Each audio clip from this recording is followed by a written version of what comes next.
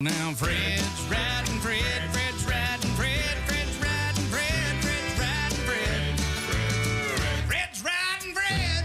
Ha! Well, he got to a town, he met a woman in a nightgown. She was wearing a brown telegram. Well, her name was, I didn't know what her name was. I got you, didn't I, boys? Listen, let's stop for a second. I didn't know what her... You guys want to try that again? I didn't know what her name was. So... It's like Haywood meets Rodney. I think I waited a little too long to come in on the end there. All right, hold on. Well, we got... Didn't know what her name was. I didn't know what her name was, so we just called her Fred. There we go. Oh, now Fred's riding Fred, Fred's riding Fred, Fred's riding Fred, Fred's riding Fred, Fred's riding Fred. That song was written under the influence of alcohol and a few other things I can't tell you about on the radio. Had you been drinking alcohol at the time of hearing the Fred song, you'd be, well, I should say by saying that alcohol has a tendency to make you think things are actually funnier than what they really are. Had you been drinking alcohol at the time of hearing this Fred song, you'd be laying on the floor right now laughing your ass off. Saying the same thing I'm saying. Why the hell's he singing the Fred song? Fred. Do the Freddy. Oh, it's a classic. Do you like people named Fred? What's your problem? Fred Blitnikoff. How does that make you feel better? Famous Freds, go. Will you stop it? Do the Freddy. Hi, everybody. It's the Bob and Tom Show. That's Christy Lee. Hi. Oh. There's Pat Godwin. Hello, Chick McGee. There's Josh Arnold. Chick. Ace Cosby's here. Hey, everybody. Him and his big butt. There's Willie Griswold. Hey, man. I'm Chick McGee with a rather small butt. And here's Tom Griswold. Well, thank you very much. That was a little bit of Rodney Carrington, one of the classics with the Bob and Tom Band and Orchestra. The fabulous live version of Fred. Famous Freds, Christy? You know any famous Freds? Freds. Fred Flintstone comes to mind. Sure. Yeah. What about Fred Garvin? Male prostitute. Freddie Durst. Fred Durst. Freddie Mercury. Freddie Mercury. Fred Armisen. I like that Oh, guy. that's Fred a good Armisen. guy. Fred Astaire. Fred Astaire. He could dance. Fred Willard. Wasn't he the weather guy? That's who I was trying to think of. Fred Willard. Right? Wasn't he the guy that did the Happy 100th birthday? That was Willard Scott. Willard Scott. Oh, sorry. Is it Oh, Fred Fred Willard Willard? is the was guy. the- He's He the was on. he's the comedian. Terrifically funny, yeah. Yeah. Fred Willard is the guy from Playing with himself. Waiting for Guffman? yeah, Waiting for Guffman, and he was All in those, yeah. Willard and Greco. Yeah. Then he had an unfortunate incident at a Movie theater. movie theater. One would think in the digital age you could Take it home. Hey, you like what you like. Do your thing, Fred. Oh, here you go. Ready? The company sent me, Fred Garvin, male prostitute. one of the greatest bits ever. Dan Aykroyd Had the SNL. hat on for no. Yeah, and he would look right at the camera. Fred Garvin. That is so funny. Anyways, the Fred song. You're welcome. Fred Gwynn, the great Fred Gwynn. Oh God, Herman Munster. Yeah. Among Fred the- de Cordova. Yeah. The producer of The Tonight Show, Fred McMurray. Other than Fred Durst, anybody in this century? Not many. Freddie Krueger. Yeah, who's the comedian? Fred. Clement? No, oh gosh, it'll come to me. Sorry. He was in. D. Prinze Jr. Freddie Prinze. Oh, I like Fred. I liked Freddie Prinze Jr. So. Not my job. Fred Ward. Sure. One of the. Remo Williams. Yeah, well, I was going to go with one of the astronauts. Boy, they Who's had Fred Ward. Fred Ward. They He's in had Tremors and. He was one of the astronauts in. right stuff. The right They stuff. had a big hope. He was Gus Grissom. Right? They had big hopes for Remo Williams. They sure did. The adventure begins. Nope, turns out it's over. One adventure, huh? That Yep, was it. That was it. Remember Joel Grey was the wise... Yes. You know, you don't see that movie a lot these days. No, I wonder. And didn't he get Remo comes from the bottom of a bedpan or something? Isn't our bedpans made of Remo, Kansas? I think for the purposes of the movie, or they're trying to be cute or something. I don't know. Yeah, that fabulously flopped. You love movies that flop. What was the huge one they tried to do? John something? Remember? Carter from Mars, yeah. Yeah.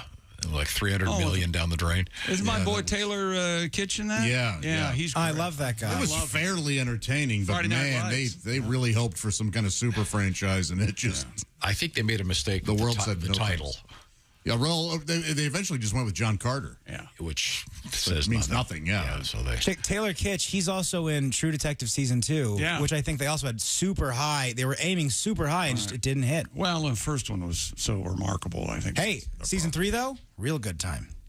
Season 3 wasn't bad, with what's-his-face. Wait a minute, Fred Rogers. Well, almost forgot one of the big ones. Oh, my God. Yeah. What's the matter, Christy? You're not going to play Freddie? No, I'm already bored and we're 6 minutes in. What have you got? It's a long show. Classy Freddie Blassie, remember him, Kristen? No, who's that? You pencil neck geek. That was one of his Famous catchphrases. He had a song called Pencil Neck Geek, didn't he? Didn't I he don't have a song? remember him. Remember the wrestling album? Remember that Yes. one? Oh, yeah. It had the Junkyard Dog and Grab Them Cakes. That's right. So sorry. Well, let's move forward here. No, I'm listening to the Frampton book, and he mentions Freddie and the Dreamers. Does he really? He loved Freddie and the Dreamers. Yeah. Oh, boy. I'm telling you now. Nail it. Well, the best, I mean, the song Do the Freddie, of course, where they invented their own dance. Certainly a classic. If you invent a dance and no one dances it, is it still an invention of a dance? But it was a hit. It was a hit song. Was it? It was part of the British invasion. Coming up, speaking of things British, we have a amazing story of another elderly person. What is that called? The bucket list. On the bucket list. Yep. Before Do you have a bucket list? Kick the bucket. I do not. Maybe I should start one. Yeah. Do you don't have anywhere you've really wanted to travel to or anywhere? I guess I should see the Grand Canyon, shouldn't I? You haven't seen the Grand Canyon? You never looked out of the airplane window on your way somewhere? I don't know if that's seeing the Grand Canyon. Sure but it is. Yeah, you should see it. Is it? Without the smell of a burro, kinda ass scary. right there in your face. It is kind of scary, isn't it? Do you want a road trip the whole way there, or you want to fly like an hour away? I think I want a road trip there. The whole way? Yeah, and have adventures you could roadside. Route 66 Yeah, you do want to do that. Yeah, get in trouble. I've done it. It's great. Go to a pawn shop, have car trouble. Yeah. Yeah. How much you got? Well, how much is it going to cost to fix it? And I said, how much you got? How much you got? I Last think it'd time, be fun. You're going to drive to the Grand Canyon. I think it'd be fun. Yeah. Not have an itinerary, just stop along the way wherever you It's feel gr- like it's it. awesome. road trips. Last year, around this time, me and Josh went up to upstate New York to Utica for a great show, and we discovered new snacks along the way. I had a Reese's with potato chips inside. A Reese cup. Yeah, no, I almost kicked him out of the car for saying that. But it was, Now, this actually ties into two things. One, the discussion yesterday about s'mores.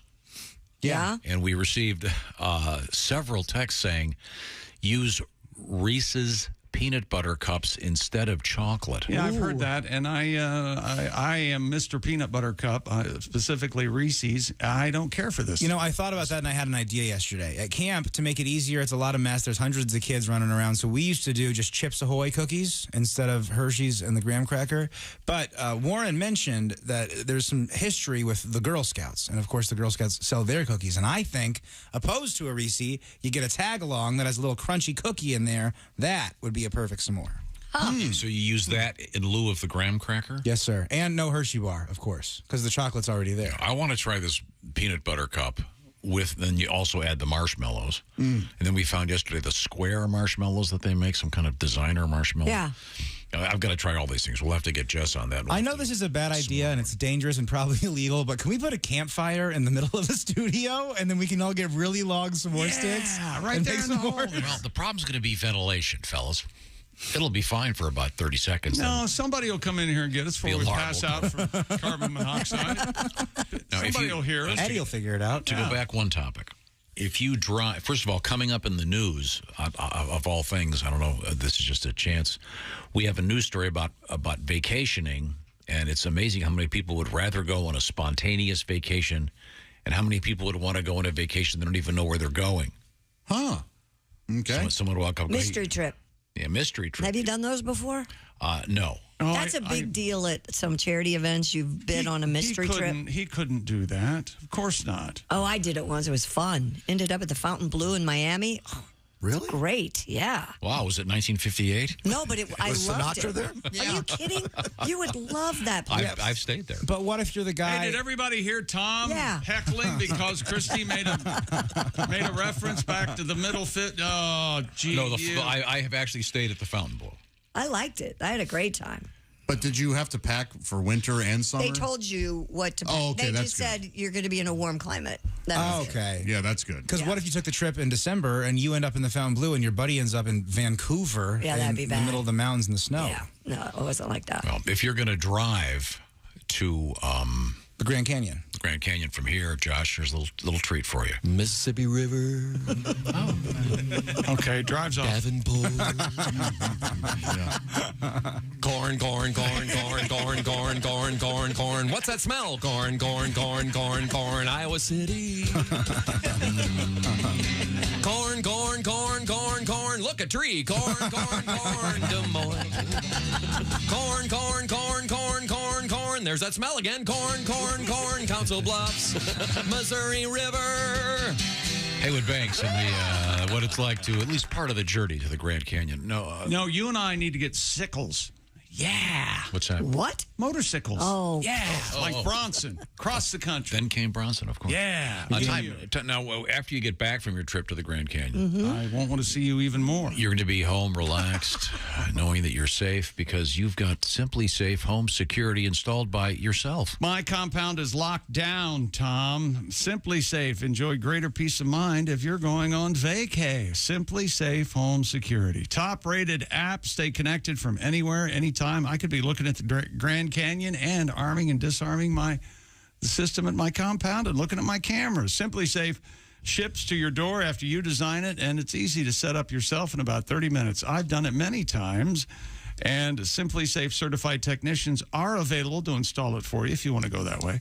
And they also have financing through a firm. Secure your home today and just pay installments over time that fit your budget. You can customize the perfect system for your home in just a few minutes. Go to simplysafetom.com. Go today and claim a free indoor security camera plus 20% off your order with interactive monitoring. That's simplysafetom.com. And remember, while you're running around the country on a road trip with Tom on motorcycles, when you get ready to return to your compound, there's no safe like Simply Safe. Thank you very much. Coming up in sports. Coming up in sports, we got the NBA playoffs, we got the NHL playoffs. The St. Louis Cardinals yesterday were, well, there's no other word for it, gluttonous. It was embarrassing what they've done to not only Major League Baseball, but what about the young kids coming up to see this kind of run production? Good Lord.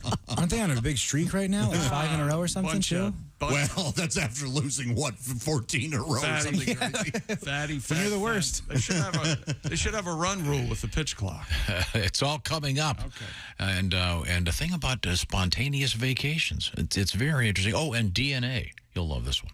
This is the Bob and Tom Show. This is Bob and Tom 24/7. Comedy, guess, Bob and Tom.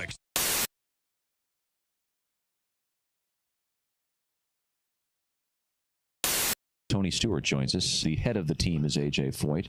You used to work for A.J.?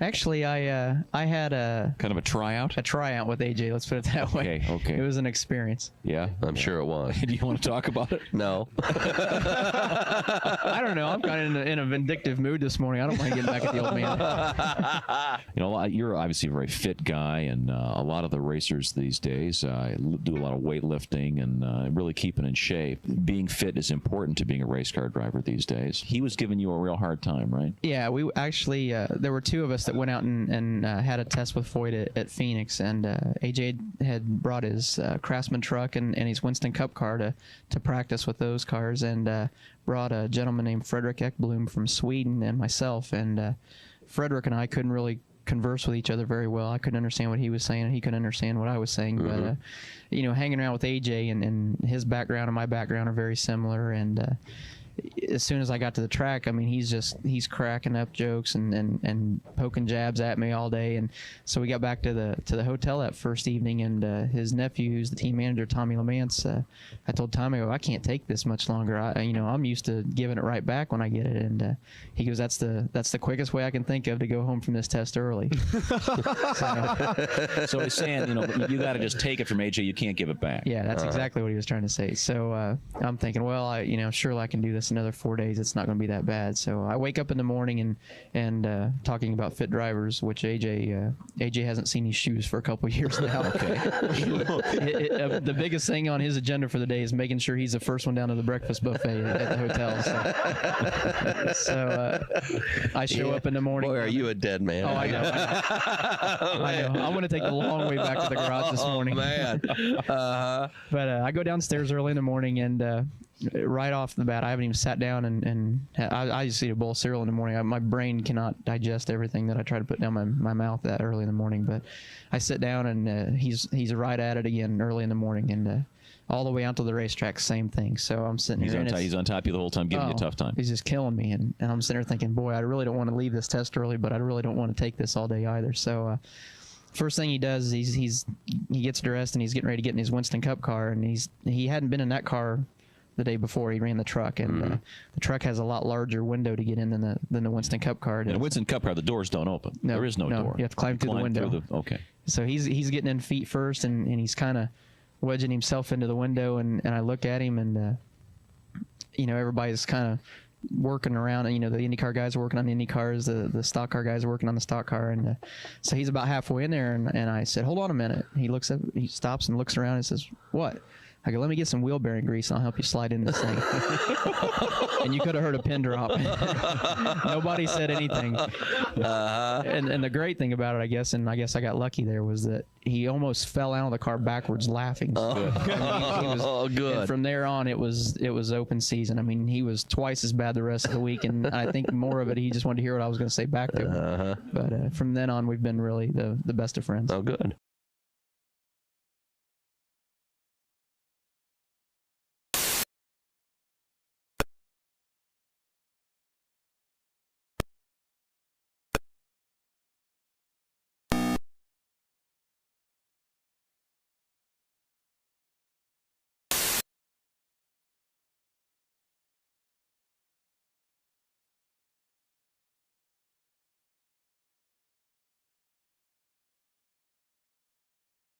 Sorry, they don't have horns. I got places to go.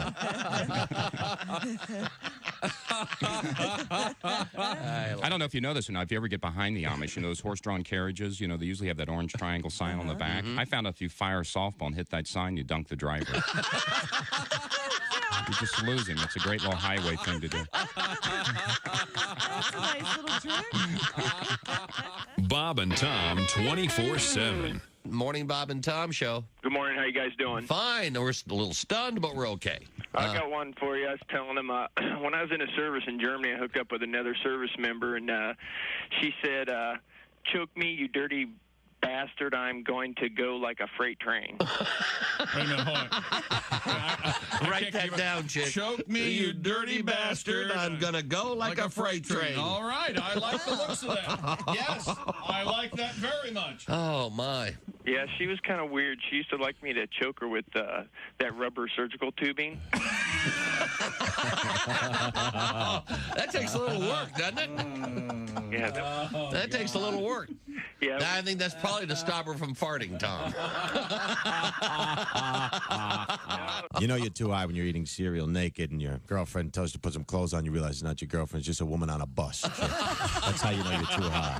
Why do you have to get drunk to be an ass? Why do you have to get tight before you get loose? Why do you need a double before you get into trouble? Can't you get into trouble without an excuse? You want to get up and get out and get free and get crazy. But why do you have to start by getting stoned? 'Cause Pat, you don't have to get drunk to be an ass. You can be an ass on your own. Hi, this is Kostaki Economopoulos, and you are listening. Hey, Hey, welcome back to the Bob and Tom Show at the news desk. It's Christy Lee. Hey. There's Pat Godwin in the performance room. Hello. 0 songs so far out of Godwin. 20 minutes. Nice one from Haywood. That was good. Oh. I thought that was Pat. Oh, maybe not. Wait a minute. There's Josh Arnold. Chick. Snuck up on me in the hallway. Or I was walking behind you. Yeah, you're trying to jack me with some nickels. I can feel it. There's Ace Cosby. Howdy. There's Willie Griswold. Good morning. I'm Chick McGee, and here's Tom Griswold. Thank you very much. And don't forget our special guest today. The company sent me, Brett Garvin, male prostitute. Oh, what a classic. Dan Aykroyd from Saturday Night Live. Coming up, comedian DJ Dangler will be joining us. I always look forward to seeing DJ. That'll be fun. We have an interesting week. We've got some special guests coming up. Mike Birbiglia will be in the studio with us coming up on Thursday. Of course, tomorrow it'll be Allie Breen with Sexy Time. But right now... Well, we have to take care of something from yesterday. Oh, my gosh, we never got to it, did we? Get to things we learned on the show yesterday at the end of the show because of... I don't want to point any fingers, but you, Tom, it's your fault, okay? You got a little windy there at the end of it. Exciting. Yesterday, we started the show off with Josh taking a hooker to the prom. Willie Griswold could win $4,000 if the Miami Heat win the NBA Finals. Jimmy Buckets, baby. I gave him a call yesterday. He's feeling healthy. He's feeling good. He's stretching out. He's doing yoga, and I'm happy for him. Jimmy playoff. Don't touch Jimmy. Jimmy's hurt. Jimmy's going to get hurt. Everybody, we wished everybody a happy Mother's Day. Tom announced that he goes full devil when he's near anybody gambling in front of him. He either tells them to gamble more, This is your. I never said that. I never said a word like that. You've never been behind someone going, "Oh, you got to bet it all. You got to bet it all." It's not your money. You don't care. And then when they lose, you haven't said, "Oh, you should have just walked away. You should have just walked away." That's not true. Red Heap's kid. He's got to go black sometimes. Come on, you got to switch it up. Josh is a fan of the custodial vacuum cleaner, if you will. Very much so, yeah. Give me one of those old school. The heavy duty. Big. Yeah, janitor's friend. How do you get that up and down the stairs? Isn't it really heavy? Yeah, it's heavy, but it's worth it. Okay. Yeah. The big heavy metal. Oh, yeah. Yeah. Did you go to a special store to buy this? I did. I went to a vacuum specialist, yeah. Nice. Mm-hmm. You know, I was in my 30s, and I didn't know that vacuum had 2 U's in it. Oh, really? Had no idea. Is there 2 C's in vacuum, too? No, just one. So you'd been spelling vacum for a long time. Want to buy vacum? Savannah, I tell you what, vacum is all over the bed sheets. Oh, honey, where's the vacum? Honey, With the black light. We got really excited about this yesterday. It helped Pat Godwin's presentation quite a lot. I needed to laugh. Having the foxes laughing. Let's see. Josh elbow deep in dirt in his yard over the weekend. Oh, yeah. Yeah. You planted some things. stuff? Mm-hmm. He's a man of the land, Tom. Mm-hmm. He likes to. Earthy. Do you go shoes off? Do you do the grounding thing that we've talked about? It's supposed to be healthy for you? Right. No, because I have a fear of hookworms. Glass. One could say that seems like an unreasonable fear. Yeah. Well, that's how you get those. Okay. When animals... Very specific. Yes. Animals scat in the yard and you accidentally step in some barefoot, you could get hookworm. Really? Yeah. Burrow up in you, yeah. So what do you wear? Nice pair of Crocs? Those are easy to spray off? There's no such thing as a nice pair. I've got they're great gardening shoes. Moen Skechers. Okay. And so I use those, yeah. Mm-hmm. Remember the shoes that I had and people were actually writing in and they were like, Chick, you got to help Josh with his shoe game. Yeah, all the Skechers. Yeah, that's what I mow with. Do they look kind of like this? I'm wearing what I view as like the classic dad on a walk, classic dad doing yard work. You'll find, maybe somebody will find this interesting. I believe that right there, that shoe you're holding up, that Nike model, is the largest selling Nike shoe in the history of the world. Yes. Really? Gotcha. Right there. The Air Monarch. It looks like this. I mean, this is classic. This is the only one of these shoes that isn't covered in grass stains from mowing the lawn. Dad shoes are in right now too. I know. Dad shoes, dad jeans. Yeah. Oh yeah. Oh. But no, mine are all black and Aren't New Balance dad shoes? Yeah, the white New Balance. Yeah. I want a farm, but nothing working on it. Just me sitting on the porch. So you want to survey the land. You don't want to actually sit do there all the difficult work that farmers do. With some iced tea Certainly. A fine rocking chair. Possibly some vodka for the iced tea. Ooh, it's close today.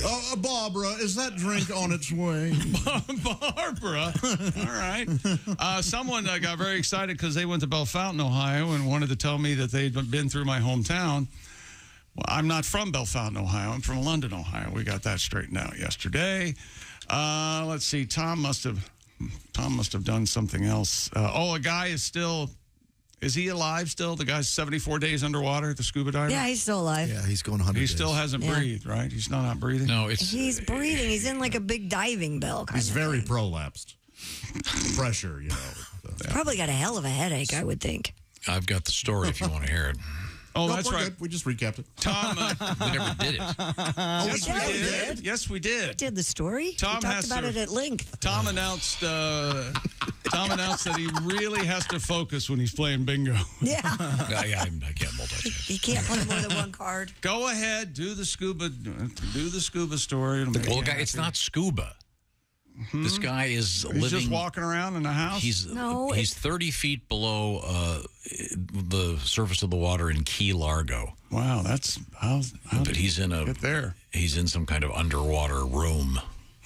So essentially, it's like living in Seattle. Basically, it's just gloomy and moist, wet.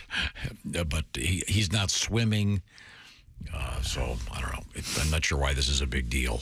What the? You just wanted to redo the story. No, I'm saying it's so boring. It's so boring. I don't know why you're bringing it up again. Because it's something we did yesterday. Josh was so close to dropping the big one. That's what you're doing to Josh. He's a professional guy. Look what you've done to him. I mean, any submarine guy's been underwater longer than this guy. 30 feet down? No, a submarine, they're way down. Yeah, but that's... Those are pressurized, They're too. pressurized. Yeah, This isn't pressurized. Well, so what? Okay. That's kind of what we tried to tell you yesterday. Yeah. That's why I said it was so boring yesterday. Now it's worse today. Oh, my God. Hey, my house is 30 feet underwater. Great. You think the There submarine... is definitely a pressure issue. Go ahead. Is the submarine a good hang? I don't think I'm equipped enough mentally to be on one of those. But yeah, God, playing cards at night with the fellas, I bet you that's a pretty good time. No, you gotta. I would imagine you have to do something. It takes a certain mental state to be able to do. I couldn't. No way. Starters, I think there's a lot of sweating. It's a lot of the same air, I think. According to Das Boot, yeah.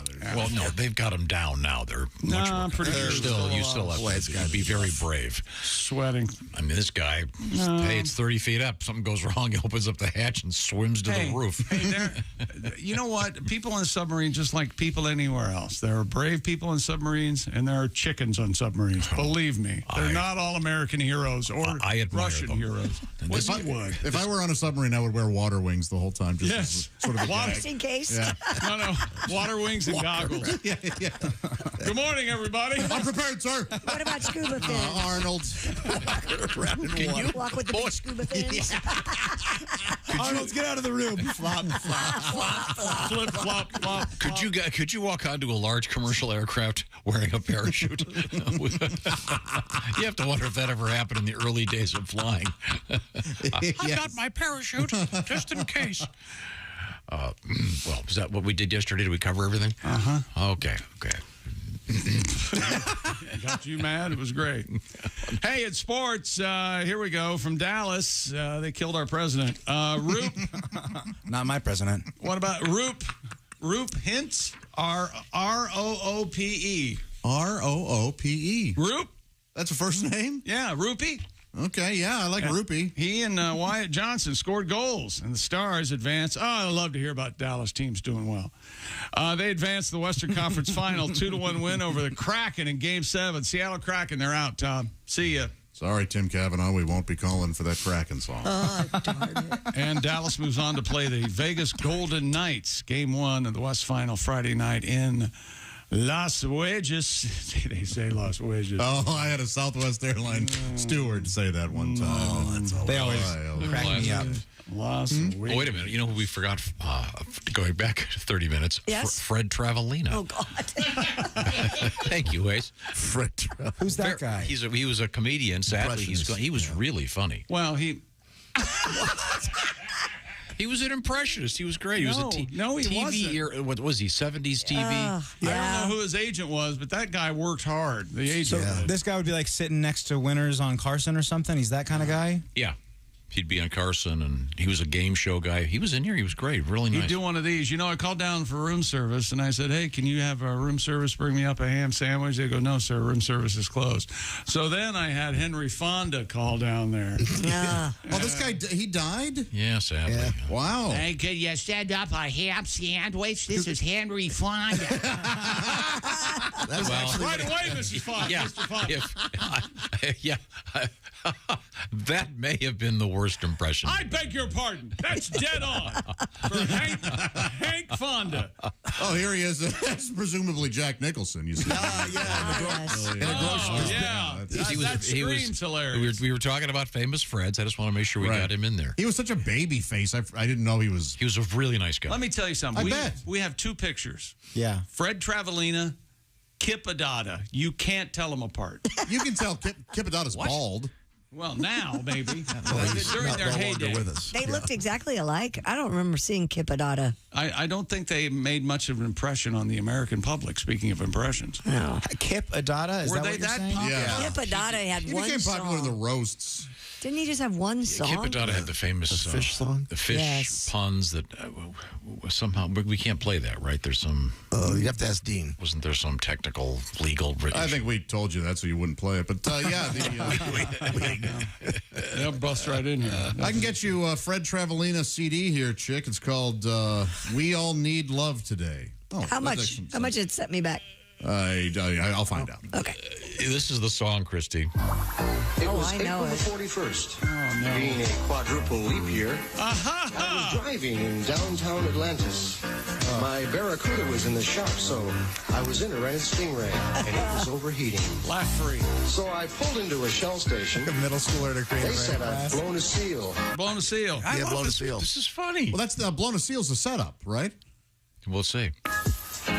I said, fix the damn thing and leave my private life out of it, okay? Is it implying deflating of a seal? You see, it was quite clever. That's Kip Adada. I want to hear a little bit more. Sure, you know. No. While they were doing that, I walked over to a place called the Oyster Bar, a real dive. But I knew the owner. He used to play for the Dolphins. I said, hi, Gil. You have to yell. He's hard of hearing. Many fish ponds. Had enough.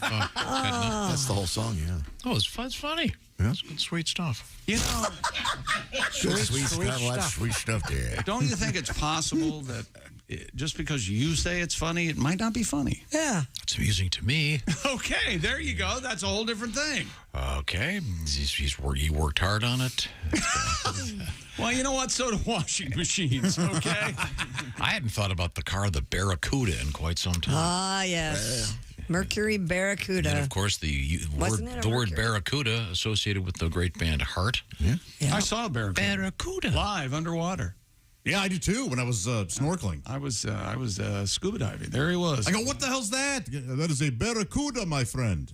Oh, jeez, scared me. Who told you that? The scuba instructor. How you could talk to the guy? When we went up above the surface. Oh, yeah. okay. Was that his accent? Yeah. I go, what the hell was that? That accent is almost as bad as Chick's Henry Fonda. That's exactly that is a Barracuda, my friend. Hi, this is Henry Fonda. Can you bring me up a ham sandwich?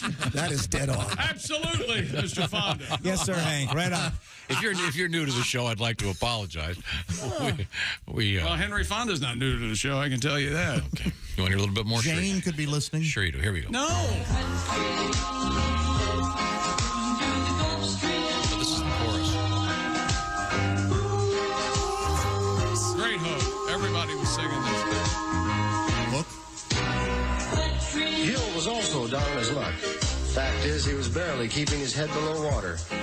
I bellied up to the sandbar. He poured me the usual. Rusty snail, hold a grunion, shaken, not stirred. Okay, I give up. What is the chorus? Jet Stream? What are they singing? Wet Dream. Wet Dream. Yeah, it's called Wet Dream, yeah. Oh. Having a wet dream or something. Okay. I'm sorry. Back to the sports A news. nocturnal emission. Where were we? Are we still doing hockey? In the water. Damp sheets. What the hell's wrong with you now? The We pitch didn't clock. like wet dreams. The pitch clock. Here's my impression of Tom this morning. It's a very long show. Hurry up, will you? Yeah, are we about done here? Let's go. Getting mad at the thing that he started playing. Yeah. What the hell's going on? Come on, let's play this scuba thing. Let's play this scuba thing. That's enough of that. I forgot that it opens pretty strong and then kind of weak. You thought Barracuda in the shop was pretty strong? Oh, I know. It just reminded me of what a cool car. A friend of mine had one of those. What a cool car. Yeah, they are cool. You would hear that song a lot on the radio or in He did our radio show. We played the heck out of it. Yeah. Did you really? Yeah. I'm sorry. Yeah, A nice Barracuda now set you back about 90 grand. Classic. That is a Barracuda, my friend. Buddy, you keep doing it. I mean, you could have gone snorkeling in India. You could have gone in the Caribbean. It could have been. No, you know who was there, though? Henry Fonda. He was. He was snorkeling with Josh Arnold. And I said, hey, this ain't no golden pond, is it, Henry? You old poop. He loved it. You're my knight in shining armor. You don't have another spot for me and my buddy Josh? Henry, Catherine's here. Yeah. You're my knight in shining armor. Hey, Kate, how are you? Ladies and gentlemen, are you lost? Who the hell is that? I didn't. Hey, that's Catherine Hepburn. Oh, I think Willie nailed it. Josh was scuba diving, apparently in India. Hey, I don't know what background that man had. I know he wasn't one of us. You know what I mean? What? That's the part you can't say. Oh, you're not what? I was just trying to explain that he was a different. He's a different. I don't know who you are, but you're different. See, you can see how that could be misconstrued as insensitive. Yes. Oh. Yeah, pass me the sugar. No, the separate. No, the equal. No. That guy was awesome. He knew everything, man. Man, we had a great time. We did, Henry. Yeah. Man. God, I was afraid who that is, who that sounds like. It's kind of like Carol Jamie Channing. Farr, kind of. Wait a minute. Yeah, it does. Carol Channing. It does sound like Carol Channing. Jamie Farr. I get that all the time. Hey, is this Carol Channing? God. No, it's Henry Fonda. It's Henry Fonda. Well, it's time for us to move on. You want to give me the sports teaser? I guess. John Morant's still in trouble, and he's not helping himself, kids. We've got Fozzie Bear in baseball. We got the pitch clock. We'll talk about it. And the gluttonous, just, there are no gentlemen on the St. Louis Cardinals. It's obvious. We'll talk. The greed, huh? Oh, one run after another. Got a world record coming up, we'll see about that. more delights. I'm very excited about today.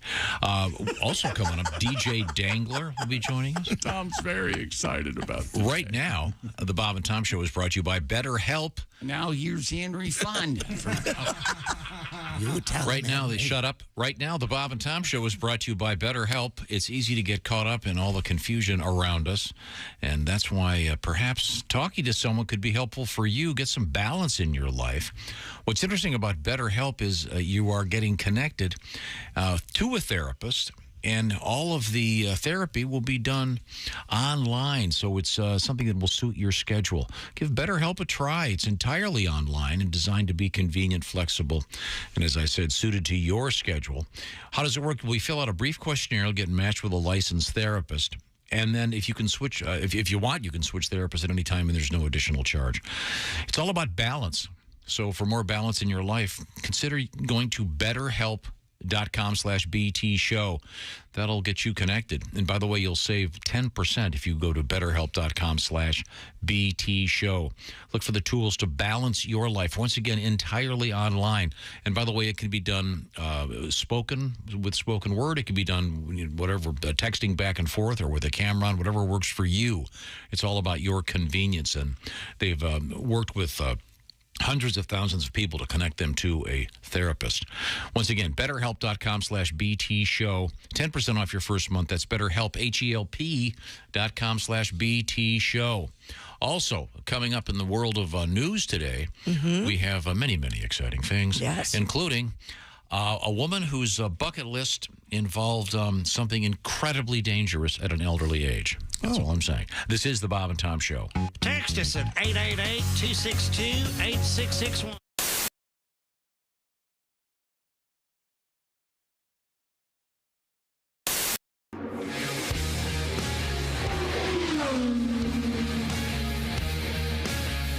Home Again, Indiana. And, you know, Jim Nabors sang that forever and was beloved and did such a fabulous job. And that was a last-minute deal like it. I think in 1972 or 77 was the first year. And he was just there as a celebrity guest.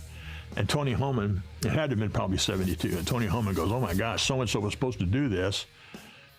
Jim, will you do it?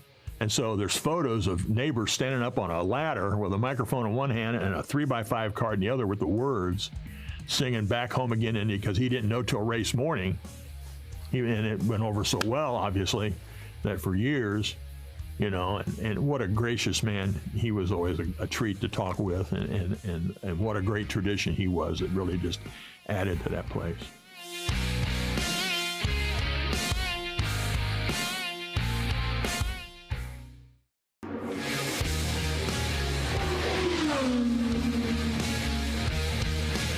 Obviously, Floyd's a legend. I mean, he was a rookie in 1957 or 58. 58, I think.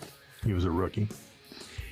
Four-time winner, unbelievable fan. So I'm doing The King, and we're in Tony Bettenhausen Jr.'s garage doing Dick's Picks.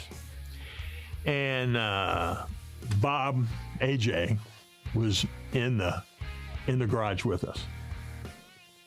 So we start doing a pair of kings because AJ was the king, and then the king, Elvis the king. So we're doing a pair of kings. And I go, AJ, I go, let's take our shirts off and have a belly button contest right here in the garage. I said, then we'll lay on the floor and see whose belly button can hold the most gravy. Oh, thank you very much. I said, I want to help you, AJ, on race day. I'm going to be on your pit crew. When you come in, I'm just going to put my belly and flop it on the rear wing. Front end will come in the air. They'll change them tires. Off we go. And so we're doing all this, and people are dying. Well, then I talked to a crew member later, and AJ had the Bob and Tom show on in the garage. About halfway to that, he just looked up and he goes, shut that shit off.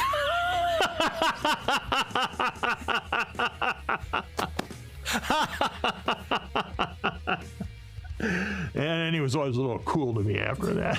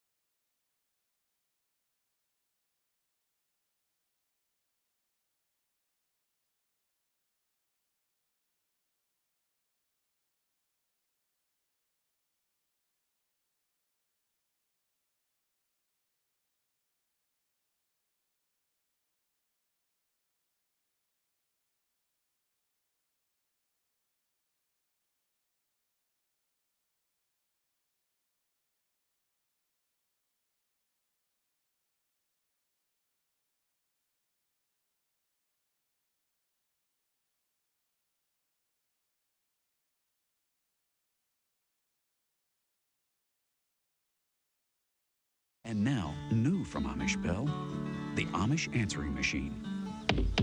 Hello, Graber. Are you there? Hello, this is Graber. I cannot come to the door right now. I'm picking out my wardrobe for tomorrow. Please leave a message when I yell the word beep. Beep! Graber, this is Carl. Listen, I have front row seats to a barn raising. Please get back to me. Goodbye. The Amish Bell answering machine. Batteries, tape, electricity not included. Graber, listen, I know you're in there. Pick up. I said beep. All right. Get back to me. Goodbye. Amish Bell, leading you into the 19th century. I said beep. I said beep. Hey, don't say we didn't warn you. There's laughter ahead. You guys want to grab lunch? We can't go anymore. Holy That's cow. a good day's work, everybody. This is Bob and Tom 24/7. And Jesus said, take this bread and eat it. It is my body. And the disciples said, Jesus, we're all on low-carb diet. We appreciate you dying for our sins, but we're all trying to slim down a little bit. We want to look good in the painting. Comedian Bobcat Goldthwait is here with us. I like goofy movies. I didn't see Phantom Menace or the Attack of the Clones because I'm 40 years old and I've been so Star Wars, the Lord of the Rings, none of that stuff really. But like a jerk, I went to the Star Wars re-release. Have any of you nerds ever seen a Could you pick a out of a police lineup? If I had a and a donut and a mop, could you tell me the difference between these things? Because the day you actually see one, you're going to throw that stormtrooper cookie jar right out the window. You're going to go, what was I thinking about? I go, I don't know. We've been trying to tell you about it for years. Scott, I understand that you are a history buff. Is that it? Friars Club roast of George Washington. I think the jokes would be great. I think some will be. George Washington's a great man, but what's with the outfit? Knee-high boots, a silky blouse? Are you the father of this country or the fairy godmother?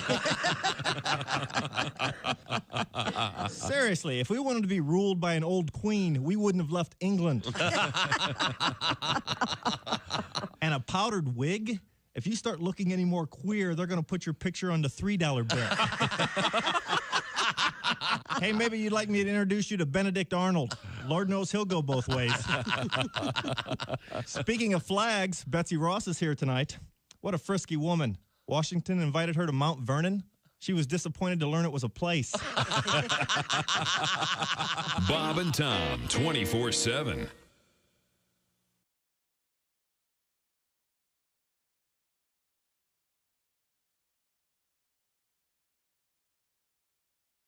So, details coming up. Welcome back to the Bob and Tom Show. Christy Lee at the news desk. Hi. And there's Pat Godwin in the performance room. Hello, Chick. Hey, there's Josh Arnold. Chick. There's Ace Cosby. Hey. There's Willie Griswold. Morning, man. I'm Chick McGee. And here's Tom Griswold. Hello, Tom. Thank you very much. We were working on a new show. A show that would be for the world of what they used to call light rock.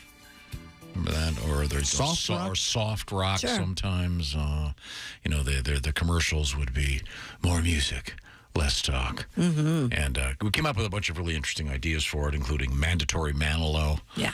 The morning show would be light and lame in the morning. I think Christy had the idea. I'm not sure who it was. Had to get the bread out. Godwin. Okay, Yeah. very good. Thank you, Pat. But I was trying to think of if maybe we can get some help here. For the Wimpy rock show.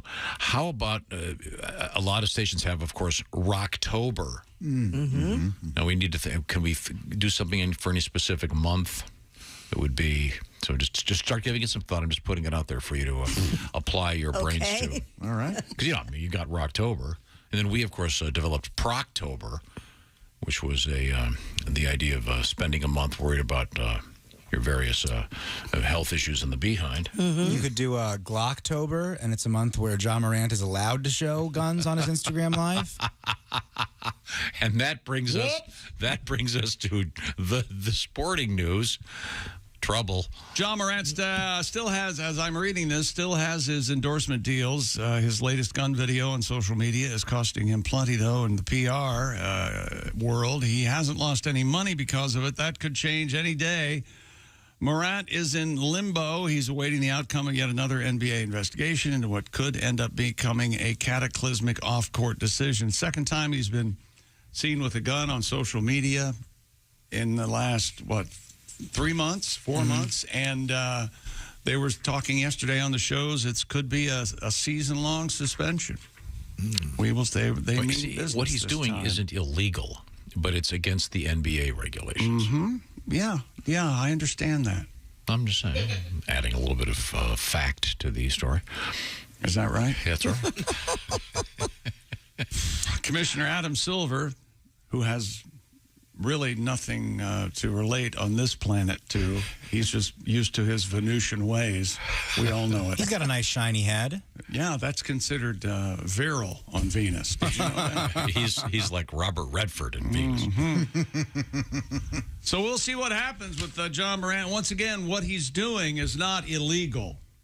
Yeah. Well, if he has a permit for the gun, Yeah. depending on what state he's in. I Right. think you might have misspoke.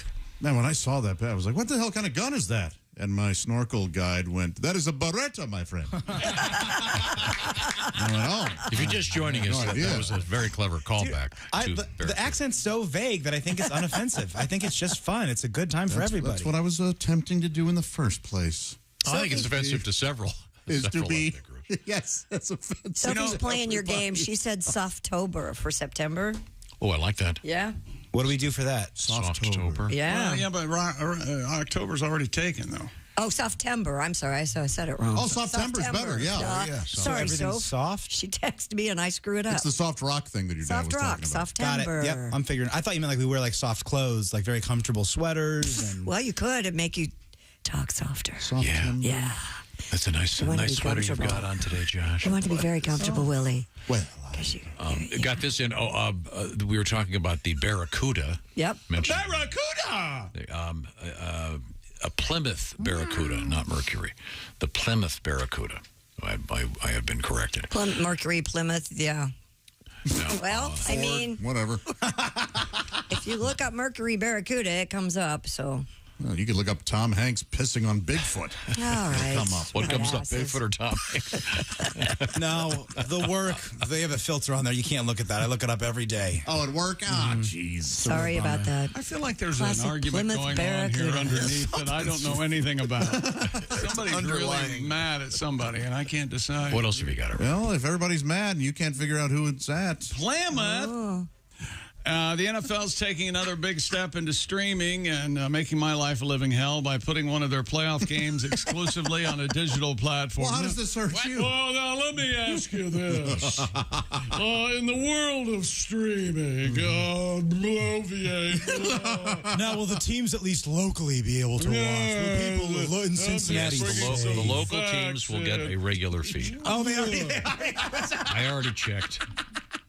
The league and NBC Universal announced that the Saturday night game on Wild Card Weekend will be on Peacock. It'll be preceded by a late afternoon game on NBC, and Peacock will kick off. Peacock will kick off at 4:30. The Peacock game will also be broadcast on NBC stations. Now, in that's the market. streaming. Let's see what it starts with P. Mm-hmm. What is the second part of that? Cock! Are you happy now? Peacock! Peahen and the Peacock. Is that right? Yeah. More sports coming up, including Fozzie Bear in baseball. Fozzie Bear. Fozzie Did he throw Bear. out the first pitch? Fozzie Bear, yes, he did. Wow. Yeah, isn't that exciting? That's We a have lot. Chef Boyardee in the news.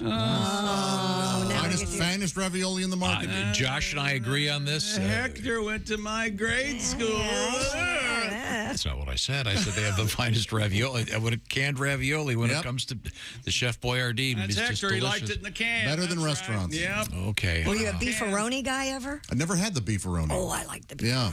For whatever reason, my family was just the Ravioli? Plus, we have the swimsuit edition from Sports Illustrated making a bold move. Oh, yeah? Do they have a so-called different on the cover?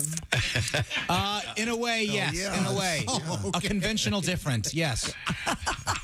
I, for one, Not a normal. offended that they're shoving her down our throats. Yeah, well, she is, whoever her publicity agent is a genius. We'll find out who we're talking look forward about to finding out. coming up. Yeah. This is the Bob and Tom Show. Thanks for listening to the Bob and Tom Show this morning. Even though we're not too much to look at, you can also watch the show on our YouTube channel.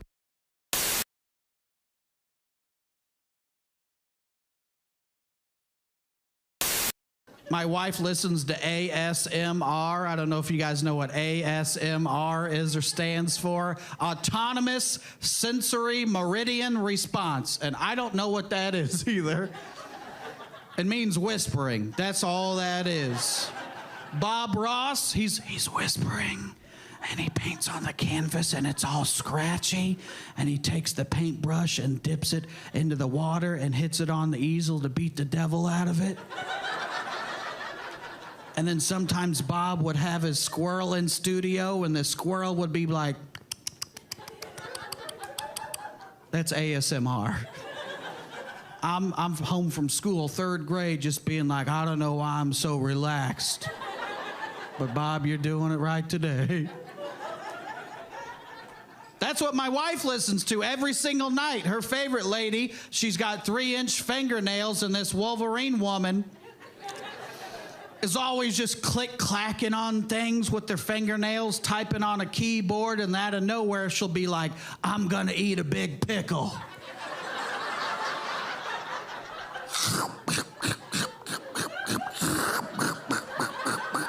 And I'm like, I'm about to fall asleep right now. Turn this off, I'm driving.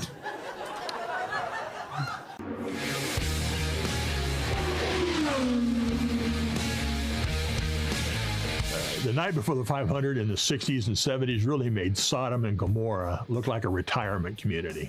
I mean, Georgetown Road, the Coke Lot, oh my gosh. The snake pit, the stories of the old snake pit.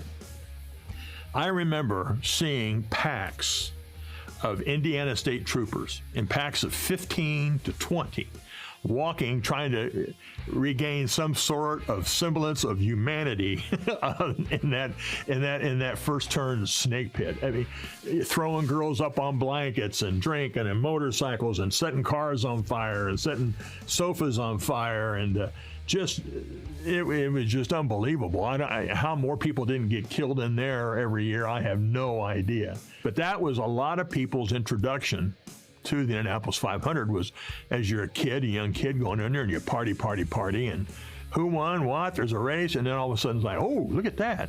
And then, next year, and then, wow, look, hey, who, what, Herdebees? Well, I better get out. So then all of a sudden you buy it. So that was your introduction. Now you're buying tickets, and then your girlfriend, now your wife, all of a sudden your kids, you're introducing them. It just grew. That's how a lot of people were introduced to it.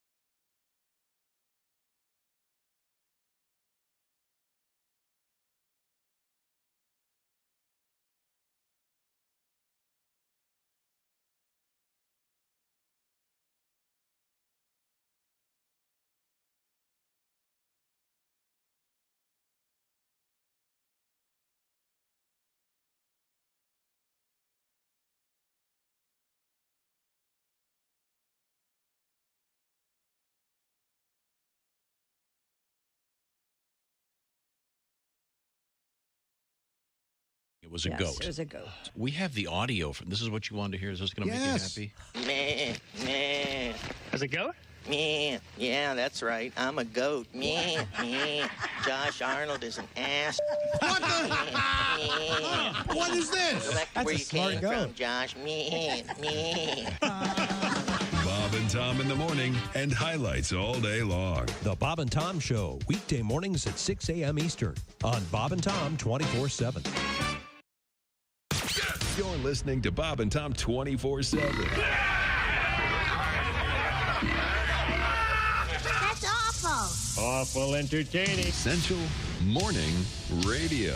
This is Bob and Tom 24/7. 24/7. The bass player's wife was in the kitchen doing dishes, and she's listening to her son play with his trains out in the living room. And she hears him out there playing, and she hears him say, all right, all you a-holes, get off the train. And the rest of you a-holes, get on the train and put your luggage under the seat. Well, she runs out there and she says, we don't talk like that in this house. Go to your room. So she leaves him in his room for 2 hours. Ooh. That's a long time. Yeah, it is. So she brings him out and he says, can I play with my trains again? And she says, well, okay, have you learned your lesson? He says, yeah, I think so. So she goes back to the kitchen and he's playing with his trains. And then she hears him say, thank you, ladies and gentlemen, for riding with us today. Hope you had a pleasant trip. And the rest of you boarding the train, hope you have a nice day with us today. And those of you pissed off about the 2-hour delay, talk to the bitch in the kitchen.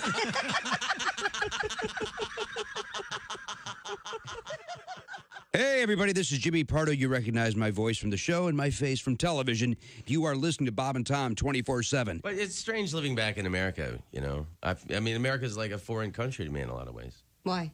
I don't know. Things are weird. I have friends that don't eat bread anymore. Everybody's on a low-carb diet. No. And Jesus said, take this bread and eat it. It is my body. And the disciples said, Jesus, we're all on low-carb diet.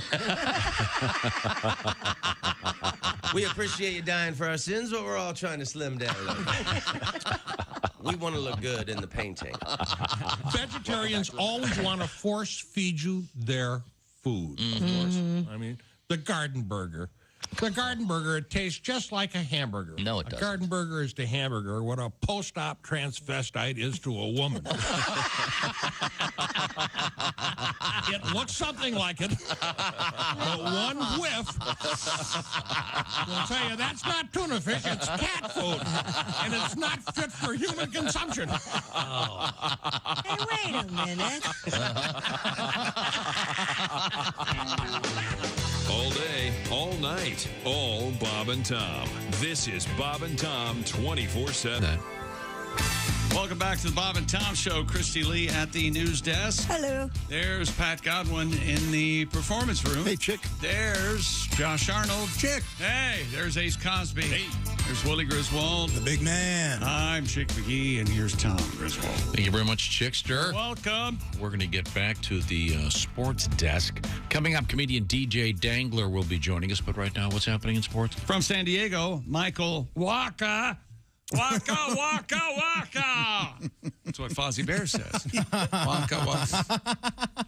Anyway, Waka, the Padres took a no-hitter into the eighth. Oh, he struck out a career-high 11, 4-0 victory against the Royals, snapped a 5-game losing streak. Michael Massey's leadoff single to right field came on Waka's 103rd pitch. And, of course, it was heartbreak. Tom, no hitter. No.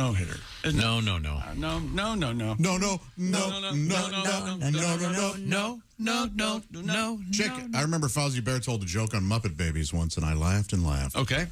He said, what do you get when you put pudding in your mom's shoes? I don't know. What do you get when you put pudding in your mom's shoes? A spanking. Oh, that's kind of rough. No, probably wouldn't do that one anymore, huh? On Muppet Babies? Why? It was simple. A spanking is, that's not. You don't think? I thought it was sexually. No. I know in your world. No. I didn't mean no. Getting off. Just child beating. Child beating. I should have known. You've never spanked one of your children. You've never had probably should have. You've never had what I assume is the thrill of beating the Oh, God. We got beat, I'll tell you that. A thrilling beating. Now, Chick, did your mom and dad have like a paddle or a? Did you have to go out into the yard and get a? What are you doing? A switch. A cutting board was my mom's choice. I was going to go the happy route. Go ahead. Elsewhere in Major League Baseball. Josh, was the cutting board ever a little bit dirty? Like, was there ever cutting board? That's thick. Yeah, it wasn't a wooden one. It was like a weird plastic kind of thing. It was a thinner plastic cutting board. Oh, they had a handle on it? One of those? It was orange, and my mom would grab that. My mom used that. Go to work. Yeah. What was that thing that had the little ball on it that you would hit the paddle and she just cut the string off? Oh, yeah. Did she leave the staple in? Yeah. Staple on the bear skin. No, she didn't. She would threaten. When we were kids, my dad would go, you guys think you have it bad. My mom used to spank us with a cookie cutter. This is a lie, of course. Right. And he'd say it would hit us and then... wow. And I asked my grandma, and she got mad at my dad. Nobody else got hit with a pool cue? Not a pool cue, man. We didn't have... We just got conventional spankings. I don't think that the new administration has that, but yeah, we got a little. Your dad put palm to ass with you. Yeah, 100%. Wow. I saw it one time out here in the parking lot. Yeah. He started yelling at you. He goes, why are you doing this to me? And then smacked you in the back of the head. That is a lie. I remember. Why are you doing this to me? I remember because you're like folded over or whatever, and I remember seeing he had like a braided belt on and staring at the braids on his belt. These are all lies. That'll get you. Why are you doing this to me? I'm going to kick your sorry ass. It was awful. I thought one time when I was little, I thought it would be I could fool my parents, and I put a book in my pants. Oh, that's a classic. Classic. Every kid magazine. Yeah. I only got spanked worse. What, can I ask what book it was? I have no idea, but it was so rectangular and didn't work at all. This is a story that has the opportunity. You could really go very pretentious. Oh, sure, yeah, it was. Well, What copy of what was in your right, yeah. Infinite Jest. First edition of the You want something long? Infinite Jest, The Odyssey, Confederacy of Dunces. It was a Mitchner. I didn't want to feel anything. I was in the 4th grade. Centennial? That's a good book. The War on Remembrance. It's hardcover. I disturbed them. It was Proust, all 4 volumes. They were upstairs. It was just the 3 of us, and I disturbed them one time downstairs. I don't know what I was doing, but I made the mistake of trying to eke out a good time in that squalor, and he came to the top of the stairs, totally naked with a belt, and said, "Come up here and get your beating." Oh my gosh! Yeah. Are you happy now? Yep, that happened. That happened. Oh boy! You did. Did you say anything like that? Will you at least put underwear on? No. Now this is taking kind of an erotic turn. First we went literary. Yeah. A little bit of Proust now we're in doing there. perv And stuff. now it's got some kind of weird homoerotic. Were you spanked, Christy, as a child? Yeah. Yes. How about as an adult? I wasn't joking about the paddle thing. You still like it now, though, right? No, I don't. That's what. No, I don't. Just a like it. We're not supposed to talk about that? No smacking. When your dad would spank you, would you then say? My dad never ever spanked us. Oh, My who did? mother did. Oh. When she did it, would you say, "Yeah, pull my hair a little too"? But that wasn't your real dad, though, right? Choke me, but not in a my scary real way. dad. Not in a scary way, people. My parents didn't divorce till I was in my teens. Lucky you. It was your What did fault. you do to make them divorce? Yeah, what'd you do? You had to do I something. don't know. I'm sure I did something. I did something because I got spanked. Yeah. Ace, were you ever spanked? Oh, you got that big ass. I got protection. And what happened to that? Is he still going to moon Godwin? I think HR called and Pat's going to sing to it. Yeah, I even wrote a song and everything. I had the stepladder. Too funny, out. they said. Too good an idea. I Too looked many at it and I potential go, hits. I better Too not much do that. cleanup. the notion was that Ace was going to do a so-called pressed ham. Which involves dropping his trousers and his underpants. In this case, Black Forest ham. No, I knew someone was going to make like a brown sugar ham or something joke. And then he'd have to get on a stool, but there's a big glass wall between Pat Godwin and then Pat would have to watch it. And sing to it. Yeah, I even serenade. I even wrote the song and everything. And I believe Christy said, song? Yeah, I wrote the song. Christy said you were going to, what is it, the full salad? What was it again? Oh, the fruit bowl. The fruit bowl. Pat, did you write part of the song or did you write a whole song? Like a one verse and a chorus. Well, How are you spelling whole, Willie? I'm sorry, you were joking. There is some concern about this because Ace, who described his own posterior, what was the phrase you used, Ace? I have a large bottom. You got a large bottom. Actually, what he said was, I've got a big ass. Yeah. That's what he said. Okay. Is it hairy? No. Okay. Smooth as a baby's bottom. Now, you know what I do? I like to puff it up and watch TV, put my head on and watch TV. Ace is famous on this show. Ace is famous in the show for the following admission, and I'll play this for you. This goes back a ways, but here it is. Eat holes from flatulence. Do I get the holes from flatulence? What? Yeah. Does that happen? You farted a hole in your underwear? Okay. See a doctor. Get your diet checks. Now, there was Ace.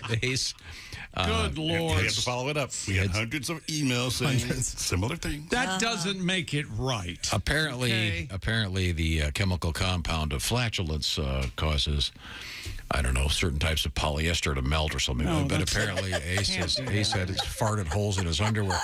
And that also was disturbing in reference to the possibility of Ace doing the pressed ham toward Mr. Godwin. Do you have a song, Pat, for us? Sure. Ace Cosby is our engineer, and he's always telling jokes. At Tommy G's insistence, there's a joke a day. In spite of protests, still Ace jests. We all shake our head at most of them, but Ace, he does his best. Ace Cosby says his boxers have been ruined by his gas. They are full of holes and shredded from his toxic flatulence. They're mutilated when he cuts one in his cheapness and his shame. I am farting, only the waistband still remains. Lie, lie, lie. Boom. That's just got to be a lie. Lie, lie, lie. Lie, lie, lie, lie, lie, lie, lie. That's to be a lie. That's such a nice song. Yeah. Hey, Mr. Q. Mr. Q, chick. Huh? Your Q. He wanted you to push the fart button, I think. Oh. Lie. See how much that adds? It really does add. This is where a quality producer would come in and go, see. Chick was so disinterested. You got to add the fart. You have no idea. Okay. Thank you, Pat. I certainly enjoyed it. Now, what's coming up in sports? The St. Louis Cardinals are just fat pricks who shouldn't be in Major League Baseball. What happened? Horrible You know I'm a people. fan of them. What? Oh, you're a fan? I'm sorry. I didn't realize that. I can't stand it. Nobody beats anybody like this. It's ridiculous. Coming up, we have a fake belly in the news. We have a felly? A fake belly. An interesting story. We have the cover of the swimsuit edition of Sports Illustrated. Oh, I bet it's hot. Yeah, it's an interesting choice. It is interesting. All right. I look forward to seeing it. Yeah, an odd choice. I believe a felon is one of the on the cover. Is that correct? Felon. A felon. Oh, the person's a felon. Yeah. Someone with a little caged heat. All right. yeah, kind of. All right. Hot. We'll find out what that's all about. Right now, I'll do a quick quiz. Chick McGee, what is your sleep number setting? 100, Tom. I like that firm mattress. That's right. That's the sleep number bed. That's the firmest it gets. Christy Lee, your sleep number setting? 45. And I asked that of you because that illustrates the difference that one can do at the touch of a button, because a 45 is a much less firm mattress, and you can adjust the firmness level of your bed by just touching a button. That's the beauty of the sleep number bed. It's such a simple idea, and it's perfectly executed by the folks at Sleep Number. Adjustable firmness available on either side, so you make the choice for comfort. Plus, Sleep Number smart beds automatically respond to your movements throughout the night to help keep you sleeping in a comfortable manner. Check out the Sleep Number bed by going to sleepnumber.com/BT show. We call it sleeping at the next level. They've developed a whole array of things that'll help you sleep, including things about temperature control, et cetera, et cetera. Find out more at sleepnumber.com/BT show. Unlock your potential with a smart bed that can perform as well as you do. Right now, a staggering 50% off the famous Sleep Number limited edition smart bed. Plus, special financing is available for a limited time, subject to credit approval. See the store for the details. Only, of course, at Sleep Number stores or sleepnumber.com/BT show. I love my Sleep Number bed. Coming up, is someone going to be getting married in space? We'll find out. This is the Bob and Tom Show. Morning laughter. Just my...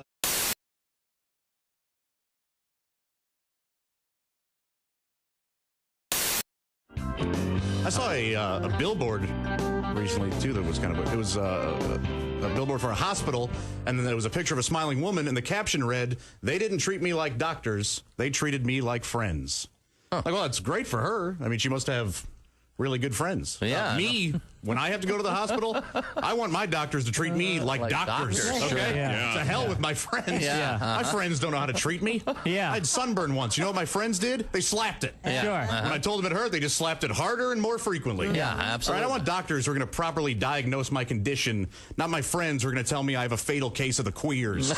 Yeah. I want doctors, all right? Yeah. Doctors who are going to bring me medicine, not beer that's been kind of peed in. Yeah. I want doctors who are going to provide me with proper treatment. What? You need new friends, pal. Yeah, really. What's this peeing in the beer routine? Doctors who are going to provide me with proper treatment, not my friends who are going to shoot me with Roman candles as I struggle to get out of a hammock.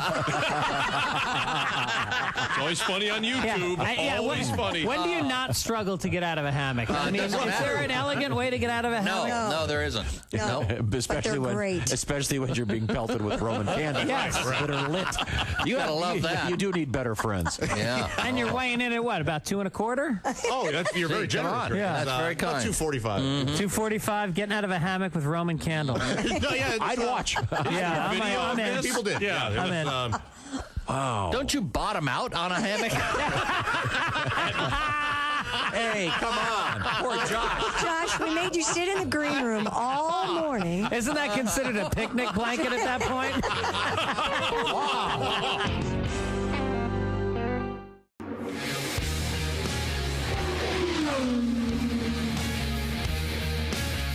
another thing that makes it so great is all the traditions and all the things that go on. 1963, Tony Holman's out at Indianapolis Raceway Park, another track on the west side of Indianapolis.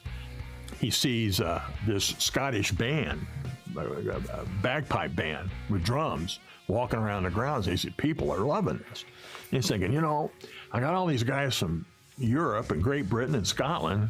How do I make them feel at home? So he invited this doctor who was heading up this bagpipes band. Why don't you come to the track? And so in 1963, 60 years ago, the Gordon Pipers performed at the Indianapolis Motor Speedway for the very first time, and they have every year since. And 4 Gordon Pipers always welcome the winner back into Victory Lane. And it's a tradition because that's congratulating the winners on keeping all 4 wheels on it for 500 miles.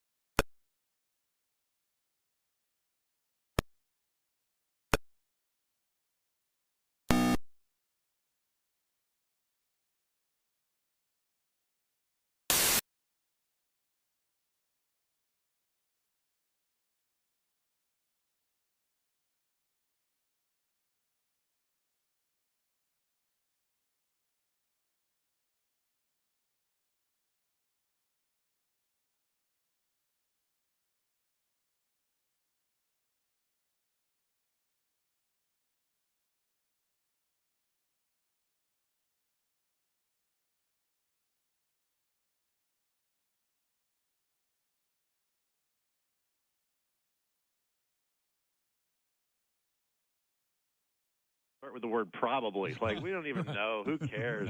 It's got to be top 100, right? Have a beer already. That is a very fine beer, though. It is a good beer. Probably the finest. But think about it. No other company could get away with that. Like, you can't have Delta. We'll probably get you there. Like, we don't know. I swear, pretty soon, teams will actually, instead of just the stadium, the team will actually be sponsored by a company. Oh, sure. I think I so. agree. Right. And so, but of course, each company would have to be careful about which team they sponsored because sometimes it could be bad combination. Gillette Knicks. I don't think that would. Yeah. No, that's a negative. The Coppertone Redskins, probably. No, probably not. Marketing. The Visa Bills. Another highlighting the negative side. MasterCard Chargers would be right. I like the Clorox White Sox. That works. That's great. Sure. But the Tampax Red Sox really doesn't. Oh, yeah. Man. Oh, yeah. I like this one. The Comcast Cable Pirates.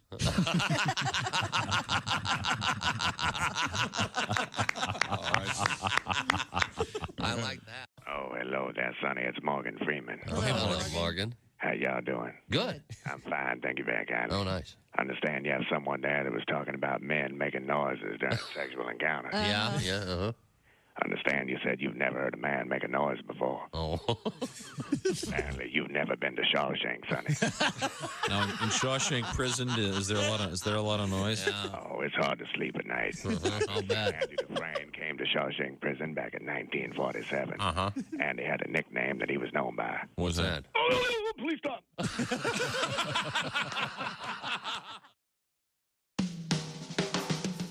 Hello. You're listening to Bob and Tom 24/7. Hey, welcome back to the Bob and Tom Show. Christy Lee at the news desk. Howdy, Chick. There's Pat Godwin in the performance room. Hello, Chick. There's Josh Arnold. Hoss.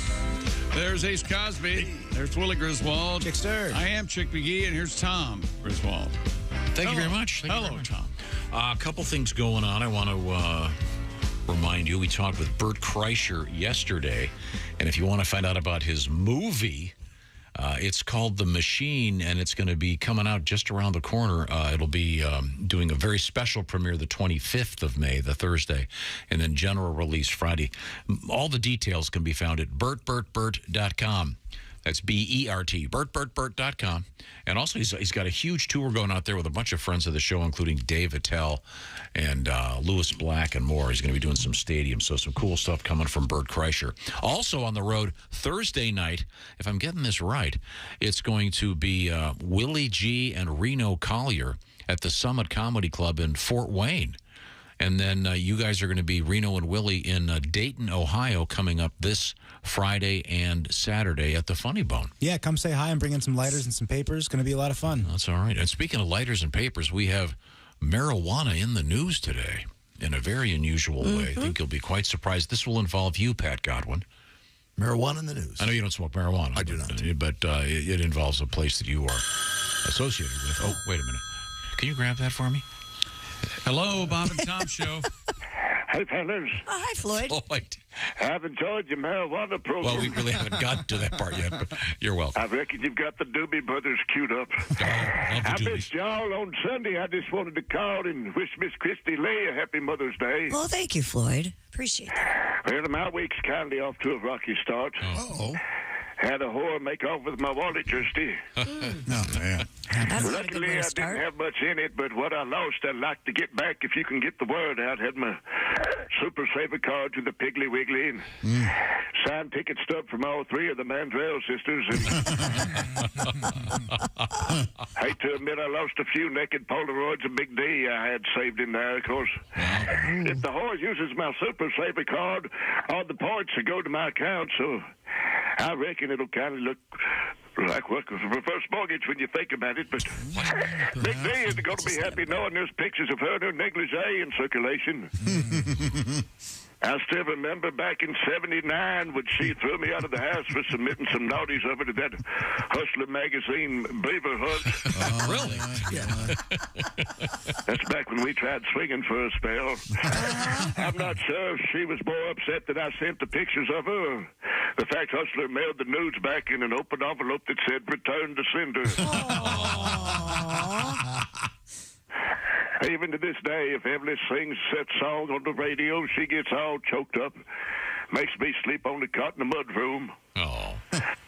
Speaking of good music, is it true Tanya Tucker is married to that Tucker Carlson? I reckon I'd retire too if I had her waiting on me in bed. Yeah. Thanks, Floyd. That's very, very helpful. Oh, boy. It's time now to return to the sports page. What do we got over there? Nolan Arenado homered in his fourth straight game, and Nolan Gorman had a career-high five RBIs to lead the Cardinals over the Brewers 18-1. Isn't that something? Wow. Yeah. Good Lord. A lot of offense there. Should have saved some of those runs for later in the season. Might come in handy. Couldn't they put in the second team so that some reserves? From broadcasting, Matt Ryan has joined CBS as an analyst, though he's not giving up on landing with another team as a quarterback, he says. The four-time Pro Bowler, 2016 NFL MVP, joined CBS to serve as a studio and game analyst across multiple platforms for the upcoming season. He also wrote on his Twitter account that this is not a retirement post. Ryan's 37, coming off a disappointing season with the Colts. I don't think it's to say that. I think it inspired a lot of people. I think a lot of people in the city got happy about that season. He spent 14 seasons with the Falcons. Now he's ready to give broadcasting a try. So you think mid-season he's going to be called from the broadcast booth? Yes, that's what I think. Yes. Pilot a team? Right in the middle of the game, they'll call up to him. Can we have Matt come down and we need you. The second half. There's a precedent for this, is there not? Coming out of the broadcast booth? No. And going back onto the field? Who's done that? I mean, not during the game. You idiot. I meant during the season. Probably. I don't know. This is one of those Disney moments that you want to have. Well, no. Why would he say this is? I'm not retiring from playing, and then I think competitive spirit. Gronk kind of did what you're alluding to. I think he was working with the broadcast team after he retired, and then got brought back for the Bucks with Tom Brady. Is that right, Chickster? Maybe. Mm-hmm. Okay, you think I he'll don't be know good? if he'd. No, I don't think so. Yes, Ace. The Bears quarterback who went to the Dolphins. Brian Greasy? No. What's Jay Cutler? Jay Cutler, yeah. Wasn't he out for like a year? I don't know. This is sports speculation. Do you think? Do you think? I mean, do they give these guys like a tryout before they give them all this money? Do they go, hey? I send them to school, Tom. Don't you know about that?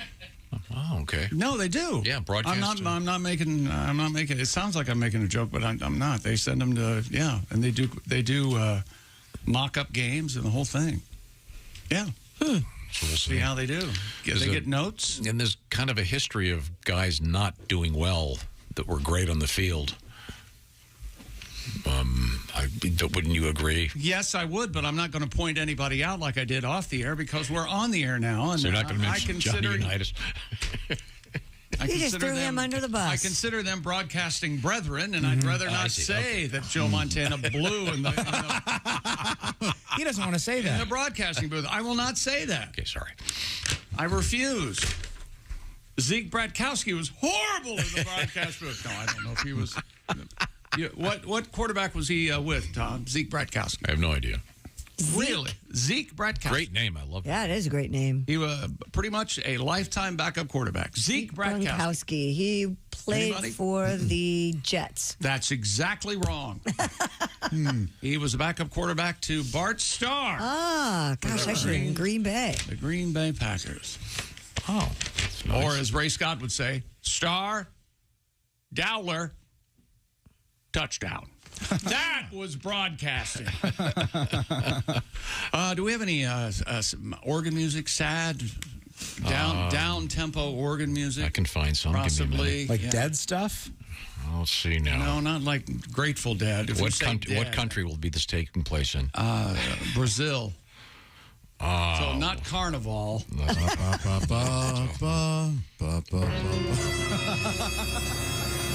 not it. They didn't steal the body. How about this? The mausoleum built in a Santos. Oh, here we go. Mausoleum. Yeah. The mausoleum built in a Santos vertical cemetery for the golden casket of Pele has been open to the public. The casket? What's a vertical cemetery? That's how they're going to start burying us from now on. Because they don't have enough space. Yeah. You're familiar with... Well, soon burying it will be illegal. Well, do they tie you down? Yeah, because you're dead. Yeah. Don't want you to run off. Because if they're vertical, they can just walk away. Not like having to climb out. No, but I mean, won't the body kind of buckle at the knees and the head? Oh, my God. You're in a casket. Oh, the body. How tight are those things? I mean, They may Hannibal Lecter you to the... You know how they do Barbie dolls? They'll just put those little wires That's on what I'm it? asking. Yeah, those giant twist ties. That's very funny, Christy. Wait, and then They don't come off. No, they're impossible. If it's vertical, if you want to like go visit your relative, can they bring it down to the bottom level? Is there like a vending machine elevator situation? So Yeah, it's like Carvana. They're not Nirvana. stacked. Yes, they are. No. What would it be called? Nirvana. Nirvana? Okay. Yeah, in my head, it's like when you see like those like doll collectors essentially, and they have the big displays of all their dolls going upwards. That's what this vertical funeral. No, instead of taking this much room, horizontally, they just you take up that much room. Ah, okay. Aren't they giving Pele a little slack since he's one of the greatest athletes of all time? And Well, he's got a golden casket. Does anybody else find that a little odd? That's a I've little got the odd. golden casket. Now let's see here, Charlie Buckets. How many candy bars did you buy, Charlie Buckets? What? Okay, 100 times. I'm going to go back to my weird house where my 4 grandparents sleep in the same bed. dying in a cot. feet to feet. Yeah, bedridden. Peace out. I'm going to go eat some cabbage Maybe soup. if those old people would get off their ass, they would be able to No eat. kidding. Job. All right, Charlie Christy told Bucket. Grandpa Joe to get a job. All right. They never explain why they're It bedridden. reeks in here. I'm running away. Yeah, and you know what? As soon as Grandpa Joe gets to go to the factory, he's up and at him. He's ready to have the best day of his life. Exactly. Oh, yeah. Lazy bastard. Yeah. so can we get back to burying Pele standing up? Oh, yeah, I got all fired up, didn't I? Santos Vertical Cemetery for the golden casket of Pele has opened to the public. Tom, we can ride our bikes down to Brazil. How did the pallbearers even get him to? I mean, you can't use your hands. Hang on a second. Hang on, everyone wait. Thank you. There it is. But so if they put him in vertically, do they like slide him? And that's got to be. Do they have I knew this whole thing would have your brain spinning. I mean, it's got to be a tricky thing getting it. There's a spring or something like a toaster. They must have a special like forklift. Josh, I know you were kidding, but I have an answer to how do you carry it. You know, like a deviled egg tray? So imagine that flipped over, and it's got 6 on either side, so they can all have their heads inside the egg tray and then walk the casket. How do they see? Boy, that is very... You realize this is a casket, right? And the people in the casket are dead. You get that part, right? I think you can, just tilt it, and then they'll be all right. Who cares if the body's jostled a bit? I don't think they have. I think people would care. They don't want, Uncle Clarence's knees buckled and his face rammed up How against would the they silk know? pillow. The camera in there. It's not. Boy, that might be the next step. I think coming up next, it's like those doorbell cameras. Yes. Oh, boy. It's called Ding Dong, You're Dead.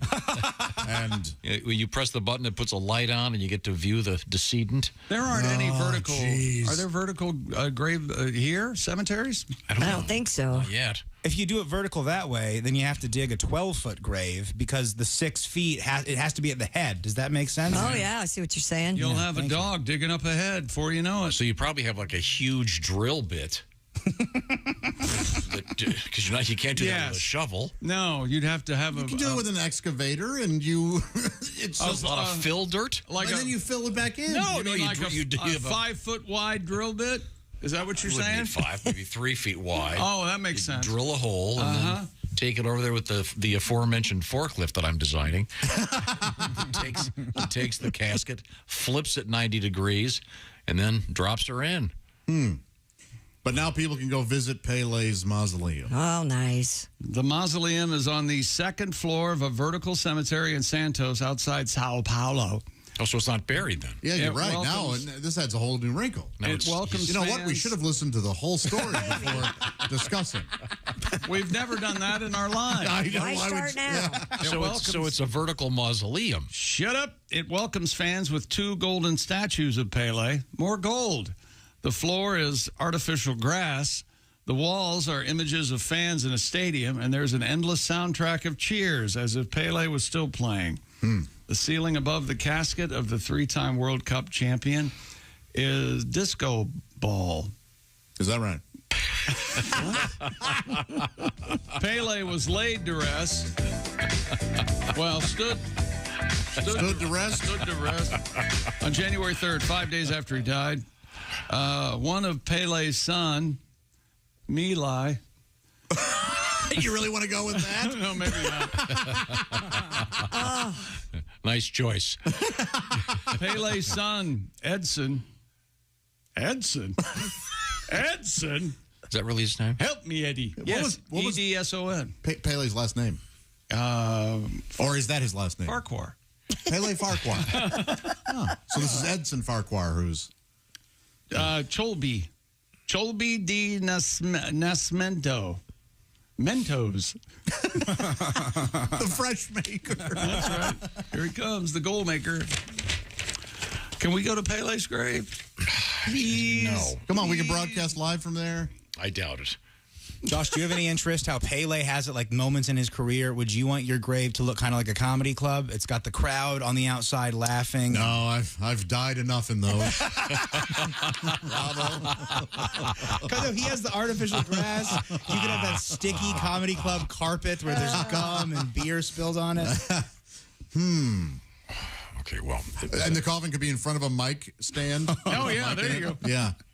And this from Sports Illustrated. Yes, it's that time of the year again for the swimsuit edition of the poor man's Playboy nudie books. Sometimes I don't even make it past the cover, if you know what I mean. Oh, yeah? Well, Is you're going to be this year. Well, let's see. Yeah, this is going to disappoint tens of thousands of teenage boys. Martha Stewart is making Sports Illustrated swimsuit history. She's become the oldest cover model in the publication's history. What? Yeah. Martha Stewart? Yeah. Well, she's in pretty good shape. I mean, she had all that time to work out in prison. Yeah. Got those prison muscles. If you know, you can't guess. So how old do you think Martha is? Marty is. Marty. 74. Well, Marty, the one-man Nope. party. Tom, you got a guess? I know. I know. Ace? I saw the story yesterday. Yeah, I know.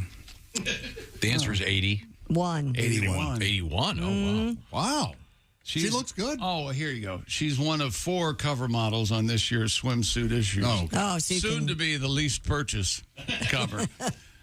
They deem Stewart the OG of influencers. Is OG in the Webster's, the dictionary yet? OG stands for original gangster. OG. With editor-in-chief MJ Day saying never in her life has she let her circumstances dictate her outcome. Circumstances? I didn't know women could get those. I was thinking of something else. But here is Martha. Here is Martha using dictate in a sentence. Hey. Not mine. They dictate weird. Oh, boy. There it is. We got it. Yeah, we got her. That's the joke, baby. And they're an endless quest to make her more than she is. She's changed with the times, it says. Always one step ahead. Right. I'm going to be made fun. I mean, the picture's kind of sexy. Yeah, it's Photoshopped. Well, it is hiding a lot. She's covered in like a. It's certainly not a swimsuit. She's wearing a curtain. Yeah, that's it. I think it's a cover-up. But I think it's Emerald Lagasse, whatever his name is, with a mask on. No. Wouldn't that be worth seeing? Do you think Emerald's last name is Lagasse? Isn't that, what is it? Lagasse. Lagasse? This is the one time where your pretension would have helped. You always do the exact opposite of what you're supposed to do. I'm not really familiar with Emerald. What is he? Is he the guy that says "bam" all the time? Yeah, the New Orleans guy. I don't know. Okay. I don't know. Well, in any event, this is a really smart PR move for Sports Illustrated. Why? They're getting a lot of attention for the swimsuit edition. Well, they've been doing unconventional things for a while, right? Yeah, so they do that. They do the body edition. Can you still get a hard copy of Sports Illustrated? How's my body? I mean, there are other pictures of her in the magazine where she's showing a lot more than that cover shot. So, I think it's great that they have someone who can fold a bath towel properly. Yeah. Finally, a swimsuit model who can cook. Wow. Finally a woman who understands that you can eat food. Who knows her place is in the kitchen. Yeah, that's what we needed. All right. Smart PR move for Sports Illustrated. Nice Photoshop, though. Yeah, big day for tax evasion. Listen, did you hear this? Oh, what nice Photoshop. Nice Photoshop. The classic female compliment. I do that. Every woman. Oh, what a brave choice that is. Every woman photoshops their pictures. I believe Josh said that. Kitty has claws. Yeah. Wow. Kristen, there's video out there of them doing the photo shoot, so they're not photoshopping video. Well, I know. I'm looking at that, too. I beg to differ. They can do anything. If you you can say soft it, you can do focus it. on that. Yeah. Well, coming up in sports, we have a world record, I believe. Is that correct? Yes. I'd just like to Thanks for letting me in and broadcast. What's coming up in sports? She looks great. Man. You got a world record coming up, Tom. Okay, don't sound defeated. You can do it. Yeah, I don't know why I would. What's coming up? A world record, right? Okay. Well, thanks, chick. We'll be right back. Well, I wanted to get to it before noon. Why do you sound defeated? Yeah, why do you sound? What's your problem, Why do you sound so beaten down? What's the problem, loser? Yeah, what the hell's your problem? When did you get in a bad mood? Yeah. Answer me! Wait, when did this start? 35 years ago when I began hitting you in the head? Oh, boy. You know, I don't know what was wrong with Chick this morning. When did we lose him? When I called him an effing loser? Yeah, I think that's where we lost him. What do you think it was? When I brought up his mom hitting him? That's exactly when. Yeah, that was probably it. Thanks, Pop. He's making you get your own switch right now. Jerk. Coming up, we have penetration at the White House. Does Joe have Viagra? This is the Bob and Tom Show. For a complete copy of the Bob and Tom Show contest rules, go to bobandtom.com/contest-rules. Or just scroll down to the bottom of the page and see contest rules. This is the Bob and Tom Show.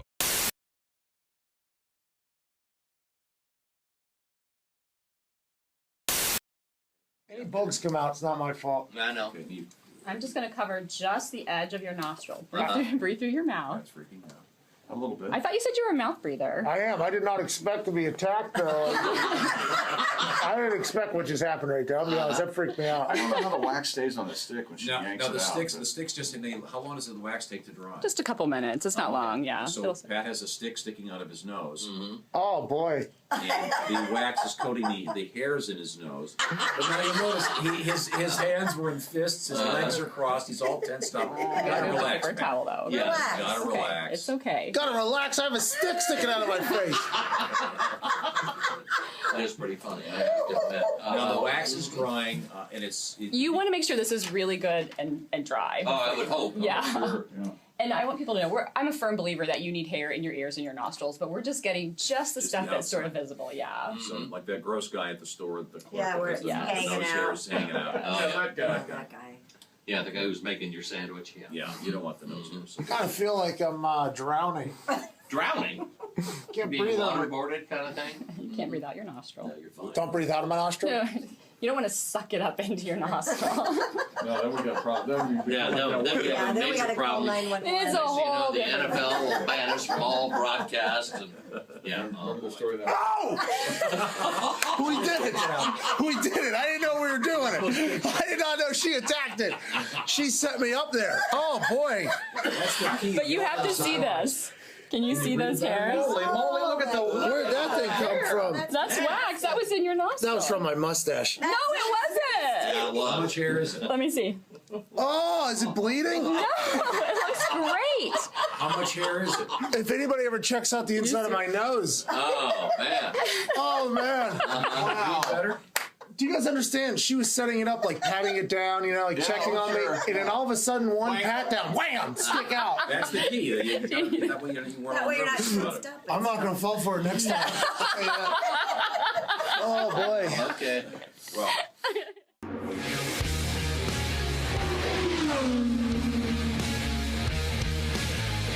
Indianapolis, believe it or not, at one point was the biggest manufacturer, housed the most car manufacturers anywhere. This is before Detroit took over. And Detroit ended up taking over because they were right on the Lake Michigan, and it was easier to get ore and steel and everything, the raw materials. For some reason, this was where cars manufacturers were. Well, they wanted a test facility. Carl Fisher, who owned Prestolite, and Prestolite was a big factory, and they made a bunch of different stuff, but one of them, they made headlights for automobiles, was his big deal. He ended up going on to develop Miami. He turned Miami into a vacation place, but he was one of the four founders.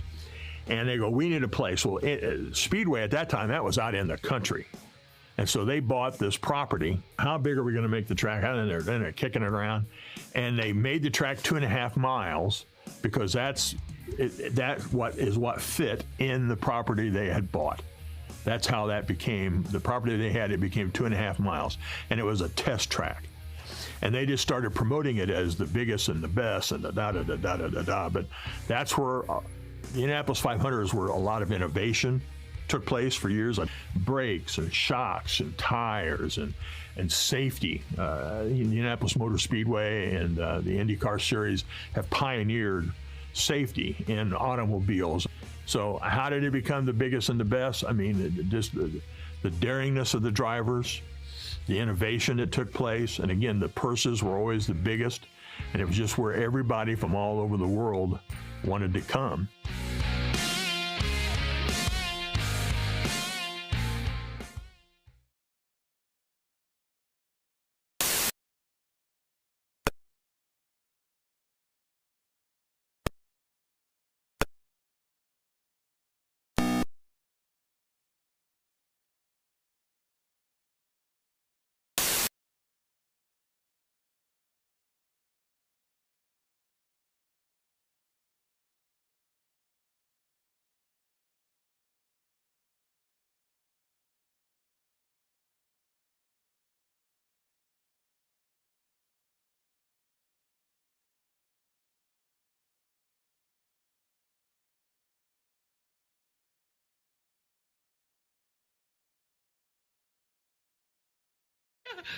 I said, no, you are. I'm going to set the garage on fire.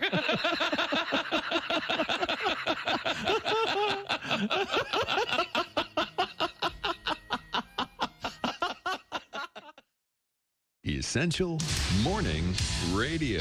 All day and all night. You might as well shoot me when the beer runs out. Bob and Tom 24/7. 24/7. The man in the studio with us is comedian Greg Hahn. Do you ever take your pants off on stage, Greg? No. Good call. I used to do that on what's it called? Casual Friday when I had a job. And then they kicked me out. They let me keep my seat.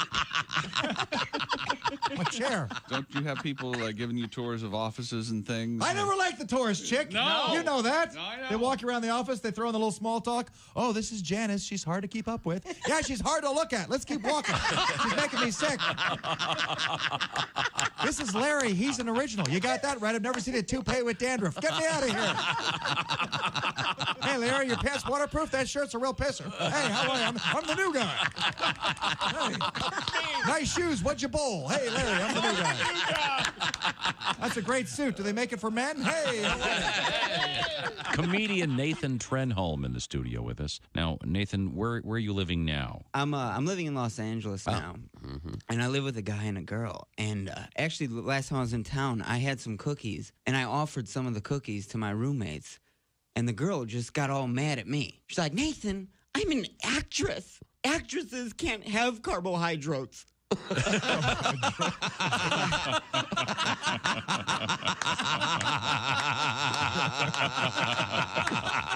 was like, you mispronounced that word. It's pronounced waitress. You're a waitress. Hey, man, this is Donnie Baker, and this is Bob and Tom 24/7. I swear to God it is. But coming up soon. Welcome back to the Bob and Tom Show. Christy Lee at the news desk. Hey. There's Pat Godwin in the performance room. Hello, chick. Hello, Pat. Hello. What's wrong, Pat? You sound down in the dumps. Oh, no, I just went down with my voice that time. Oh. A lot of times I go, hey, chick. That time I went, hey, chick. All right. Has Tom been talking to you? Is that why you... Yeah, a little bit. Yeah. No, I walked in the green room and I ran into some guitar thing they were talking about. Yeah. And that was followed by some fecal festival with Josh. I don't know what I missed. I was a mere victim of that. Somebody fouled the bathroom when you walked in? No. You fouled the green room? I was being teased. You know what he does? Well, it turns out. You know what he does? And he will... You tell the truth if I'm not telling you the truth. Yeah, you know I will. He goes to the back door, points his butt. And you mean the actual door of the building? Thank you, Tom. Not someone's anus. Thanks a lot. He's legitimately, he's having the time of his life right now. Because he got to say back door. His face is gonna start turning red. There it is. Josh goes to the rear entrance. Well, that's not anything. No. Nothing. Anyway, just say the butthole of the building. He goes to the butthole of the building and he points his butt out and it farts out. And the loudest thing you've ever heard. And then if you catch his eye, if you make eye contact, he'll just stare at you while he's farting. It's the weirdest thing. It's like a dog pooping. This is all true, but at least you go outside. Thank you, kind of. Christy. Do you open the door and then go around to the other side of the door? No. You're a criminal. You have to. There has to be a wall between your butt and the building. A criminal, eh? All right. From now on, hallway it is. Do you take your arm and do the cutoff? Yes, I will cut off with your arm. Yeah, because whatever her name is, she's right. This is an entire acidic workplace. Is that a word? Toxic workplace? Yes, that too. I'm surrounded by hallway farters. Yes, you are. Every single one of you. I go in the know. lobby. Huh? I go in the lobby. Oh, you should hear it. When I'm out there, he doesn't know I'm out there. Is that what you're doing out there? I'm trying to catch Ace farting. Yeah, it's fun. It's a symphony. Is it? It's unbelievable. I have a letter here that applies. Good morning, Deviants. Oh. It says, are you trying to kill us truck drivers? Yesterday, one of us had to hit the shoulder due to spilling coffee all over his windshield. Today, it was me hitting the shoulder because it nearly wiped out on the ramp because you played a clip of Ace admitting he blows holes in his underwear. And Josh Arnold shouts out, see a doctor. Thanks for the adrenaline rush. This is Paula, a truck driver in Kentucky. Paula.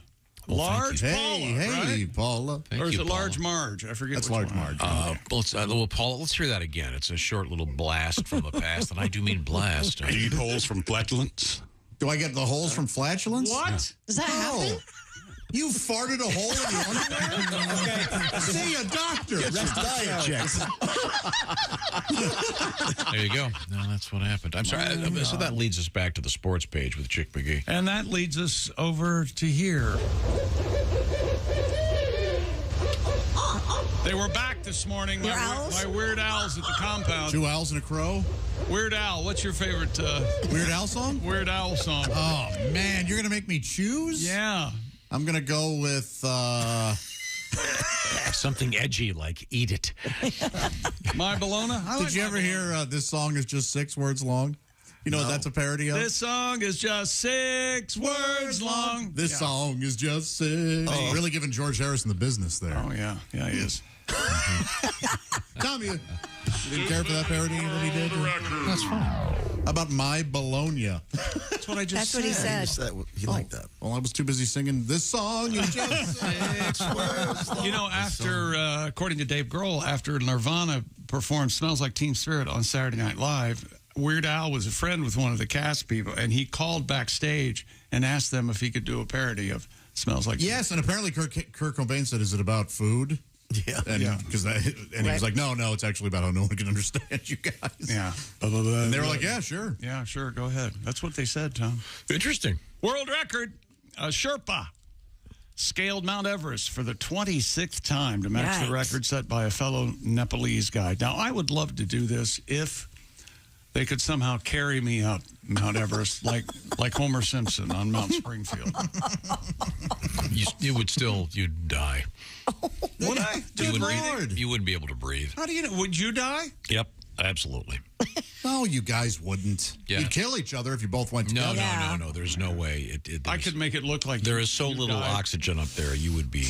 Well, then how do people do it? A lot of train people their die. lungs. A lot of people die trying. That's why true you go up to a camp and then you wait there and then you go back doesn't down. help. You'd still die. Now, we know somebody didn't die. I just talked to him a couple days ago. It turns out he's dead. No, he's not. He was just helicoptered out of there. Yeah.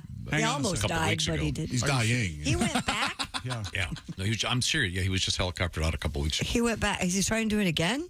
No, he was doing some other stuff. You talked to him recently? Yeah, he lives in my street. Oh, he's dead. Carter lives on your street? Yeah, he does. Oh, that's cool. See, he's not all talk. He's not Catman talk. He's Catman do. No, seriously, it is. He's acting like he got people are laughing. His brain. People are laughing so hard. Take it easy, guys. No, seriously, hold it down. Come on, sit down. There's a great book out there called Into Thin Air by by John Krakauer. Well, just because you've glanced at the title and never read it, it's actually quite a good read. I read the introduction. It's a great book. It is a wonderful book. It is a good book. But yeah, no, if there were a chairlift going up Mount Everest, you and I would be dead before we got to 20,000 feet. You remember the Simpsons episode where the Sherpas are carrying Homer up the mountain, and one of the Sherpas says to the other, in Sherpaese or whatever language, "I dreamed of your death last night." And the other Sherpa looks at him and goes, "Stop saying that." That's brilliant. Man, that had Ken Levine. And so, and they all have the last name Sherpa. Is that true? I was just going to ask without appearing stupid, but how can I not appear stupid with you around? I don't know if it's a religion. I don't know if it's a last name. Once you get a title, maybe you have to go through some kind of training, right? Mr. Pasang Dawa Sherpa. Right. I don't know. Is that a title or is that a... I would think it would be a title like you have to... However, not just anybody can walk up Mount Everest. You experienced and put ladders over crevasses. Yeah. Experienced mountain guide Kami Rita. Lovely Rita. Previously held the record outright for the most climbs of Everest. His 26th successful attempt last year. Oh, boy, chasing the dragon, huh? Rita expected to attempt to summit the peak again later this month. People lose their noses and stuff. I know. Who was the guy that had his Nepals frozen off? Yes. All of them. That was. All of them. See, he wasn't Catman talk. No. He was Catman do. Keep it down, everybody. Seriously, folks. Come on. All right, come on. A lot of show We got a show to do, people. I can't keep it up at that level. A lot of his Nepals. Is Sherpa plural and singular? We need to talk to a Sherpa. You mean if you have 5 Do you have Is it Sherpas? Sherpas? I think you do. Sherpies? You know, if you watch, We can have You ever had Sherpies? you watch an Everest documentary, and you'll see a guy talking, and he looks, yeah, you know, I climbed Everest 20 times, and then he raises his hand up to scratch his nose, and his nose isn't there, and his fingers aren't there. What? Like Voldemort? What a creep. Yeah. Sherpa is actually a tribe in Nepal known as the people from the East, as they migrated from eastern Tibet. Hundreds of years ago, now live in the stunning valleys of Everest. You thought we actually at the cared. base. We were just making jokes. Nah, I'm just telling you. Time to research. So to be a Sherpa, you have to That's a shame. Well, speaking of a guy at the peak of his career. Yes. Hey, Josh. The peak of his career. He's at the peak of his career. It's Chick McGee at the sports desk. What are we coming back with? I'm freezing my Nepals off. Okay, what are we coming back with? More sports, Tom. Can we be more specific? As soon as I find it. Okay. Do you have the bucket list story? I do. Nope. Oh, it's a good one. She has it. Okay, Well, coming you- up. That and the Ace Cosby Tom's joke of the day pet. and comedian DJ Dangler. This is the Bob and Tom Show. Thanks for listening.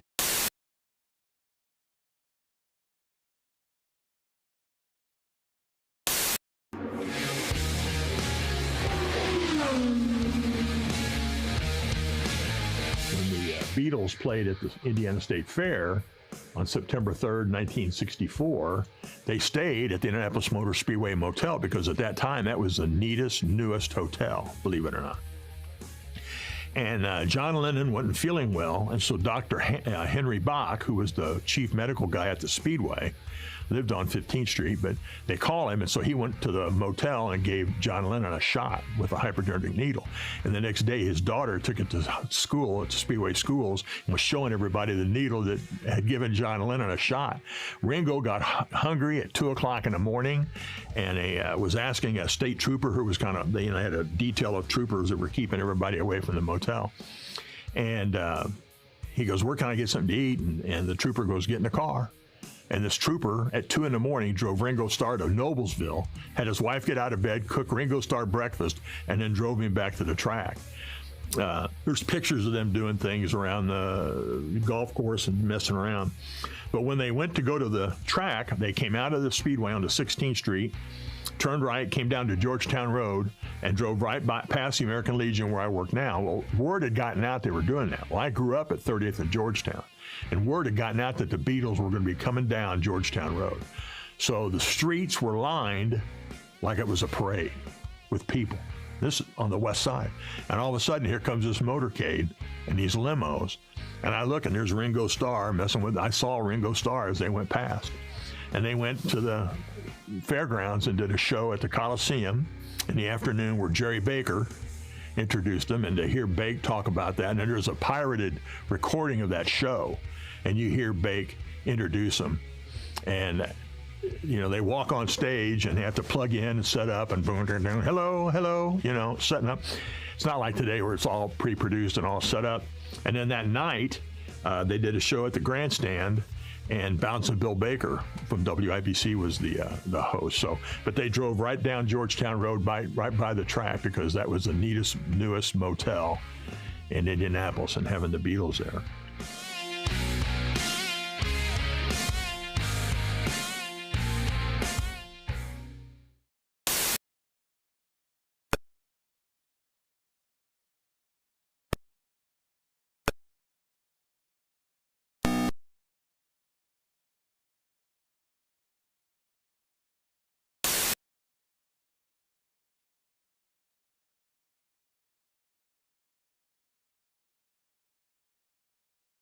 Institutions, decreased engagement with churches, and the fraying bonds of families. So does the focus on American individualism encourage isolation and alienation? I guess only time will tell. And finally, a 350-pound bear made news on Mother's Day. It sat in a tree for hours Sunday before fell onto a mattress as dozens of people watched in Traverse City, Michigan. Wildlife experts responded to the call of the bear in a leafy tree in a residential neighborhood. They fired at least 4 tranquilizer darts into its butt. The bear fell asleep on a thick limb before finally dropping to the ground by early afternoon. Do-de-do-de-do. A woman had hauled the mattress from her house to soften its fall. That bear transported to the wooded area nearby, and that's your news. I'm Christy Lee. More of the Bob and Tom Show on the way. Hey, hi, this is Tom. And this is Chick from the Bob and Tom Show. Hey, Christy, what's the best way to get full access to the show? Hey, what? You introduced me. That would be to become a Bob and Tom VIP. Very good. Now, Josh, what's a feature of Bob and Tom VIP? Wait a minute. Well, the live 5-camera video stream of the show, plus a podcast of the show and comedy from the Bob and Tom archives. Excellent. Chick, what do you have to say for yourself? Become a Bob and Tom VIP now. Just go to bobandtom.com/VIP. See, that was worth the wait, wasn't it? Hey, folks. Boom. It's me. And you're listening to Bob and Tom 24/7. That's 24 days and 7 hours. No, 27 days a week and 24 like the show with the guy who whispers all the time. It saves the world. And Bob and Tom 24/7. Hey, it won't blow up the world. All right, this magician, he gets his job on a cruise ship. So he's working this cruise ship, and he does his act every night. In the front row is the captain of the ship with a parrot on her shoulder. So every night he does his act. Well, by the third night, the parrot starts figuring out his magician's act. So he starts heckling the magician, and it's in his sleeve. It's under his hat. His assistant has it. So that night, they hit an iceberg, and the ship goes down. The magician wakes up floating on a piece of driftwood, and the parrot is sitting on the end of the driftwood, and they stare at each other for 2 days and don't say a word. They just look at each other all mad. Finally, the bird goes, "I give. Where's the boat?"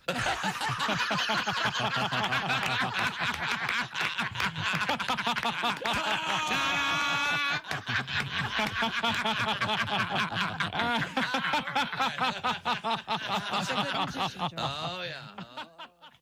This is Bob and Tom 24/7. 24/7. 24/7. 24/7. I can't think about the big picture. It's just hard, don't you think, to be human right now? I mean, we got stresses and pressures. I've got suicide bombers and gingivitis. Something's gonna, something's gonna get me. It is. I mean, I do the best I can. I floss twice a day and spy on my neighbor because that's what they said. That's what they said. To do that. Keep your eyes open. Let us know if you see something fishy. That's what right. they said. And I don't know. You think that's going to work? There was a lady in Florida that gave birth and didn't know she was pregnant. Yeah. Yeah. You want that lady watching your back? Really? You want that lady voting? Yeah. Really? Yeah. I mean, I'm sure she's a nice lady, but something tells me things get by her. That's all I'm saying. I mean, how do you? Yeah. I thought I had indigestion. A little backfire from a burrito the other day. Yeah. It's a baby. Yeah. Here, can I help you through the X-ray machine, Mr. Otta? Yeah. Yes. I actually I have a sexual fantasy associated with the earthquake. Go. Well, that woke Chick up. In my fantasy, I am making love to this woman. Yeah. And then all of a sudden, she feels the earth move beneath her. Ah, yes. And then she rolls over on top of me and shields me from debris.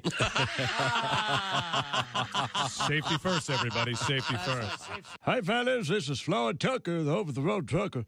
This is Bob and Tom's. Yours. All right. Welcome back to the Bob and Tom Show. Christy Lee at the news desk. Hi, Chick. There's Pat Godwin in the performance room. Hello, Chick. There's Josh Arnold. Chick. There's Ace Cosby. Howdy. There's Willie Griswold. Good morning. I'm Chick McGee, and Tom has a special guest. Hello, Tom. We all do. Yeah.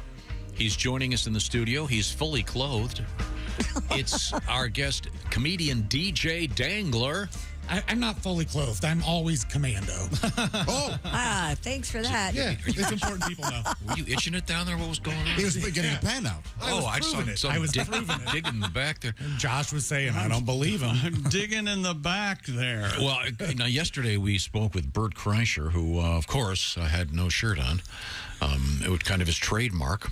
He's a bold man. But am I correct in saying that you, DJ Dangler, did a show at a nudie resort, a nudist camp, if you will, and you took off all your clothes? Yeah, I definitely performed naked at a nudist colony. Yeah. Did you get a standing ovation?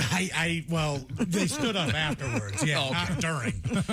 My stuff was pretty. Yeah, no, it was so much fun, and I think I've told people the weirdest thing about it is afterward, don't bring merch because they don't have their wallets on them. Yeah, weird. Good tip. Like if somebody hands you a 20 at a nudist colony, don't take it. Good to know. Did you go out there naked, or did you slowly take off your clothes? Oh no, I went out naked. It was like you were like at the third song I went full nude. No, I came out naked. It was a lot of people there are like wearing like a jacket or whatever. But that felt kind of like more naked. Does it like having like? Oh yeah, I see what you're saying. I would feel like a Disney character naked. Yeah. Don't they carry around like a handkerchief so they put it on every chair they sit on so there's not lingering ass matter?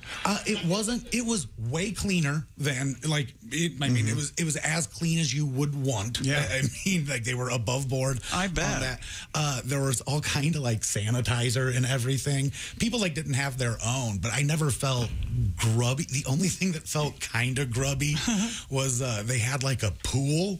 Oh, and that felt weird. Like it just felt kind of like it felt like old people soup. I don't know why putting a little bit. This is strictly an adult thing, right? Oh yeah. Okay. No, I think you see those naked families, those 50s and 60s nudist camps, and it's families. No, that always struck me as being a little bit.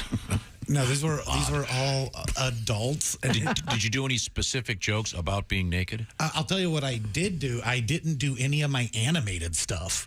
I didn't do anything where like I kicked or ran around. Oh, I see. Yeah. Okay. And I didn't realize like I don't consider myself like a real animated comic. Right. But I'm a tall guy, and like you express stuff, and it's really weird moving around freely naked. Like it's a weird like, hey, you ever do a high kick naked? I hadn't. It's a weird. They're just things I haven't done. Yeah, very. Have you ever been naked, Tom? Ever? Of course. Totally naked. I was naked this morning in my shower. I don't believe you. Yeah, I think you wear jean shorts in the shower. No, that is false. That is false. We're going to get back to the sports page before we talk with DJ Dangler, comedian. He's not performing naked. Well, as far as I know, this weekend. The DJ will be on Saturday evening. He'll be at the Fort Wayne Comedy Club in Fort Wayne, Indiana. Should be a great show. While I'm at it, also on the road, we have Willie G and Reno. They're going to be on Friday and Saturday at the Funny Bone in Dayton, and they will be Thursday in Fort Wayne at the Summit City Comedy Club. So let's get back to the sports page, then we'll get back to the boys here. Well, we're not going to get back to the sports page. Why? We're going to get back to one of Tom's favorite topics. Where are the new bits coming from at the Benihana type restaurants? Oh, sure. Yes. We need to explain to DJ what I'm talking about. I think I got it. Like fancy, I think you got like fancy chopping, like when they make the volcano. It's a classic. They flip See, the that's all he shrimps. needed. Tom. They've got the choo-choo train. They've got the volcano. They've got the heaving the shrimp into your mouth. But that's kind of it. Okay, Tom, you ready? Here we go. We need some new ones. Explain this guy. What's he doing?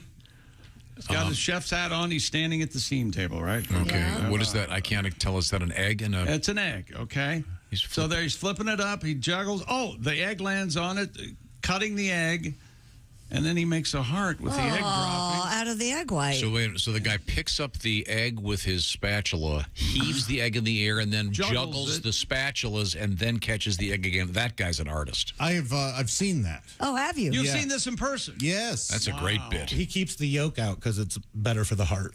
That's right. Yeah. This guy's great. He's really good. He's really. And when he juggles the spatulas, they flip around. Oh, it's beautiful. He's good. And the thing I haven't seen is the spelling of the heart. I've not seen that.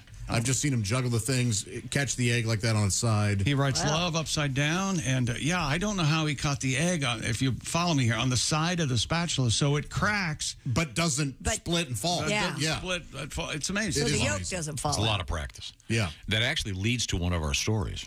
All right. I'm not sure this is in the sports realm. It's about eggs? No, it's about a knife thrower. What was he doing with eggs? Well, you'll see. You know, the people, they get up there and they spin around the people and they start heaving knives at them. Oh, yeah, that can go wrong. You ever seen that? It's always terrifying. I've never seen it live, but I'm totally aware. You know, there's a trick to it. Most often the knives coming out of the back. Aren't they? Bring. Yeah, they don't really throw the knives. You can see him throw the knives. No, you think you're seeing him throw the knives. A 99-year-old British woman was able to cross off a bucket list item recently after facing a circus knife thrower. The BBC reports ahead of her Sorry, 100th birthday, Annie Duplock realized a lifelong dream of having knives thrown at her during the grand finale of the Zippo Circus. That was her now dead husband's dream too. Throw knives at her. Ms. Duplock Zippo Circus. Zippo Circus. Ms. Duplock was supported by a walking aid as she stood in front of a board, and blades were hurled at her by a professional knife thrower. Zippo Circus sounds like an arsonist convention. Hey, you going to the Zippo Circus? Yeah, we better hurry. Afterwards, the soon-to-be centenarian said she, quote, really enjoyed the experience and added, I'm ready for the next one. I know what the next thing on her bucket Could you list do that? is. God, no. Yeah, I couldn't do that. No. I would think it's less scary, though, at like 100. You're smaller, your eyesight's worse. Well, that's true. You got nothing left to live for, really. You're 100. Your kids have forgotten you? Yeah, sure. Aim for the heart. We'll see how she does with her other bucket list item of a lion tamer. The chair and the whip. Yeah, where's my walker? The lion. Oh, look, jerky. Yeah, she's going to be, actually, also on her bucket list, her ashes are going to be shot out of a cannon real soon. Wow, that is terrifying. Could you do that, chick? Could you stand in front of one of those guys? Probably, especially if it's a trick. Yeah, I think they're all tricks. I don't think it's a trick. They are. Sometimes it is. I think sometimes it is. Yeah. They'd lose people. Yeah, you hear about people getting stabbed every once in a while. Right. That's what. Those aren't tricks. They don't get stabbed from the back. I got a couple of bucket list items here, suggestions, because I don't have a bucket list of my own. Okay. Attend a rodeo. It is fun. I've been doing. Have you been, DJ? I have. Yeah, they're fun. Yeah, no, they're all. I got to tell jokes at one. Whoa! Yeah, it's so much, and I learned a ton at the rodeo. Wow. It's so much. I asked a lot of questions because it was my first one. Like everybody always talks, like they're always like, "Oh, this is my first one." This literally is my first rodeo. That's how you learn stuff, by asking questions. It's so much fun. Tom, you can go. No, this is my first rodeo. When you go somewhere for a rodeo.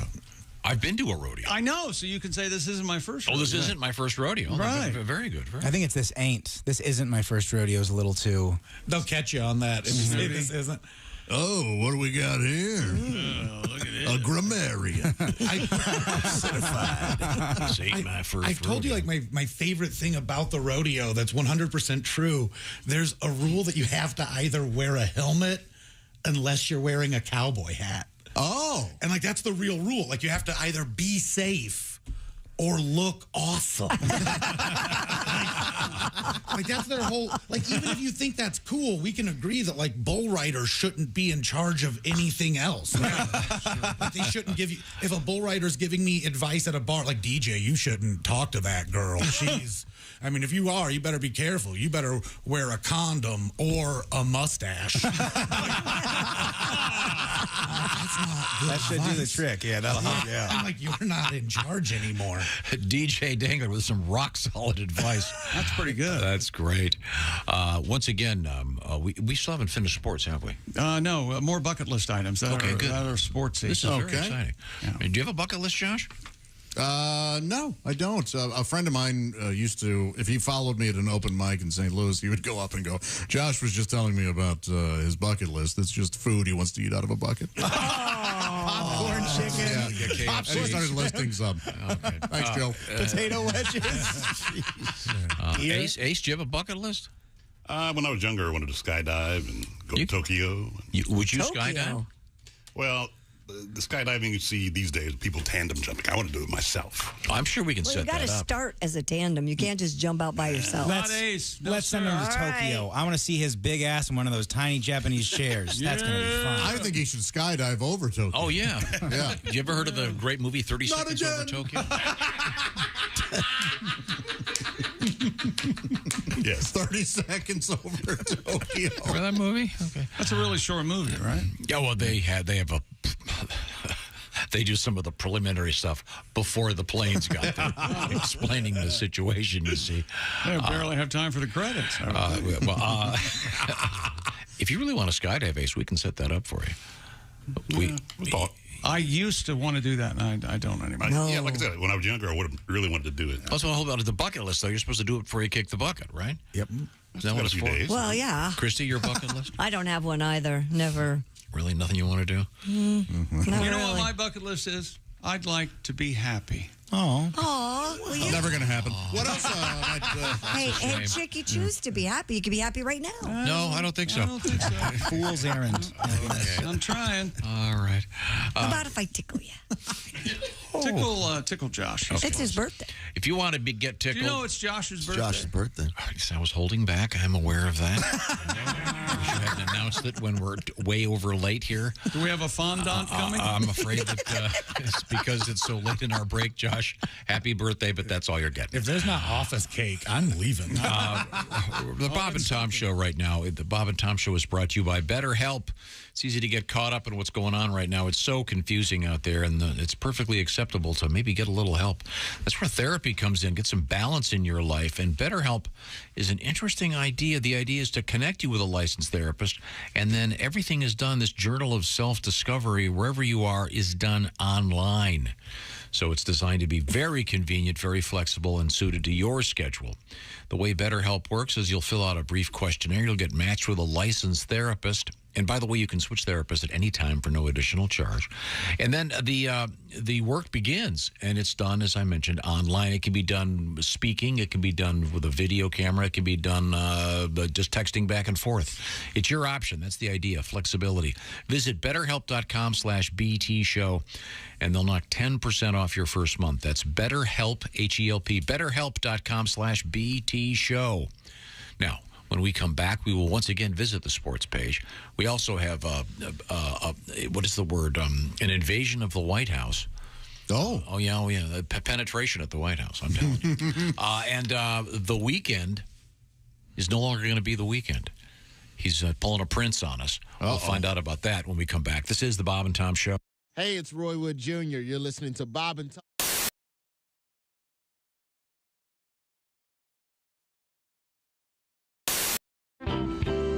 Went to my first luau, which was cool. Oh, yeah? Yeah, man. You know, they burnt the pig for us and everything. It was fantastic to see a pig come out of the ground and we just ate on pig. You know, I mean, it was kind of weird looking at him with his nose sticking out at you, but, you know, he was still delicious. Yeah, sure. I just ate from behind, you know, that's what I did. Yeah, no pig face. Right, you know, no, you don't want no pig face. But my cousin them eat pig snoot in St. Louis, which is crazy. They eat the snoot. No way.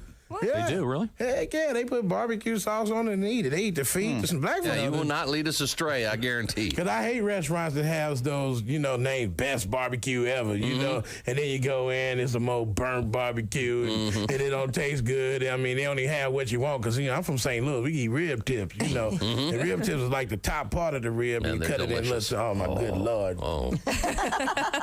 Thank you, Jesus. Lavelle Crawford. Lavelle Crawford is our guest, and so far we've had a tour of Hawaii. We have yet to see anything except for a pig nose. Well, you know, I won a luau. I won the hula dance competition. You did?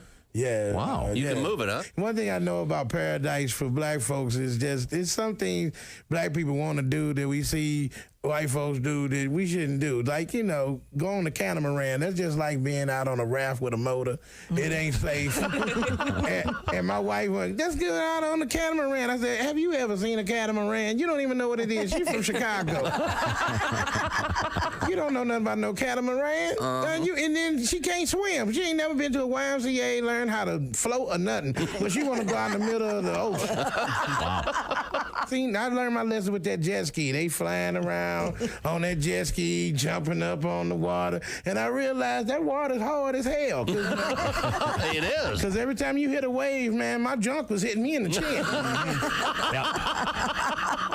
You know, so I know what water, you know, it's dangerous out there. And then my jet ski conked out on me, so I'm sitting out in the middle of the ocean. They had to tow me in, you know, and I fell off the jet ski. I couldn't leapfrog back on it. No. So, no, I couldn't do it. My blood sugar got low. I just had to lay out there, and they had to tow me in. I'm looking like the Loch Ness Negro trying to come back in. People taking pictures. What they catch? What is that? I think it's a killer whale. Oh, my. Was that your surfer voice? I love that.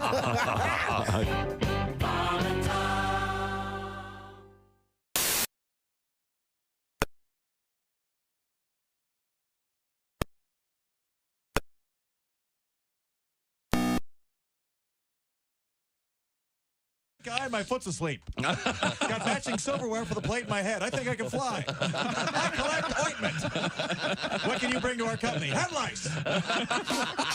Where do you see yourself in 5 years? Next to you in the dumpster behind the airport. Where do I start? How do you like my weight belt?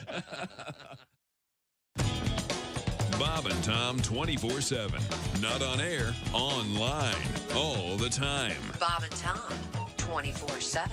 Thanks for listening to Bob and Tom 24/7.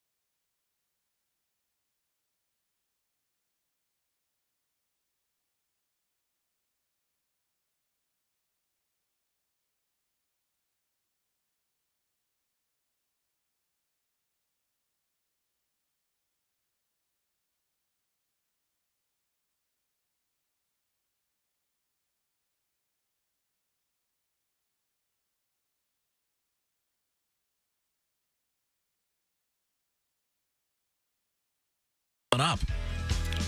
Welcome back to the Bob and Tom Show. At the news desk, it's Christy Lee. Hey. There's Pat Godwin. Hello. He's got the guitar and the organ. There's He does. I haven't heard it all day. Josh Arnold. I know. He's We heard one song.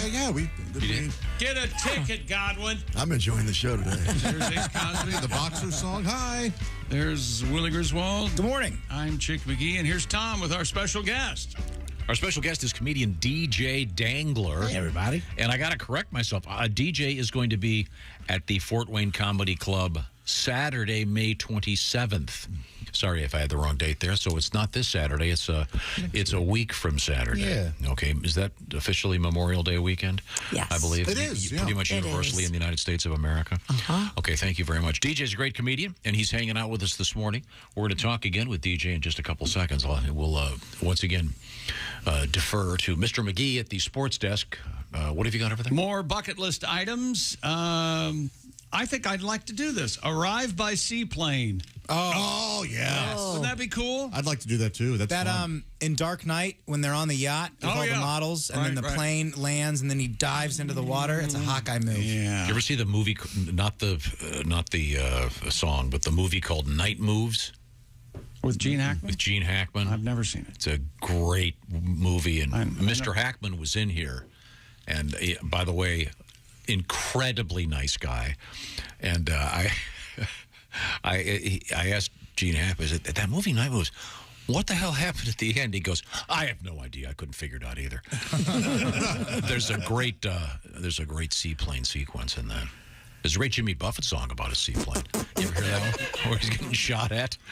We can't play that in the radio. There's too many bad words. I would think getting off and on a seaplane's crazy hard. I would think so too. Like it was one of those you're like, oh, that'd be really. You're going to get your feet wet. Like landing would be cool, but I don't want anybody to see. Do they call it landing? Yeah, of course. A you water can. landing. Yeah, water landing, probably. It's not land. It's a misuse of the word. It's a watering. Josh, work on that. That one lands. Well, I see what you're saying. There's no land. There's no land there, involved. George Carlin. So they call it a watering. What else is on that bucket list, Chick? Police ride-along. See, I've done that. That goes with skydiving. Does it count if you're in the back of the car and you're handcuffed, or do you have to be? I've done that. I was going to say, I've been in the front, so yeah. Right. Off my bucket list. I was cuffed. Christy, you've done that? Yeah, way back in the day. I did Getting that. out of a ticket? No. Backseat. Anything else going on? I had a friend who was Him a standing police at the officer. window, you working away. On the night. You saying something? Speaking of the circus, little sword swallowing. Like this Oh, wow. You are a bad lieutenant. Things in that mirror are larger than they are. Everything's about sex with you guys. I'm a pervert. I'm a real horny loser over here. Yeah. Wrap a snake around your neck. I've done that. I've many done times. that. That's on your bucket yeah. list? Never. That's on a bucket. You wouldn't do it, Pat? No. You ever done that, Tom? We've had snakes in we here. had that gigantic, We had a boa in here. that yellow snake that was like Yeah. 40 feet long. It was terrible. That's what I took a picture with in Singapore. It was Yeah. like $10. The guy was just selling Polaroids. You just put it Snakes around your are neck. God's mistake. That sounds safe. No, they're not. You should kill him. DJ, when I was a kid, we were on a road trip and we had plastic snakes, and my dad went to the gas station love this. and we wrapped them all around the steering wheel. And he walks in, okay, oh my gosh, oh my, really? Oh, you're trying to kill your father? Very funny. Well, as you know, 99% of snake deaths are from the heart attack, not from the poison. Really? No, that's false, but I like to believe that. So what else is on this bucket list? Who made this? Let's see. Just random. Attend a rodeo. Went without. Bathe an elephant, it says. Wash an elephant. I have done that. I have been with an elephant. I bet. In the most, How many drinks did you have? in the most intimate way. Oh, no, honey, you're not heavy. This is a true story. You remember this, Christy. I was, the Ringling Brothers Circus was here, and the elephants were tethered in the parking garage of the arena. Sure. We went there with a film crew, and I'm standing with the trainer. No, it's fine, Willie. They're tethered by their necks. And no, they're tethered by their foot. That makes it better. They're chained up? Well, they have DUI. They didn't want them going and they didn't want them leaving. going They and never stomping on my Nissan 260Z, whatever the hell it was. 280Z, but go on. I don't know. I just was the best car I ever had. So I'm standing doing this piece with this guy and this elephant, and I was wearing what are they? The Zubaz, which were those sort of lightweight sweatpants. Wow. Wow, I'm surprised to hear this. I know, because I never wear those anymore. Yeah. And I'm not kidding. The elephant's trunk went in my pocket, and he took the keys to my car, and the guy with me had to very quickly react to get them back. I wonder what it would have took if you had nothing in your pocket. Yeah. Wow. My dick! He ripped my dick off! The elephant ripped my dick off! Excuse me. The elephant! It was the famous. Get my dick! It was the famous Russian trainer. What is it? Torderdikov? Torderdikov. Mr. Torderdikov. Well, no, if he went in your pocket, Tom, I'm sure he thought it was just another trunk. Yes, thank you. No, that was. I'm not. And then my keys were covered in elephant snot. Oh. Totally true story. Okay. And it was a 280Z. Do you wash an elephant with Believe me, I'm well aware. I love that car. Big brushes. I want to get one of those big wands they have at the car wash you can drive in, and you can just like shoot it with all the soap, and then you can get the nice wax finish at the end.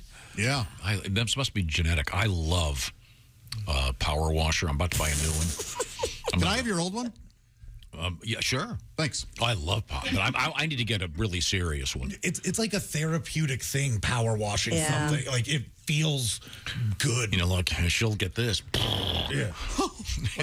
Wow. I'll take care of that odor. That was a little rough. Do you ever go a little bit too far with the power washer and Yes. and etch a in wood. Yes. in your wood on a deck.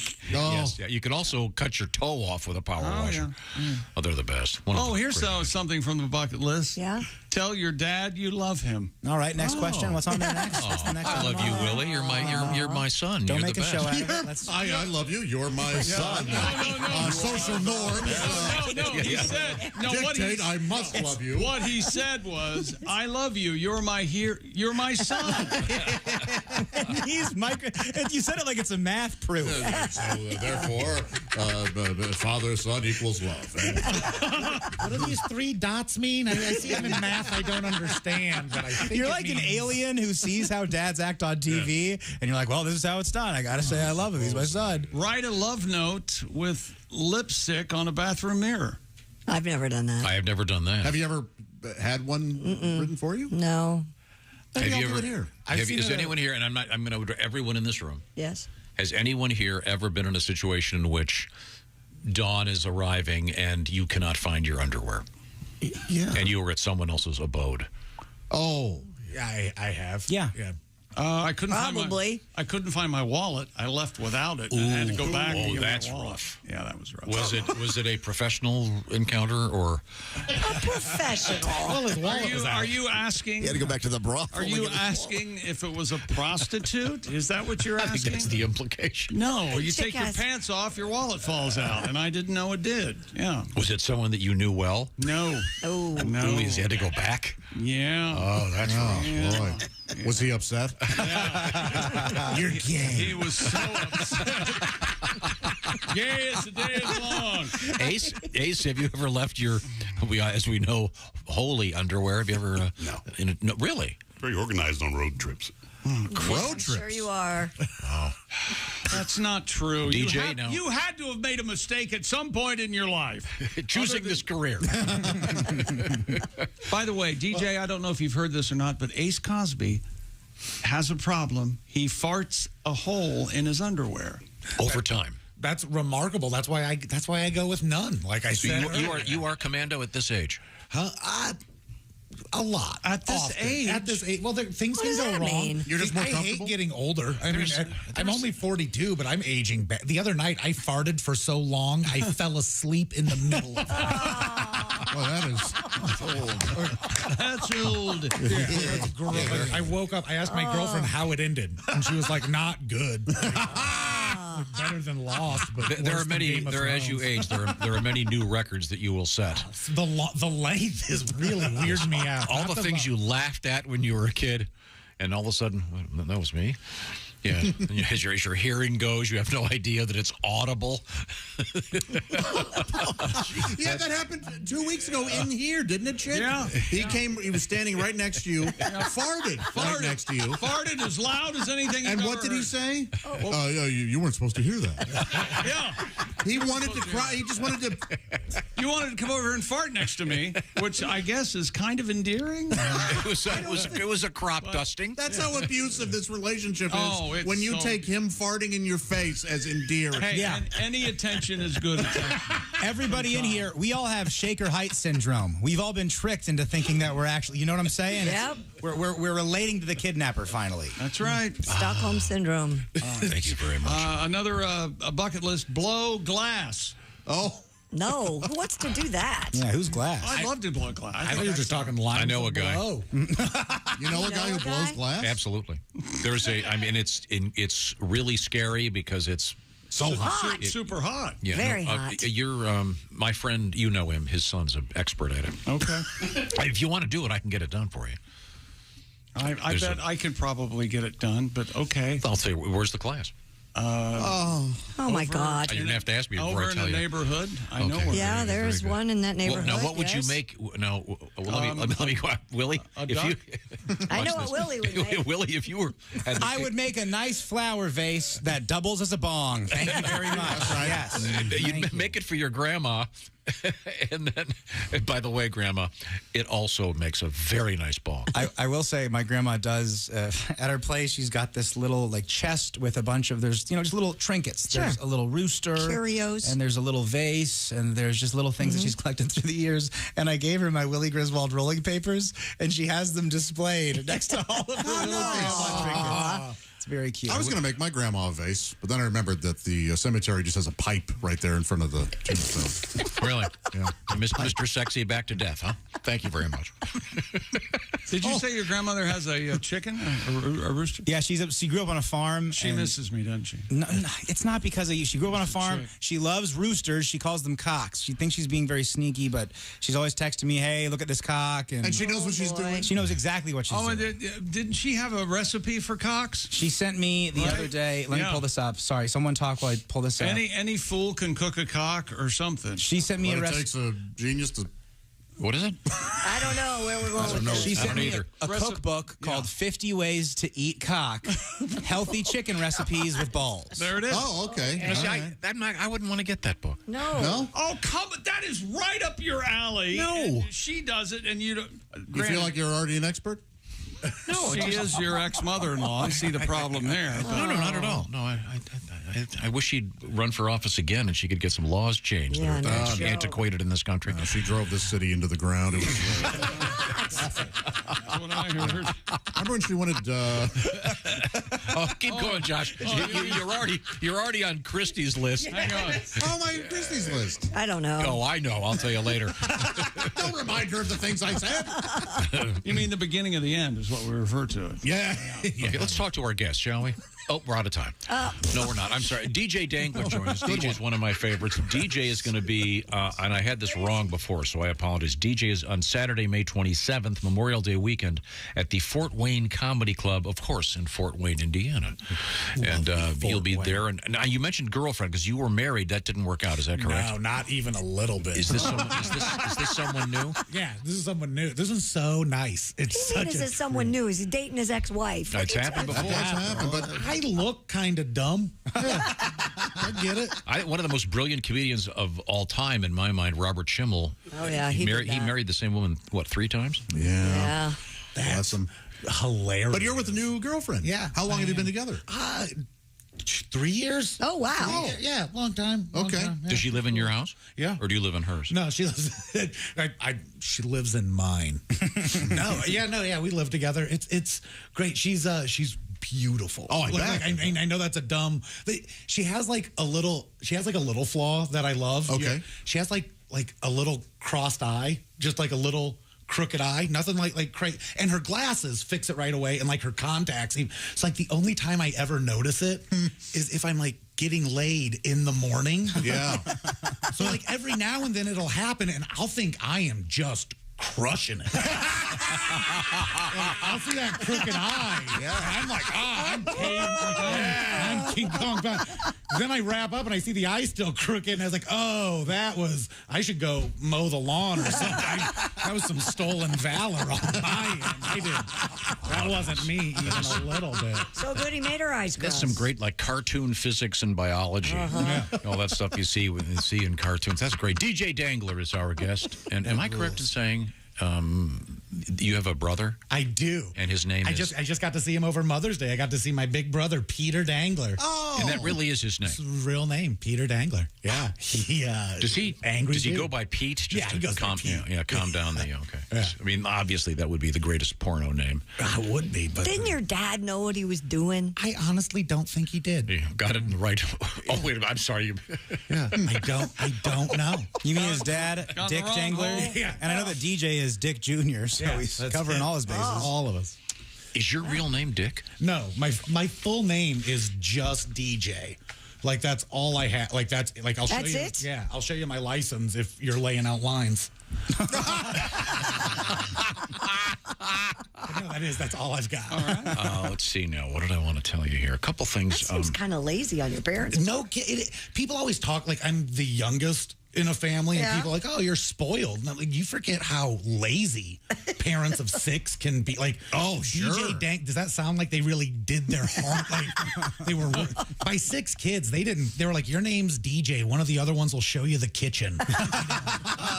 We're done. We're too lazy to give you a vowel. Yeah, they saw this forehead, and they were like, he's going to be too dumb. Does it stand for something? Was it someone's? Truth, justice, and the American way. What do you stand for? Yeah. Yes. DJ stands for a lot of things. No, I mean, was it referencing a friend of theirs or something? My dad is a Denny John, and so he just thought it was cute, and I was going to be DJ regardless. And that's great. Lucky. You know, people love it when your entire personality. DJ regardless is doing the main stage at Lollapalooza this year. It's going to be a lot of fun. Yeah. Lucky your mom wasn't, like Virginia Daniels. You'd be VD Dangler. That sounds like a very, very bad weekend. Right now, I want to talk about something great. Sunshine. I remember what it looks like. I saw some pictures yesterday. Check local listings. Sunshine is calling your name, and I'm talking about great food in the sun, and that's a great summer. HelloFresh has really gone all out. HelloFresh is a great idea, and it's perfectly executed. What I'm talking about is they do the shopping. They send you the fresh ingredients with cards that show you exactly how to put them together. You saved a ton of time, and they've done the measuring, so you save even more time. Some of these great recipes you can put together in 10 minutes. And I'm talking about more than 40 every week to choose from. Hundreds of sides and snacks and desserts are available. Seasonality, if that's a word, that's what they're into, getting the stuff that's fresh this season. And the array of choices, you've got to check this out. You can go over this way. Hey, that's vegetarian. That's pescatarian. Way over here. Oh, look, pies and cakes and great kind of food that I want to eat. Wholesome family food and good old just family-friendly stuff. Get the details by going to HelloFresh.com. Something special, by the way. This is Asian American and Pacific Islander Heritage Month, and we all know that some of the greatest food in the world comes from that section of the world. And Chef Surbi Sanyi from the famous restaurant in New York City called Tagmo has prepared some great recipes for this month. Willie, what are you working on over there? Check out the saucy pork burrito bowls with cilantro, citrus rice, charred poblano, salsa fresca, and smoky crema. HelloFresh sends you 9 ingredients. Put those together in 6 easy steps. I'm going healthy. This month I'm swapping out the pork for ground turkey using the Hello custom feature. In 30 minutes, you have this delicious burrito bowl you made at home with help from HelloFresh. And we had a great meal from HelloFresh last week. And I always keep, is it firecracker meatballs they call them? God, were those amazing.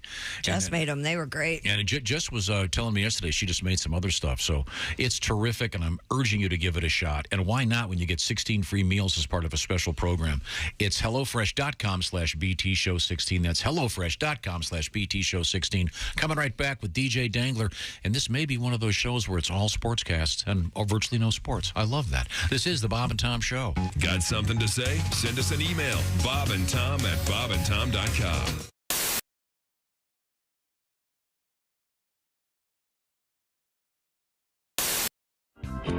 Christy and I were talking about a dream date, and I thought we would maybe with each other maybe for the first time ever. Maybe it might be easier if I sent my assistant on the date with you, and then she could tell me if we had a good time or not.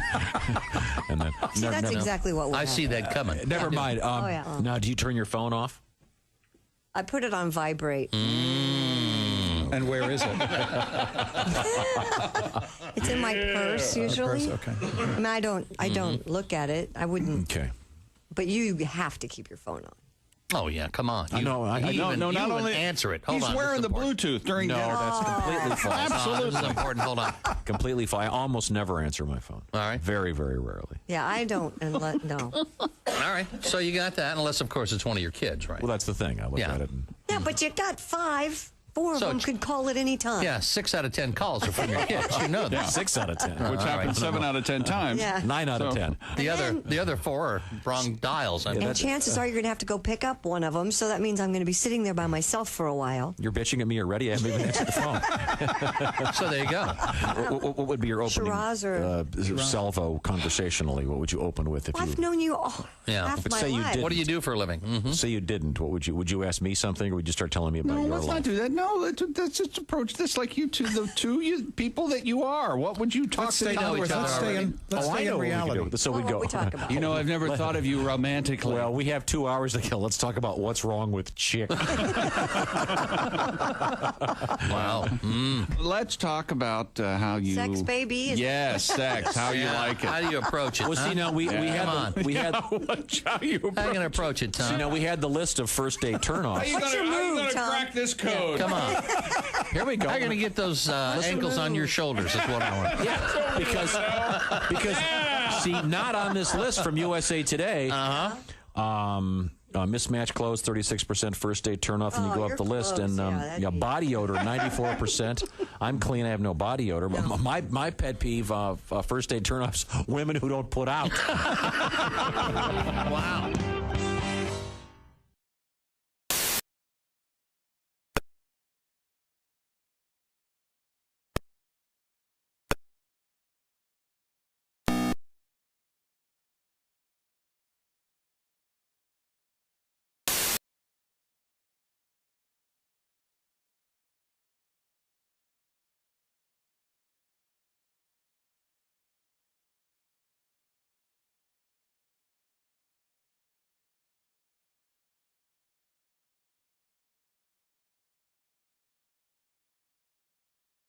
Gwen Stefani, and that's your news. I'm Christy Lee. More of the Bob and Tom Show coming up.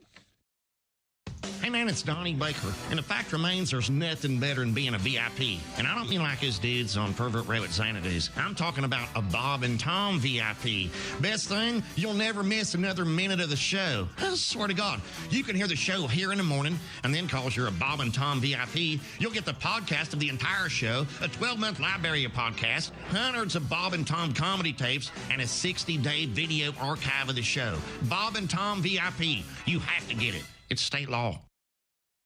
Hi, this is Dr. Will Miller, and you're listening to Bob and Tom 24/7. Has this ever happened to you? Oh, my. Just look at that. What am I going to do?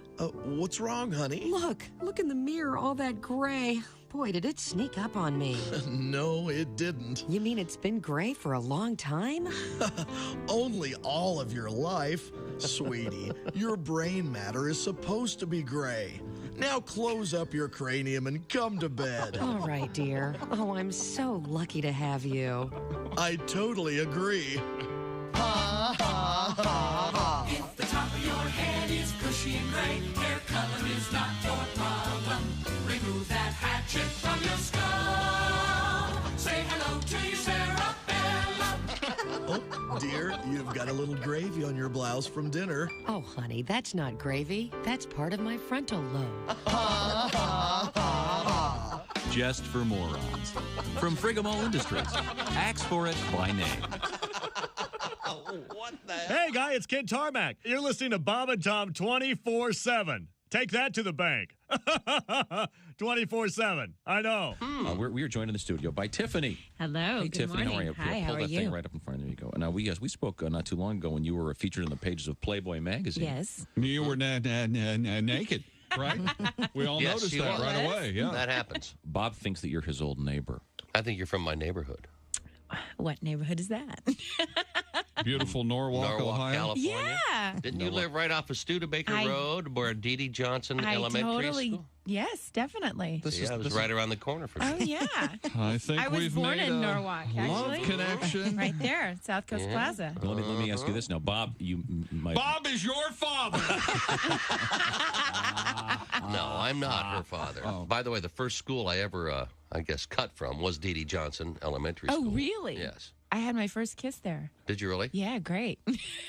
Was it a little? I had my first kiss there Was it also. a little incredibly hairy boy? Smoked cigarettes at a young age. Smoked cigarettes, wore a Dodger hat all the time. Hey, come here, baby. Let me give you smoke. Come here, Tiff. Let me give you a kiss. Yes, indeed. Come on over here, baby. Our guest is Tiffany. Did you go to Corvallis Junior High? No, my mother did. That's so funny. We're having this conversation. Oh my God. There you go. Oh my God. I told you. Here we go. Oh my. Daddy. Wow. A man claimed he couldn't help himself when he guzzled 7 bottles of a spiked lemonade drink in the aisle of a supermarket. A 43-year-old Wisconsin man told police he was a recovering alcoholic and had been sober for 16 months before being driven to drink and downing the bottles of Jack Daniel's Lynchburg lemonade in 15 minutes and placing the empty containers back on the shelves. He was cited for retail theft. Oh, so he'd go grab one, drink it, walk around the store, then go back and put it back. No, he did it all in 7 bottles in 15 minutes. 15 minutes, Tom. He had to just plant himself in the liquor aisle. He must have had an opener with him. Or there'd probably a twist. I wonder what triggered it. Was there something that he had seen in aisle 4 that bothered him? His wife. Hi, man. This is Donnie Biker. Later. You're going to blame Josh? I am blaming him, yes. Limited time. I had it all Poetried out to the second. What do you like better, Tom? Red buttons or red skeleton? Red skeleton. That is the answer. Yes, that's the correct answer. Welcome back to the Bob and Tom Show. Christy Lee at the news desk. Hi. There's Pat Godwin in the performance room. Hello. There's Josh Arnold. Chick, your answer. Red skeleton or red buttons? There's got to be another red. Fox. Red Adair. Red Adair, the firefighter guy? Red Fox. Okay. Oh, Red Fox has to be the winner. No, I think it might be Red Buttons. That's the answer. What did he do? Are you kidding me? Red Buttons? He's an He actor. was a triple threat. He won an Emmy, a Grammy, Oscar, and a Tony. For what? What? All those stuff that he... I don't remember any of it. Why, of everybody in the room, you two know when I'm lying. At least I thought you did. You mean? Yes, Red Buttons. You've been lying to me when you told me you loved me? No, honey, not that. Okay. Of course not. I think the winner is Red Fox. You want to hear him? No. Hygiene. That's the important God, son of a bitch. Hygiene. The toughest thing in the world, say, you got to wash your ass. I think of that every time I'm in the shower now. Thanks. I don't care for that kind of language. Absolute that sort of content. God. Filth. That's dirty.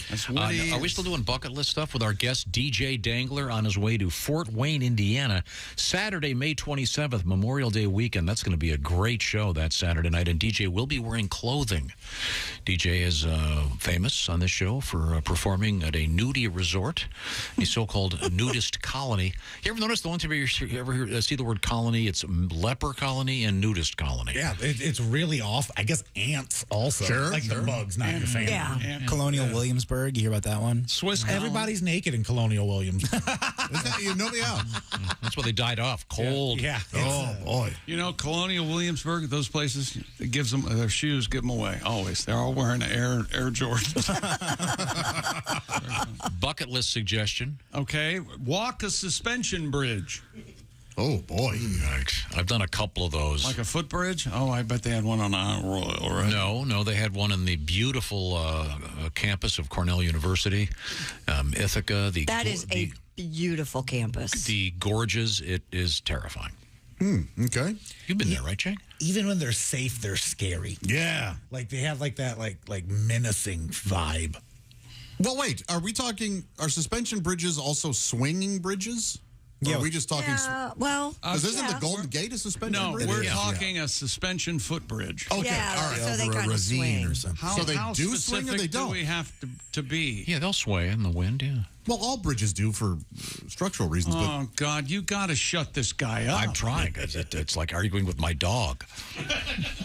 All bridges sway. It's a design of the engineer. You know, there was a day when you used to thank me for being in here and Yeah, remember that? making your days brighter. I wonder what's changed since then. Yeah, that day was a Sunday. I certainly don't know. I got a bucket list thing here. We're all just victims of your moods. Possibly you're yammering. Bucket list. Dear Bob and Tom Show, giving the Budweiser Clydesdales a bath. Oh, shoo. I was a kid. Oh, this letter gets even better. I was a kid staying at the Spring Garden Ranch. It's just a humble brag. Just showing off. As a kid, no, this is great. My grandfather was a Clydesdale. And the importance of this. I couldn't believe my luck. The Spring Garden Ranch near DeLand, Florida. DeLand? Why do they call it DeLand, Tom? Well, thank you for asking. I used to live there. Of course, it's the home of Stetson University, but DeLand is near DC. Oh, thank you. A little wrinkle in that joke. Do you know what the Stetsons are called? They're called the Hatters. Mad Hatters. So silly. This is kind of fun. What a cool thing, getting to bathe the Clydesdales. I remember my first time seeing a Clydesdale. They are disturbingly big. Yeah. They're like being next to a dinosaur big. Like I wasn't ready for my best friend's dad was like a large animal vet. And he just sprung that on you. You don't do he's like, hey, there's a dinosaur in the barn. Like you walk out there and you see something taller than you. I'm 6'4". You don't expect that's a monster. You know? Yeah. We were I think Christy and Chick were both there. Were you at that dinner in St. Louis with the guys from Anheuser-Busch? And the one guy said, Was that before the hockey game? I asked him about the, no, it was the different things. For one of our shows, I asked him about the Clydesdales, and he goes, oh, yeah, we just went out to see them. And he goes, if there is such a thing as reincarnation, I want to come back as a Clydesdale. They're very well taken. They are treated better than the people. You think you could give them an under the harness handy? Ace, are you observing? Why are we going down Perv Road again? What? I think you need both He's hands. planning his reincarnation. These are important questions. Okay, bucket list item: feed a koala bear to a crocodile. See, now that's a bucket list I can get behind. Am I a total? I would do it. No, you wouldn't. No, happily. Are you using a small crane to lower him down? No, I'm holding him.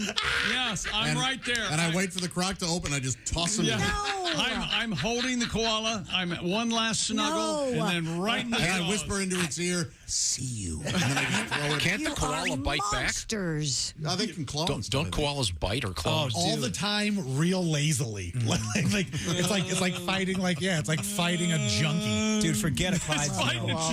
I want to come back as a crocodile that gets to eat koalas all day. No. What? The koala bears don't have a They're not bears. predator. Oh, You do stuff at a zoo. Let me feed a koala to something. We don't have koalas at our zoo. You have koala burgers, though. No, we don't. Yeah, you do. Oh, God, you think I'm serious again. No, you mean they have genuine koala coats. That's right. Takes None of the 18 koala koalas hats. to make a small. None of the koalas get killed unless we wear them. Okay, now I don't think you can feed a koala though to an no, but I read somewhere that like koalas are so dumb that if you take their plant, like their leaves off the thing, they won't know it's food. Huh? Boy. Really? Yeah, like koalas are dumb. They're the idiots of the. Oh, but they're so cute. Well, yeah, you're allowed to be cute when you're that dumb. How do they keep? They just somebody comes up there. Why aren't they eating every day? They're just laying there. I have no idea. I mean, I know they're up in the trees, but there are other people that They sleep like 22 One more bucket list item. What hours do you a got? day. Kiss in the rain. How about that? Oh, Me and you, Tom. How God. about that? Kissing what? Kiss in the rain. Kiss in the rain. Oh, they said kissing the ring. The Popes. Yeah, okay. Stand under a waterfall. Oh, swim with manatees. That might be kind of cool. No? That'd be kind of cool. No. How about Manatees are just fat dolphins. Well, I understand they're the underwater rapists. They'll have their way with you. Is it the theory that sailors thought manatees were mermaids? Oh, yeah. Big, chunky mermaid. Yeah. How hardy do you have to be to look at a manatee and go, yeah, baby. A manatee about to get it. Lucky that water's wet. I'm going for it. Watch a caterpillar. All right. When we come back. Watch a caterpillar turn into a butterfly. Really? Just smoke some pot, okay? We'll be right back. It's the Bob and Tom Show. Got a comment? Our email is Bob and Tom.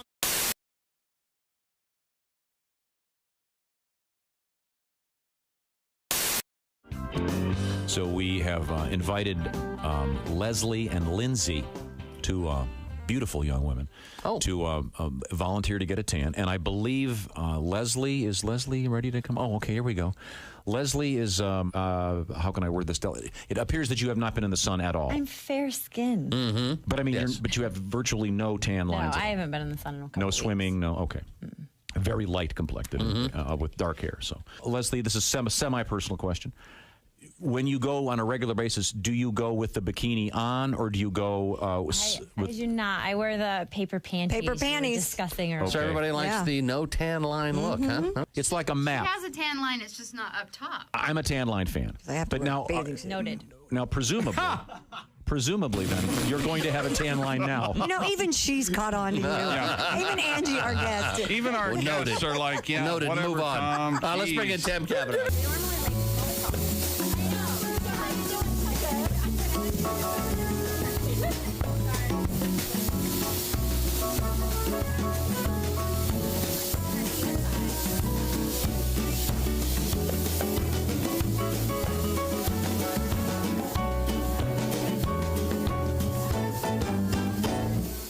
Lindsay is another gorgeous woman. Step right up there, Lindsay. To my office. She's wearing a Bob and Tom bikini. Is that me on your breast? A Bob and Tom bikini with Bob and Tom on her buttocks. Who is the genius? I don't know, but How is she going to get more tan? she's slightly tan. she does now. have some tan. So what are you going to do? pretty tan. So what do you do to Lindsay when you're already a little bit tan? It's just going to enhance her color. Okay. It's just going to make her even tanner.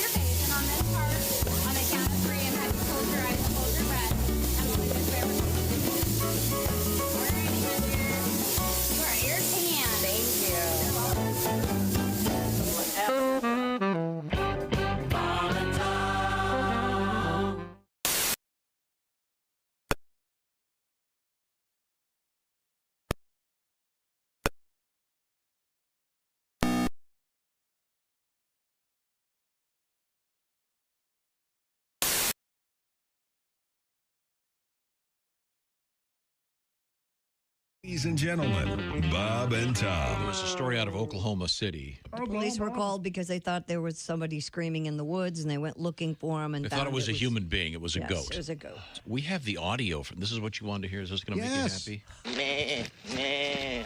As a goat? Meh. Yeah, that's right. I'm a goat. Meh, meh. Josh Arnold is an ass. What the? What is this? Go back to That's where a you smart came goat. from, Josh. Meh, meh.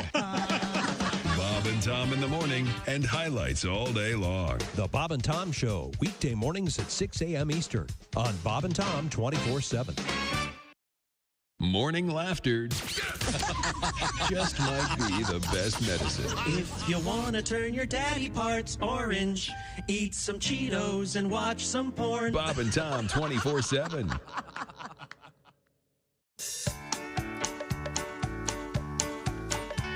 When your horse says run, its very last race, and there's nothing left to do. Giddy up, giddy up. We don't think it's very good taste to turn him into glue. Giddy up, giddy so if your horse has lost his stuff and his legs aren't thin and bony, giddy up, giddy and if his meat ain't very tough, then he comes to Burger Pony. Now, when you come into any participating Burger Pony restaurant and order our Swale in a Pail, every kid in your group will receive a free hot fudge sundae silence. And don't forget our Clint Eastwood Western spaghetti. And our delicious burgers, including the Daily Double and the Triple Crown. And remember our motto, if we're not in your neighborhood yet, your neighbors have probably passed a petition.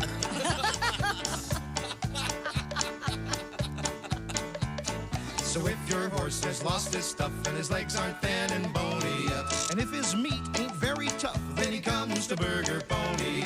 Comes to Burger Pony. Comes to Burger Pony. Essential morning radio. All day and all night. Really? No, seriously. Really? Bob and Tom 24/7. 24/7. 24/7. And I can't believe that a lot of you guys aren't in Tampa this weekend. It's the first porn camp.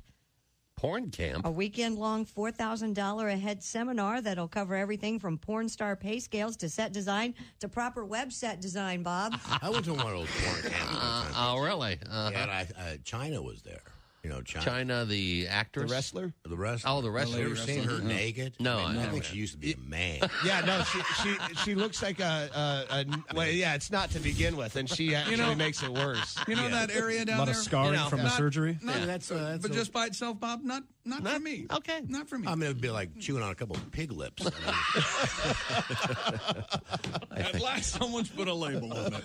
Hey, Christy. Christy. Wow. You're blaming me. The next time I ask you to read some news stories, I want you to look around the room. And pass over anything. I want you to go, let's see, what would be a topic that'd be safe in front of Stanhope China and looks Fox? like she has a thick turkey timer.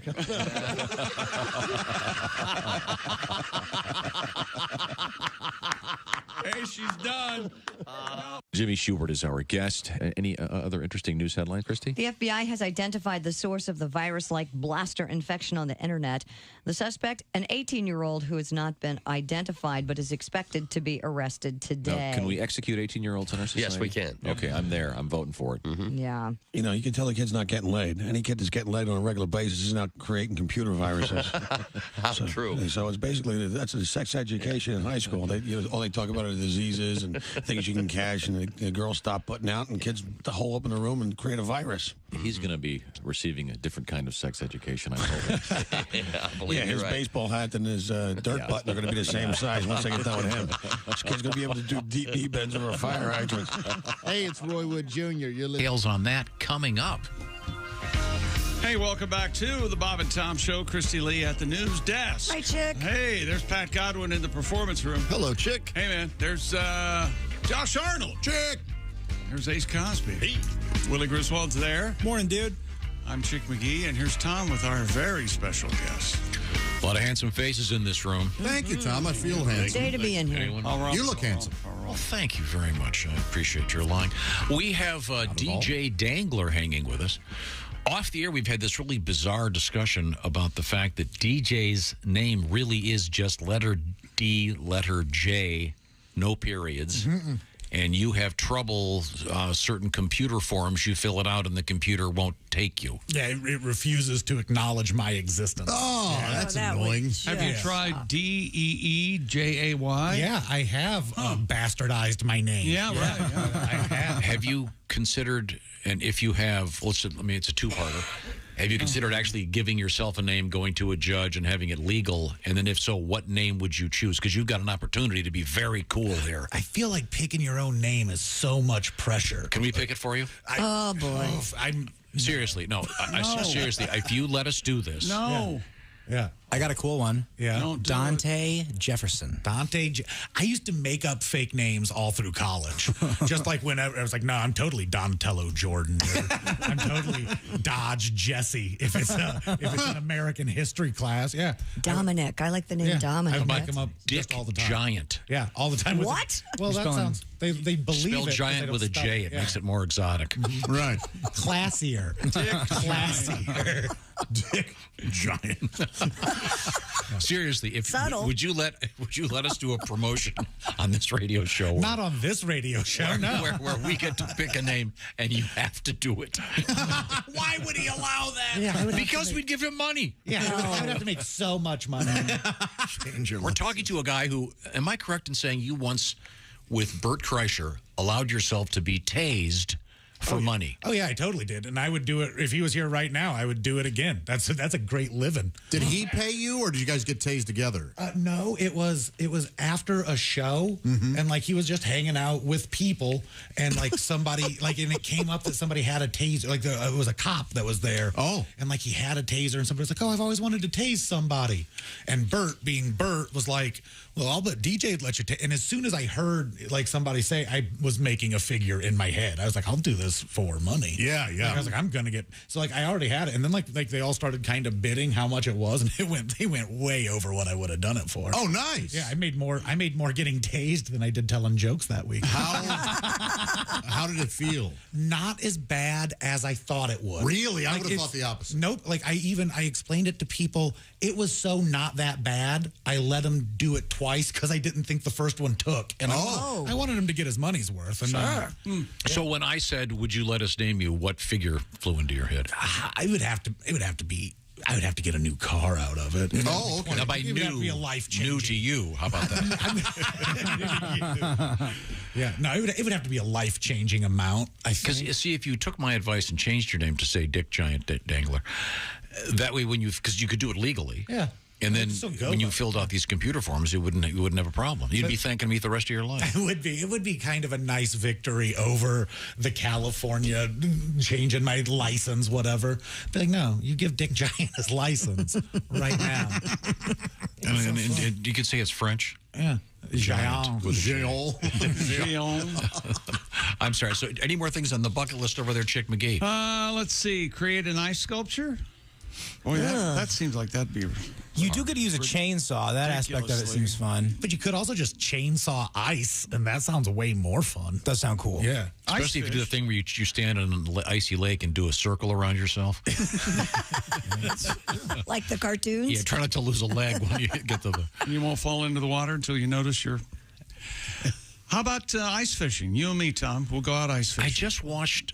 Spend the afternoon. I just watched that Eugene Levy special. Yes. Where in he Iceland. he goes to ice... Or no, he goes to Finland. Finland. Yeah, it's pretty slow. Slow going. It looks like...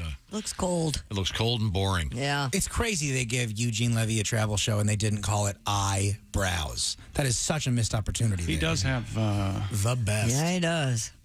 Oh, learn to ride a horse. I'd like to do that. You could do that. Do you ride a horse? No, horses are evil. They're scary. No, you got to know what you're doing. Horse people are amazing. Did you know horses are carnivorous, but they choose not to eat meat? Yeah, that's I a believe, complete lie. Really believe that. Until they get a Absolutely taste. believe that.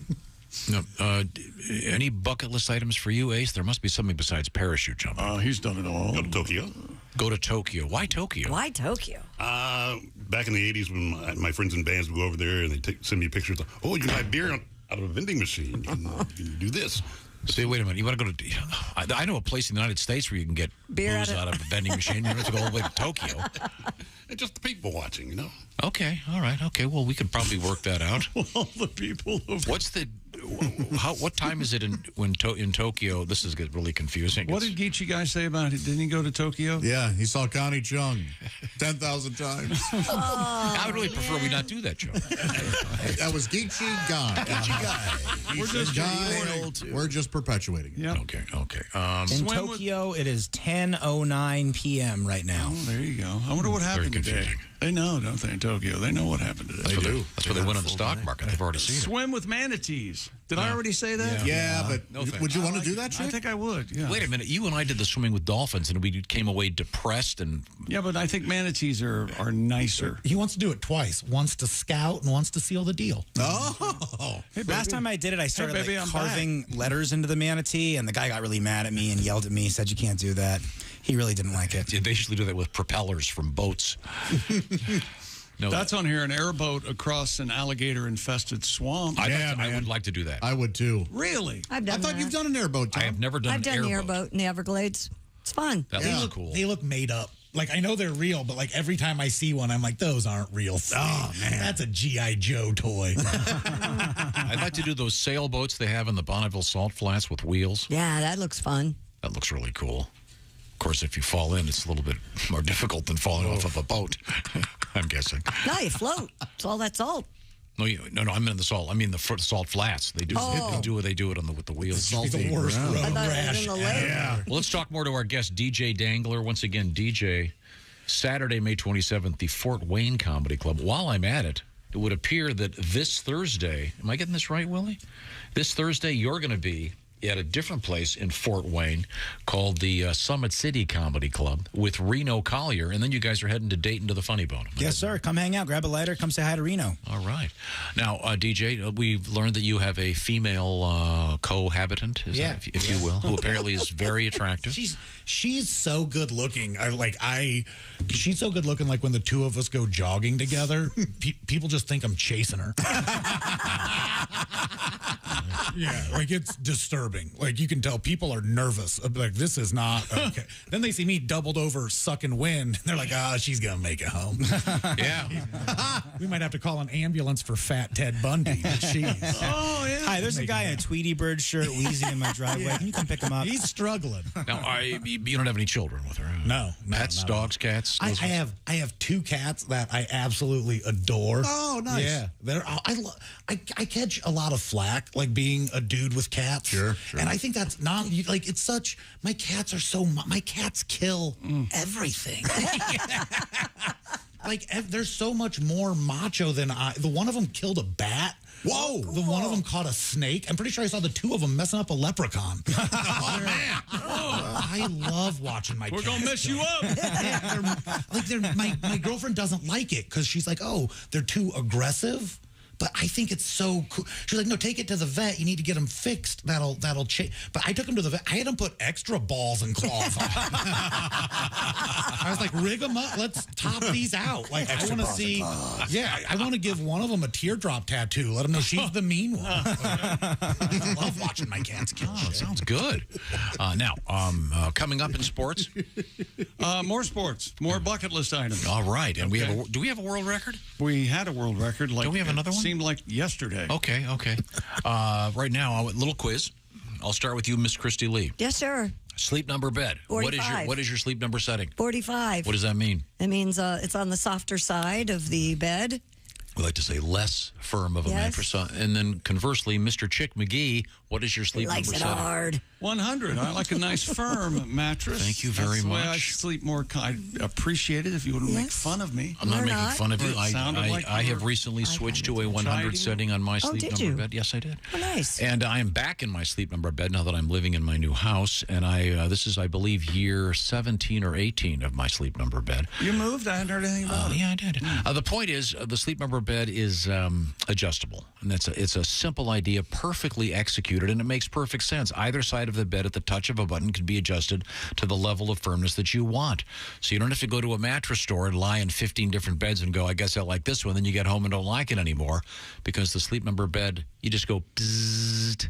It's more of a and there you are at the right setting. That's just one of the things that Sleep Number technology is bringing to the world of sleeping. There are issues with temperature. They've got that covered too. So many different kinds of beds. The only way to find out is to go to the Sleep Number store. We call it sleeping at the next level.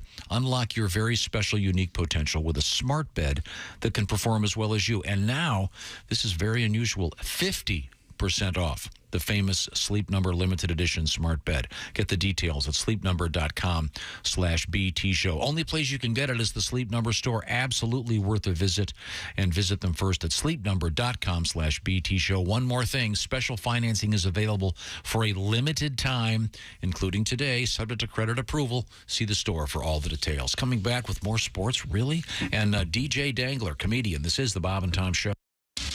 Bob and Tom. 24/7. Oh, yeah. Yeah.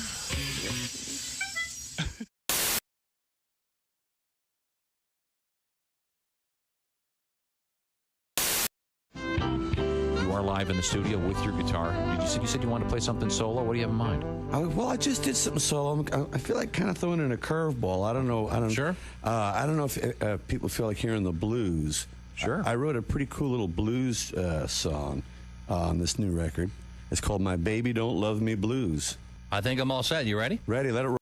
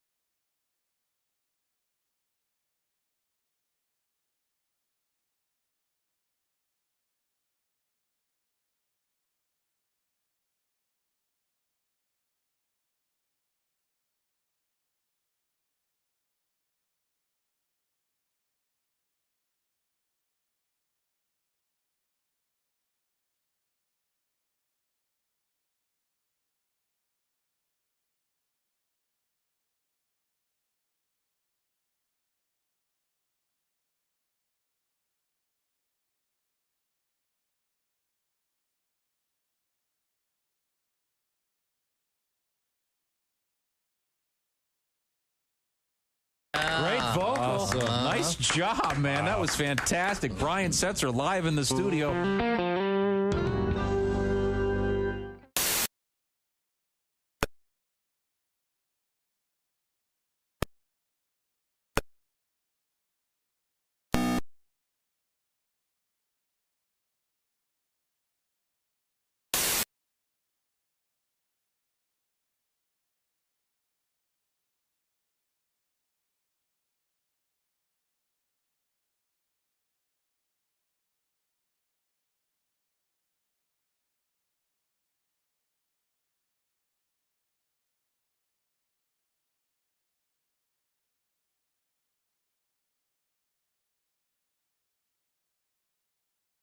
Out of 100 go overseas. 98 out of 100 stay right here.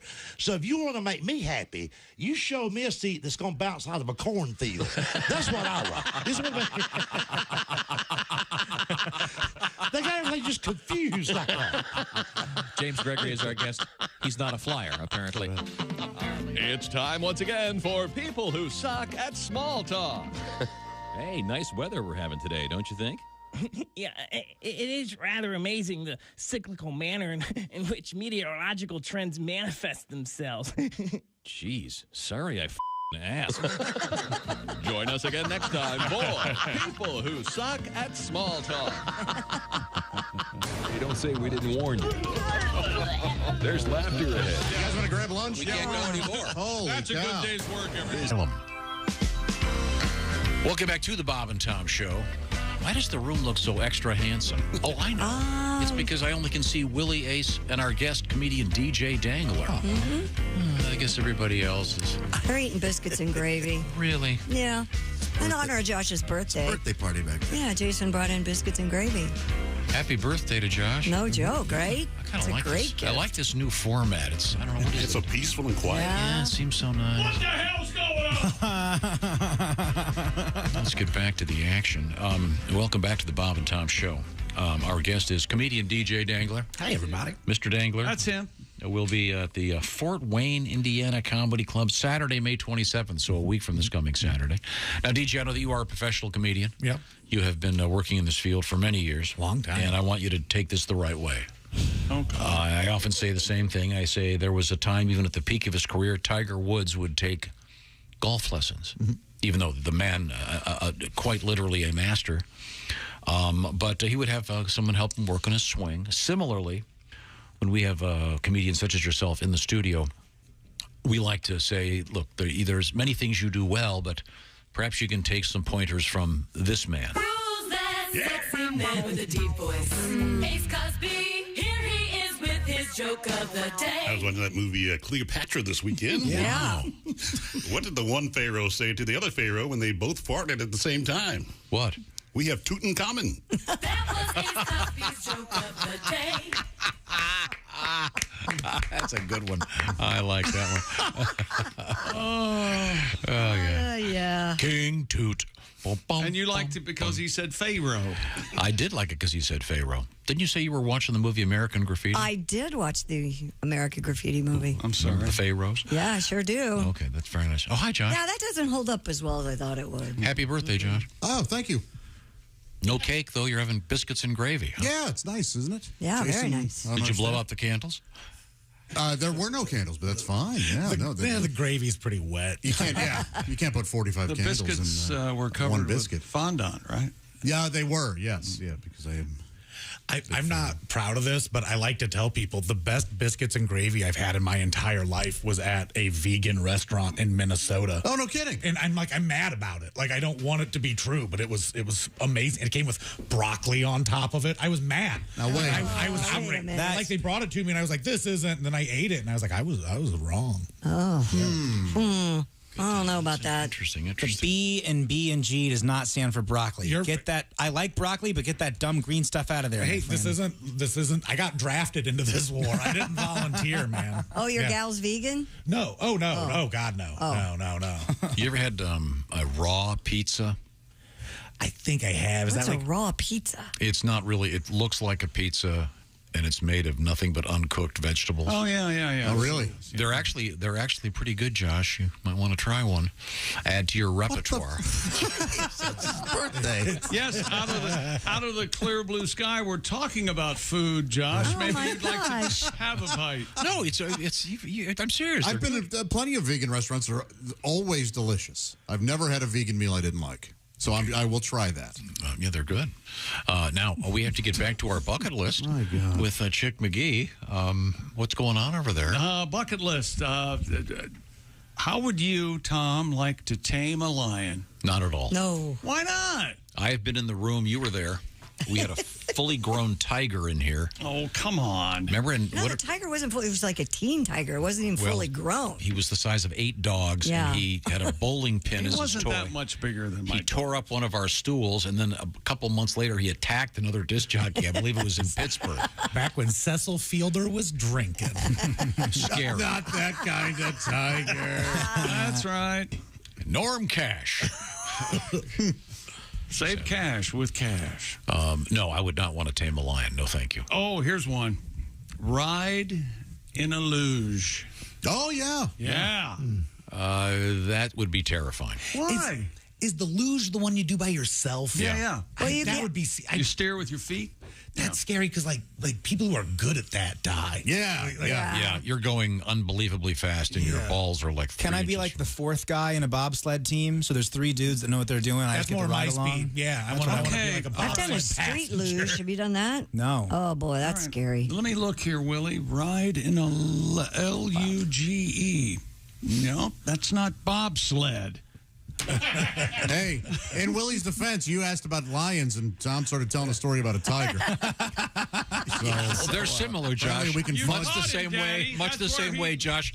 A lion and tiger similar. The way a pepperoni pizza is similar to a sausage pizza. Really? No, they're relatable. Okay, this is. Well, look at how funny he thinks he is. You know what, Josh? laughing. If he makes one more fat joke, you should eat him. You should cut his arm off. You should Willie, smoke that it. is sort of a fat joke. No, I'm trying to. A suggestion that I could eat a man. No, I think. Don't you all want to do it though? Doesn't everybody want that unforbidden taste? Everybody wants it. No. We can also. Everybody wants to eat a person. We can all say it out loud. We want the forbidden taste in our mouth. No, we don't. Do you suppose there's an unfortunate place named the Dahmer restaurant that before that all that hit the fan? Well, in Wisconsin, they're famous for what's it called, the Cannibal Burger, and it's just rye bread with raw ground beef And on top onion of on it. top, Oh, like a steak tartare kind of thing? Yeah. But it's not like cut up tartare. ground It's just beef. ground beef. That's deadly. Yeah, Don't it's eat one of You're those. not supposed to. It's on like regional foods you're supposed to avoid. Yeah. I love that website. Eating raw hamburger. What is it? Is that trichinosis? What's the one you get from that? It's something very bad. Oh, boy. Very bad. I The forget what cook at our old camp would cook hamburgers on the grill, and they'd start frozen, and when they started cooking up and the top was pickable, she would sort of pick away at them and then eat the sort of rare-ish ground beef. Yeah, I'm sure it's delicious. But, any more bucket list items over there? I want to do this, and I had to look up what it was. But what do you think zorbing is? Z as in zebra, O-R-B as in boy, I-N-G. Zorbing. Zorbing. Oh, no. It's a very common practice. Is it Do when you know? become a Power Ranger? Good guess. No, great guess. Is it when you get to first base, but it's an alien that you're hooking up with? I zorbed her good last night. Yeah, Josh gets it. I zorbed her rotten. I zorbed her in front. I said, dialing in Tokyo. She didn't get it. She didn't get it. Zorbing is the recreation or sport of rolling downhill inside an orb, typically made of transparent plastic. Oh, yeah. That always looks yeah, great. those big hamster. You'll break your neck. Zorbing is generally performed on a gentle slope, but can also be done on a level surface, permitting more rider control. It can be done on a large cliff. Once. Yeah, you're absorbing, you're falling different. But I say I want to zorb, and he suggests, why don't you zorb off a high cliff? He's ruined the last, 5 of these. Yeah. Did you expect less? I was the youngest in a big family that grew up in the woods. We used to always do like we had a monster truck tire that we could just get rolled down the hill. Yeah. And then eventually, you do it until somebody gets sick and cries. Like, when do you quit? Well, when everybody's thrown up. I want to do this, too. I think this sounds interesting. Chase a tornado. I think that would be cool. I think that would be cool. That'd be fun. You in a car in this? You're in a big van like in the movie Twister? No, I do it on foot. Hey, get off my lawn. Hey, get over here. Get off my lawn, you stupid tornado. Hey, hang on, I gotta go. I'm going to get you. I want to stalk a tornado. Maybe my biggest bucket list thing is to dive with sharks. I really do want to do that. I've done that. With sharks? With the cage or I've done that. It was terrifying. But you didn't do it with like great whites. He was like South Africa. I want to go to South Africa. Yeah. You're forgetting Tom's one of his linchpins of conversation is outdo the other person. It's not a matter of outdoing it. It's true. Were you in that time? No, I don't do that. And the guy goes, okay, what's going to happen is we're going to go down there, and then you'll have like 50 sharks, and they'll just be circling us. They're nurse sharks. And they're not going to come and bite you. And when I'm down there, I'm thinking, what if one of the sharks didn't get the memo? Yeah. How do they know? Doesn't nurse sharks, don't they just offer you their teat? Right? That's right. That's right. Hence the name. You can suckle from them. Well, they bite you and put a bandage on it. Yeah. It's nice. So you would get in the water. Did you see that thing yesterday? Did anybody see that on the national news where the guy was fishing? And this huge, he's in a kayak, and this gigantic shark comes and bites the side of the kayak. Whoa. No, I haven't seen that. No thanks. That's pretty exciting. I get so scared of anything in the water. Yeah, it's creepy, isn't it? It's a different world. Like, Yeah. I can remember once I saw a turtle that was about like the size of a dinner plate. Like, and it wasn't one of the, but like, I'm still kind of scared of turtle. Like, what's it going to do? Nothing. Well, but it wasn't supposed to be there. Snapping turtle. Now I'm terrified. Oh, they can snap off your mail. Snapping turtles can, sure. And that's Well, what they bite. go for first, your dick. Yeah. Well, the dangler. That's also how I enter every body of water. Yeah. How's the water? Is it warm? Hold up. Let me put my dong in there. Job one for turtle. Go ahead. Go ahead. Get the water. Dip a penis in. Oh, it's chilly. Doing the dong check. Now this one sounds heartwarming and lovely. All right. Visit every state park. No. Every state That's park. a lot. Couldn't do it. What about every ballpark? I'd like to do that. That's cool. Every state park. Chick, I'm Willie. sorry. You know what? Sometimes in a conversation, you can deviate from the first thing that's said. That's Griswold talk lesson number one. Especially when it's as boring as visiting every state park. Oh, come on. Chick, I would do that. I want to eat a hot dog in every state park. Maybe you should do every national state park because there are a lot of state parks. I'd love to go to the Nationals ballpark. Well, wouldn't that just be a national park? Go national. Yeah. Now, Josh, wouldn't It's you? a redwood. Wouldn't you want to do every baseball ballpark? I'm close. I'm about 6 shy. Hey, I've done that. See? What have you missed? Which one? only get to Hawaii. The new Cincinnati Stadium. I've not been to. Oh, Great American? I've not been. I was there a month ago. No big deal. Oh, right on, man. After at a first pitch, go on. Well, there's no talking to you people. I'd like to. My big time bucket list, though, is to visit England and stay there and leave you guys behind. That's on my get you on bucket a list. flight. You can't have the same thing as I have. Oh yeah, man. I can come stay with you for like a month. No, that's on my bucket list. You going to England and staying there. Okay, perfect. Okay. Let's make that happen. All I'll right. give you a ride to the airport. All right. It'll take you 4 days. Your face is driving. He's first. And he's going to the private airport. That's only 20 miles. I don't think I'll ever get over that insult. Please don't do that. Can we deviate from sports for just a second? Feed an ostrich. Okay, go ahead. Okay, sorry, because DJ is here, and I know that DJ is a fan of the cannabis. Is that correct? He is, yes. And there's two cannabis stores. Christy, I think I gave you the one out of Philadelphia. Do you have it? Philadelphia authorities say they have shut down a Queen Village pizzeria that was putting cannabis in its food and beverages. An inspection conducted by health department officials Friday evening found that Stoned Pizzeria lacked a business license and health certificate. Maybe shouldn't have. What gave them away? Yeah. They just forgot. They just forgot. Here's the thing, man. We just totally forgot. My bad. Nah. Can you imagine the delivery service from that place? I think it goes something like this. It's going to be a while, man. Here's the one I wanted to find. Here, I've got to find this again. Here's the one you should have read. No. I'm sorry. No, I just wanted. This is from last week, and I don't know if you've heard of this. There's a company called Hi Hello. This is a Michigan company. Oh yeah, we heard about this last week. I just said that. Thank you. That's why It's a cannabis subscription club. Mm-hmm. You know those clubs you have for like jelly and whatever it is, like Jellies? Harry and David Fruit of the Month. Yeah. Okay. So you just A lot like a of different. subscription boxes nowadays. Is it like papers and bongs, or is it No, different it's- strains and edibles? And It's boxes of marijuana products. Cool. For example, there's the newbie papers box. and The newbie box. It's got they've written here, eases newbies into the love of cannabis with one overstuffed pre-roll, a pack of mini rolls, 2 smooth edibles, and 1 vape cart. Cool. They just keep sending you lousier and lousier DVDs. Like just more and more crappy things you can watch. No, if you've been smoking enough pot, you can totally watch all of this. A mixed bowl with 2/8 of high-quality flour, a fat pre-roll, a pack of mini pre-rolls, 2 edibles, and a terpene-rich vape cartridge, whatever that means. And we figured out this has to be within the state, right? Right. Yeah, I'd Because imagine. federally Yeah. you can't. Go across state lines. Would that be something that would interest you to have, in other words, sort of a curated marijuana selection sent to you? Of course. Like, I would love any gift if anybody's thinking about that. But I don't, it's gotten a bit too fancy for me. Oh. Like it's one of those where I'm like, I like it simple. Like I'm not, but I'm also not a craft beer guy. I am fine with drinking whatever, and I don't need the backstory of the thing I'm going to light on fire and suck into my face. Fair enough.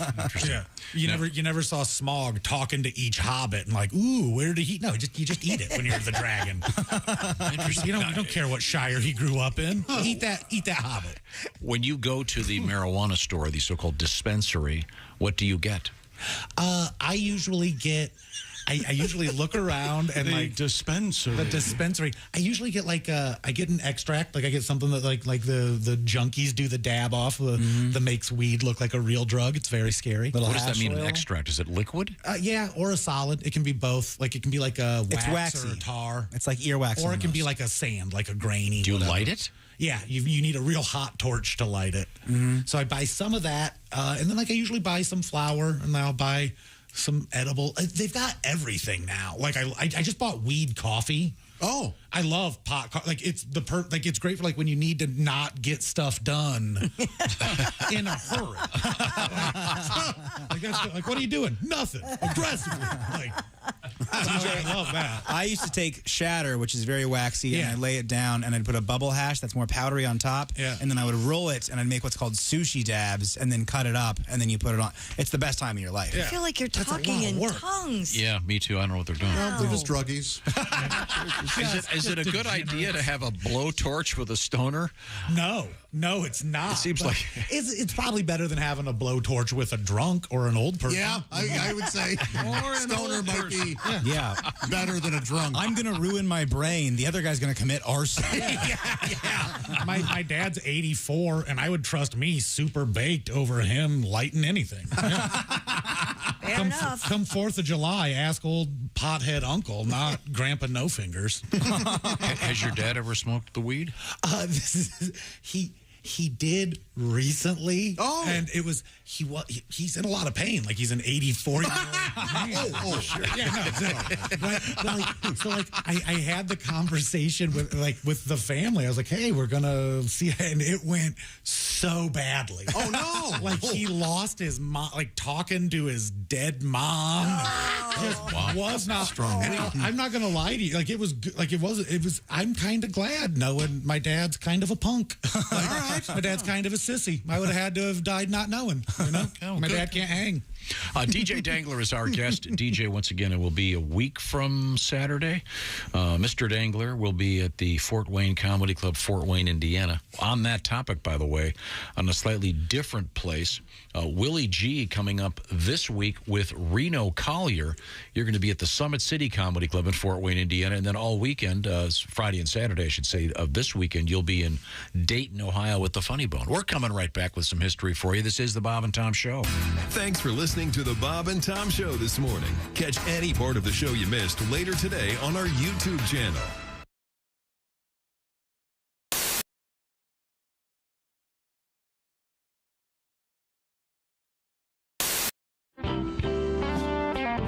Doug Stanhope is with us. Let's see, we've established a few things. Doug is a single man, but he's living with a woman in sin. Her name is Bingo.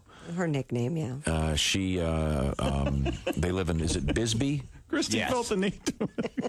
You know, I get a great bingo story, but I like her. She's got a really careful, conservative side of our family that listens to your show, and I have a great story, and I can't tell it. Oh, that's too bad. Well, she's very nice. We have met Bingo. She's very nice. Yes, she's very nice. And we did a charity poker event in Miami last week. This is the card game. Yeah, with porn stars and me. Right. Yeah. Because you hear poker. Doug's naked a lot. Did I mention that? You hear poker. No, not anymore. Not anymore. Those days are over. Yeah. Okay. I bloated up when I quit smoking. I just, It got all achy? Yeah, I get all bloated and fat, and I try not to be naked as much as possible. I'm sure Chick can feel me on this one. Oh, yeah, I feel you, brother. Anyway, the only point of my story is if you're gonna have a threesome in a sleazy Best Western in Miami with a giant pile of stepped-on blow with Ginger Lynn, do it in 1983. That's all I'm saying. That's all I'm saying about last weekend. Fair enough. Yeah. Good to know. Yeah. Didn't work out well. She's nearing 50. Hey, wait a Things minute. I should have done as a kid. You know, why did I finally do this now?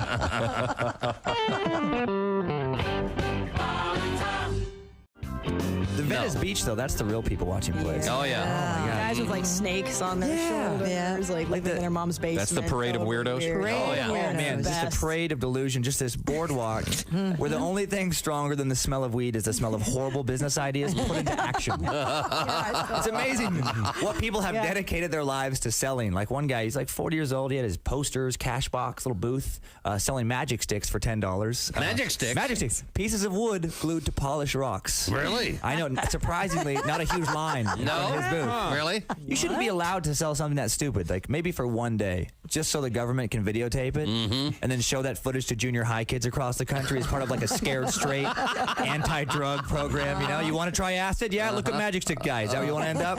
25 years? Yeah.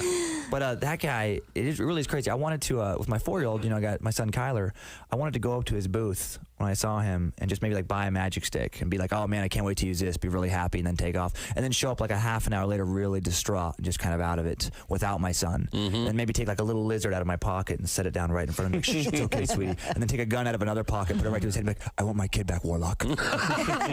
Give me my son back.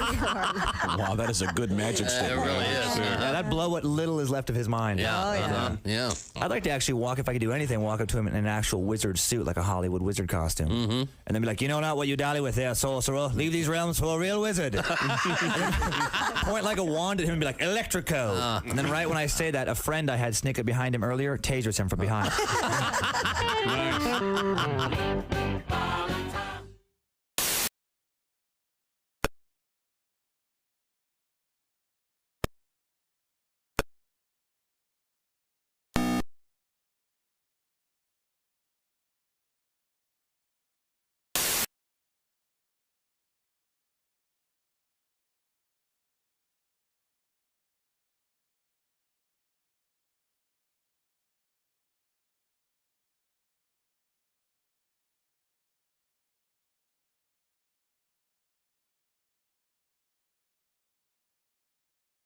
Shop at Burglars. Free popcorn Mondays. Free coffee Fridays. Free parking. It's Crazy Ernie's going out of business sale. Everything must go. Burglars Hardware Store. If Burglars doesn't have it, you don't Fergan need it. Hi, I'm Ernie Fergler. He's Ernie Ferguson. If you don't come buy some stuff today, he'll kick your ass. Be there. Good morning, sunshine. To the max, there's baloney in our Bob and Tom 24/7, 24/7, 24/7. But it's strange living back in America, you know. I mean, America's like a foreign country to me in a lot of ways. Why? I don't know. Things are weird. You know, I have friends that don't eat bread anymore. Everybody's on a low-carb diet. No. And Jesus said, take this bread and eat it. It is my body. And the disciples said, Jesus, we're all on a low-carb diet. We appreciate you dying for our sins, but we're all trying to slim down a little. We want to look good in the painting. Vegetarians always want to force feed you their food. Of course. I mean, the garden burger. The garden burger, it tastes just like a hamburger. No, it doesn't. A doesn't. garden burger is to hamburger what a post-op transvestite is to a woman. It looks something like it, but one whiff will tell you that's not tuna fish, it's cat food, and it's not fit for human consumption. Hey, wait a minute. Oh, yeah. And the sign said anybody caught trespassing will be shot on sight. So I jumped over the fence and yelled at the house, "Hey, what gives?"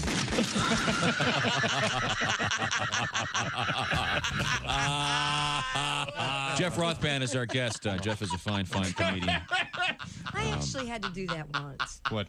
Be a pallbearer. And that, Oh, my that's God. heavy. Yes, That's it's a heavy job. Yeah, I actually had to go to a funeral, and I was asked to be a pallbearer, and I always a pallbearer. Never the corpse. Are the stars out tonight? I don't care if it's cloudy or bright, 'cause I'm blind. Jeez. You know you're too high when you're eating cereal naked and your girlfriend tells you to put some clothes on. You realize it's not your girlfriend. It's just a woman on a bus. That's how you know you're too high. Hi, this is Dr. Will Miller, and you're listening to Bob and Tom 24/7, which begs the question. Welcome back to the Bob and Tom Show. Christy Lee at the news desk.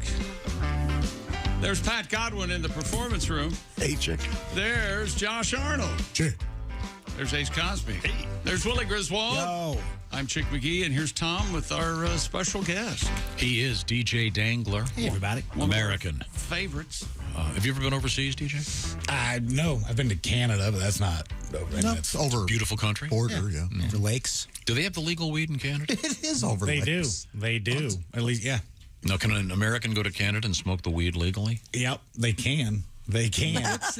What's the passport? So do we need a passport to go through there now again, or still, or ever? I think you always did. Yeah. I feel like you always had. No, you didn't used to. Oh no, used to, but you do. You do now because it happened to my nephew last weekend. Well, he was supposed to take his girlfriend there to Toronto for her birthday, and they were getting ready to leave, and his passport had expired, so they couldn't go. Well, but you're in all honesty, what is it? Your nephew? It's my nephew. Yeah, he's a felon, so yeah, he shouldn't be able to. No, he should not be able to. He's a fella.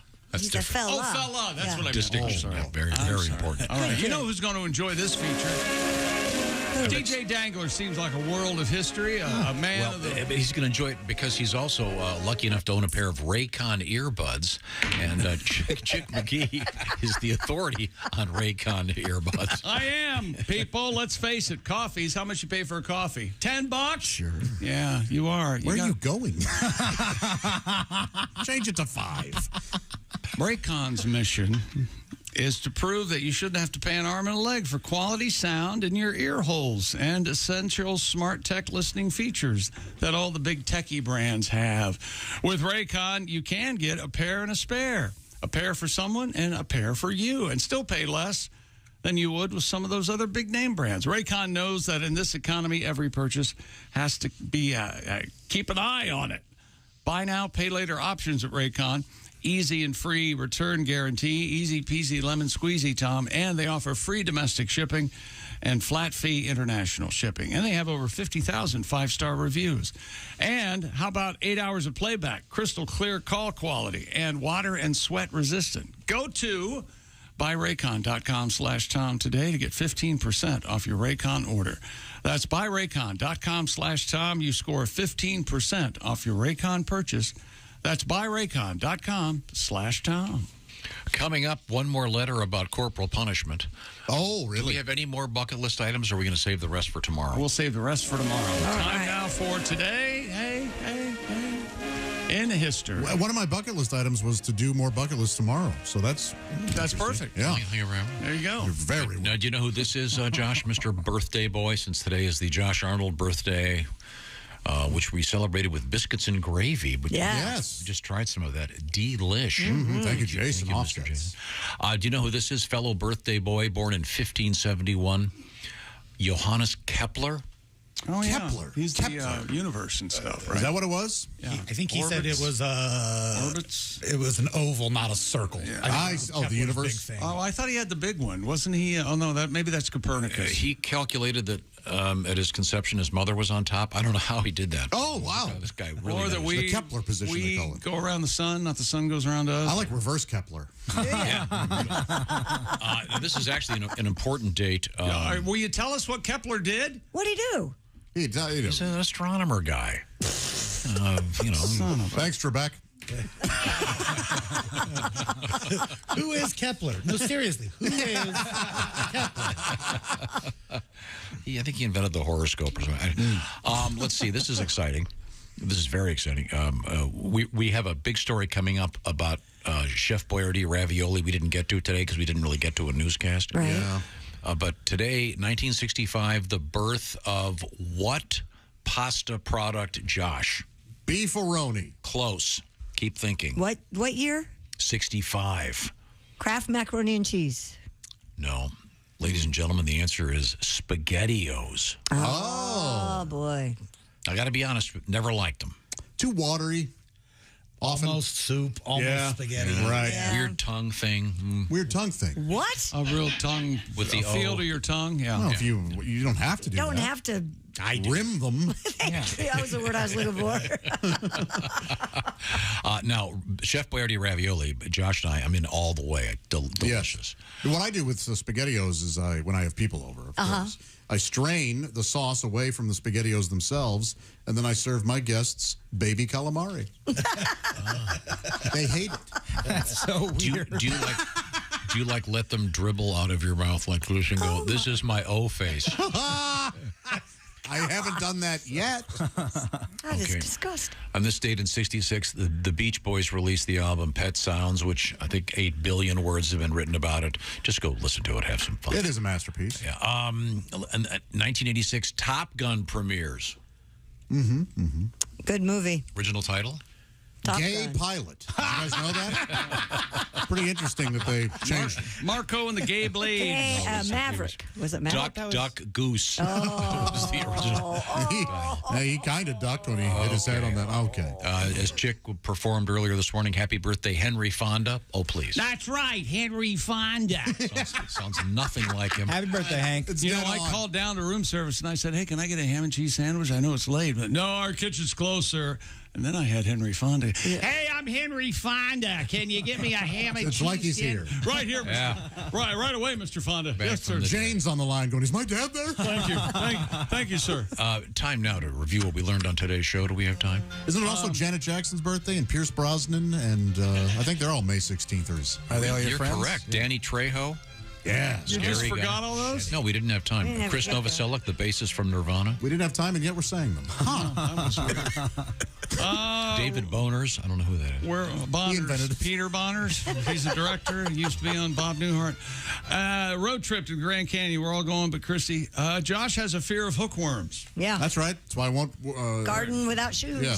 You don't Oh, wanna it do says here, how insulting. Chick does a Peter Fonda impression. Oh. How insulting. Peter This Fonda. is Henry Fonda. Peter's famous line, doing your own thing in your own time. This is Peter Fonda. You see the difference? Yes, I did. Yes, neither of them sound like either one of them. We're done. Call it. I love it when Tag he just out. quits. At that point, I'm not paid anymore. Hey, thanks for the cake and all the gifts, mother. Now you really are part of the team, Josh. This is the Bob and Tom Show. Hey, thanks for listening to the Bob and Tom Show this morning. Get a look at today's show on our YouTube channel.